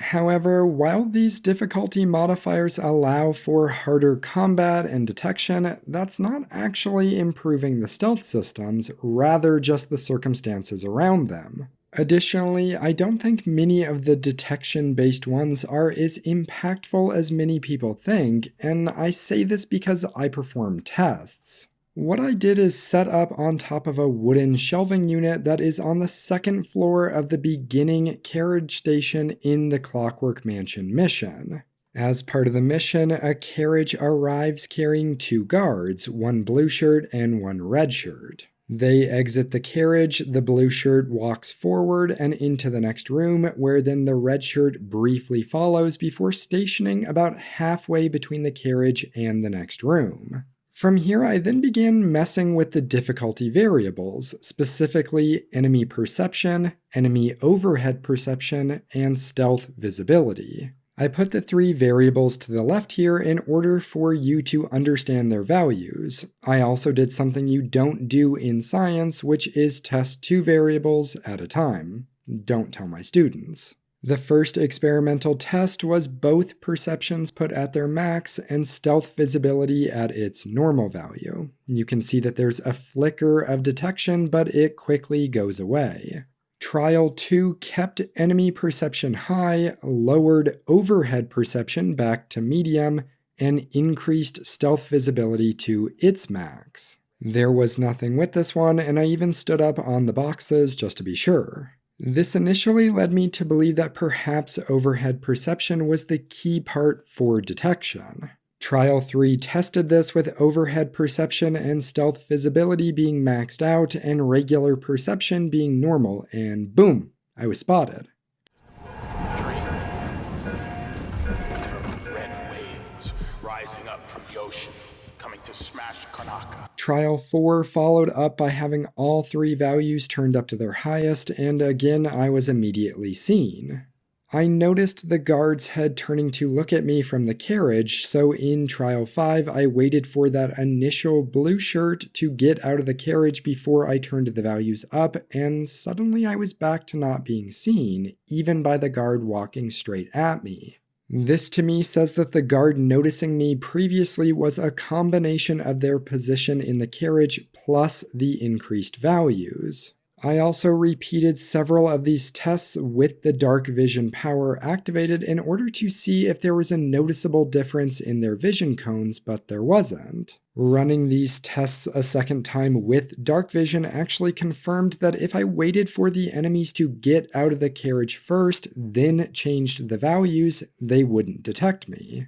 What these tests tell me is that even with all of these variables turned up to their highest setting, enemy perception remains quite basic. Additionally, lighting plays very little role in detection. This isn't an apples-to-apples comparison, but just for reference, what you're seeing on screen is the view roughly from the guard's position, and my doppelganger is where I was crouched for the testing footage. Full transparency, I was crouched atop these boxes when I was up there and couldn't get the doppelganger to crouch, but based on the lighting and positioning, it shouldn't matter much. The point I'm making is that while these difficulty modifiers are a good addition, I'd rather see most of them removed as options entirely and used instead as the foundation for a new and improved stealth system. These enhanced detection rates aren't enough though and should just be the beginning. The Batman Arkham games as well as the recent Hitman games do a great job of creating complexity for stealth through enemy behaviors. In the Arkham series, enemies can become nervous as they realize they are being picked off, which leads to more erratic movement, such as quickly turning around. Eventually, they wear noise collars that make sounds once they've been knocked unconscious, alerting the other enemies. Finally, they will often pair up to walk their routes, usually with one of them covering the front and the other one covering the back. The Hitman games add a wrinkle in that guards or any NPC that gets knocked unconscious can be woken up by their allies or other people in the world. This expertly provides a cost analysis for knocking people unconscious rather than killing them because you run the risk of them becoming reactivated in the level later. Dishonored would also benefit from guards becoming more suspicious about changes in their environment. To some degree, this already exists, but in confusing ways. Here's an example. During one of my playthroughs of the game, I stole a painting from a wall, but then several guards noticed it shortly after.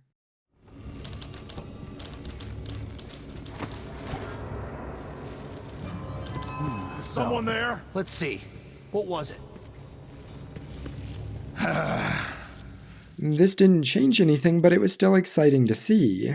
To counterbalance this, however, I'd open doors, sometimes in front of guards, and that wouldn't provoke any response. Also, while I'm nitpicking these difficulty modifiers, there is one option that is missing from the list that I would like to see if there's ever a new Dishonored. It would be an option to turn off ammo and elixir resources from appearing in the environment outside of black market shops. I could simply not pick up resources myself, but it'd be nice to have an official option for this, especially because the surplus of resources is a problem that has been present since the first game. I don't want to repeat myself from the first video, but creating stress by making players choose between using their limited money on either resources or upgrades is a good thing in a stealth game. These sorts of changes and additions are ultimately how you evolve the series' stealth systems, not just giving the guards X-ray vision. Arcane Studios was at one point a studio that concerned themselves with innovation. Their level design, atmosphere, and immersive gameplay are all exceptional and proof of this. However, if Dishonored 2 is a testament to Arcane's ability to craft immersive worlds, it also serves as a reminder that even a great developer like Arcane can fall short of their full potential. Dishonored 2 is often regarded as a masterpiece even when its very real flaws are acknowledged. It might come down to personal preference as to whether those flaws matter to you or not, but they are still there nonetheless. There is still one more video in this Dishonored series I'm doing, as well as the eventual 2 videos on Prey and Deathloop, but I just want to emphasize how much I love Arcane Studios.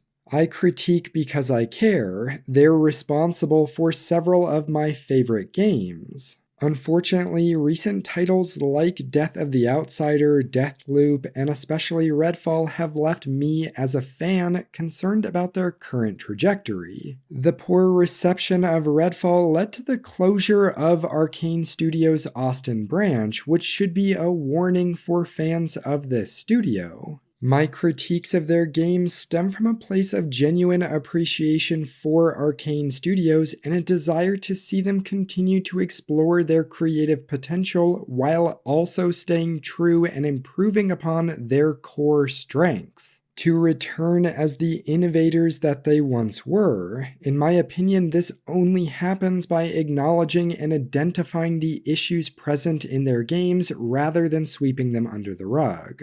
And with that, thanks for watching. It's been almost exactly 2 years since the release of that first video in the series, and I hope that this video lived up to the expectations people had for it. Some series I've narrowed down for the channel's next big project will likely be either the 2 more modern Deus Ex games, the 2 Styx games, or 2017's Prey.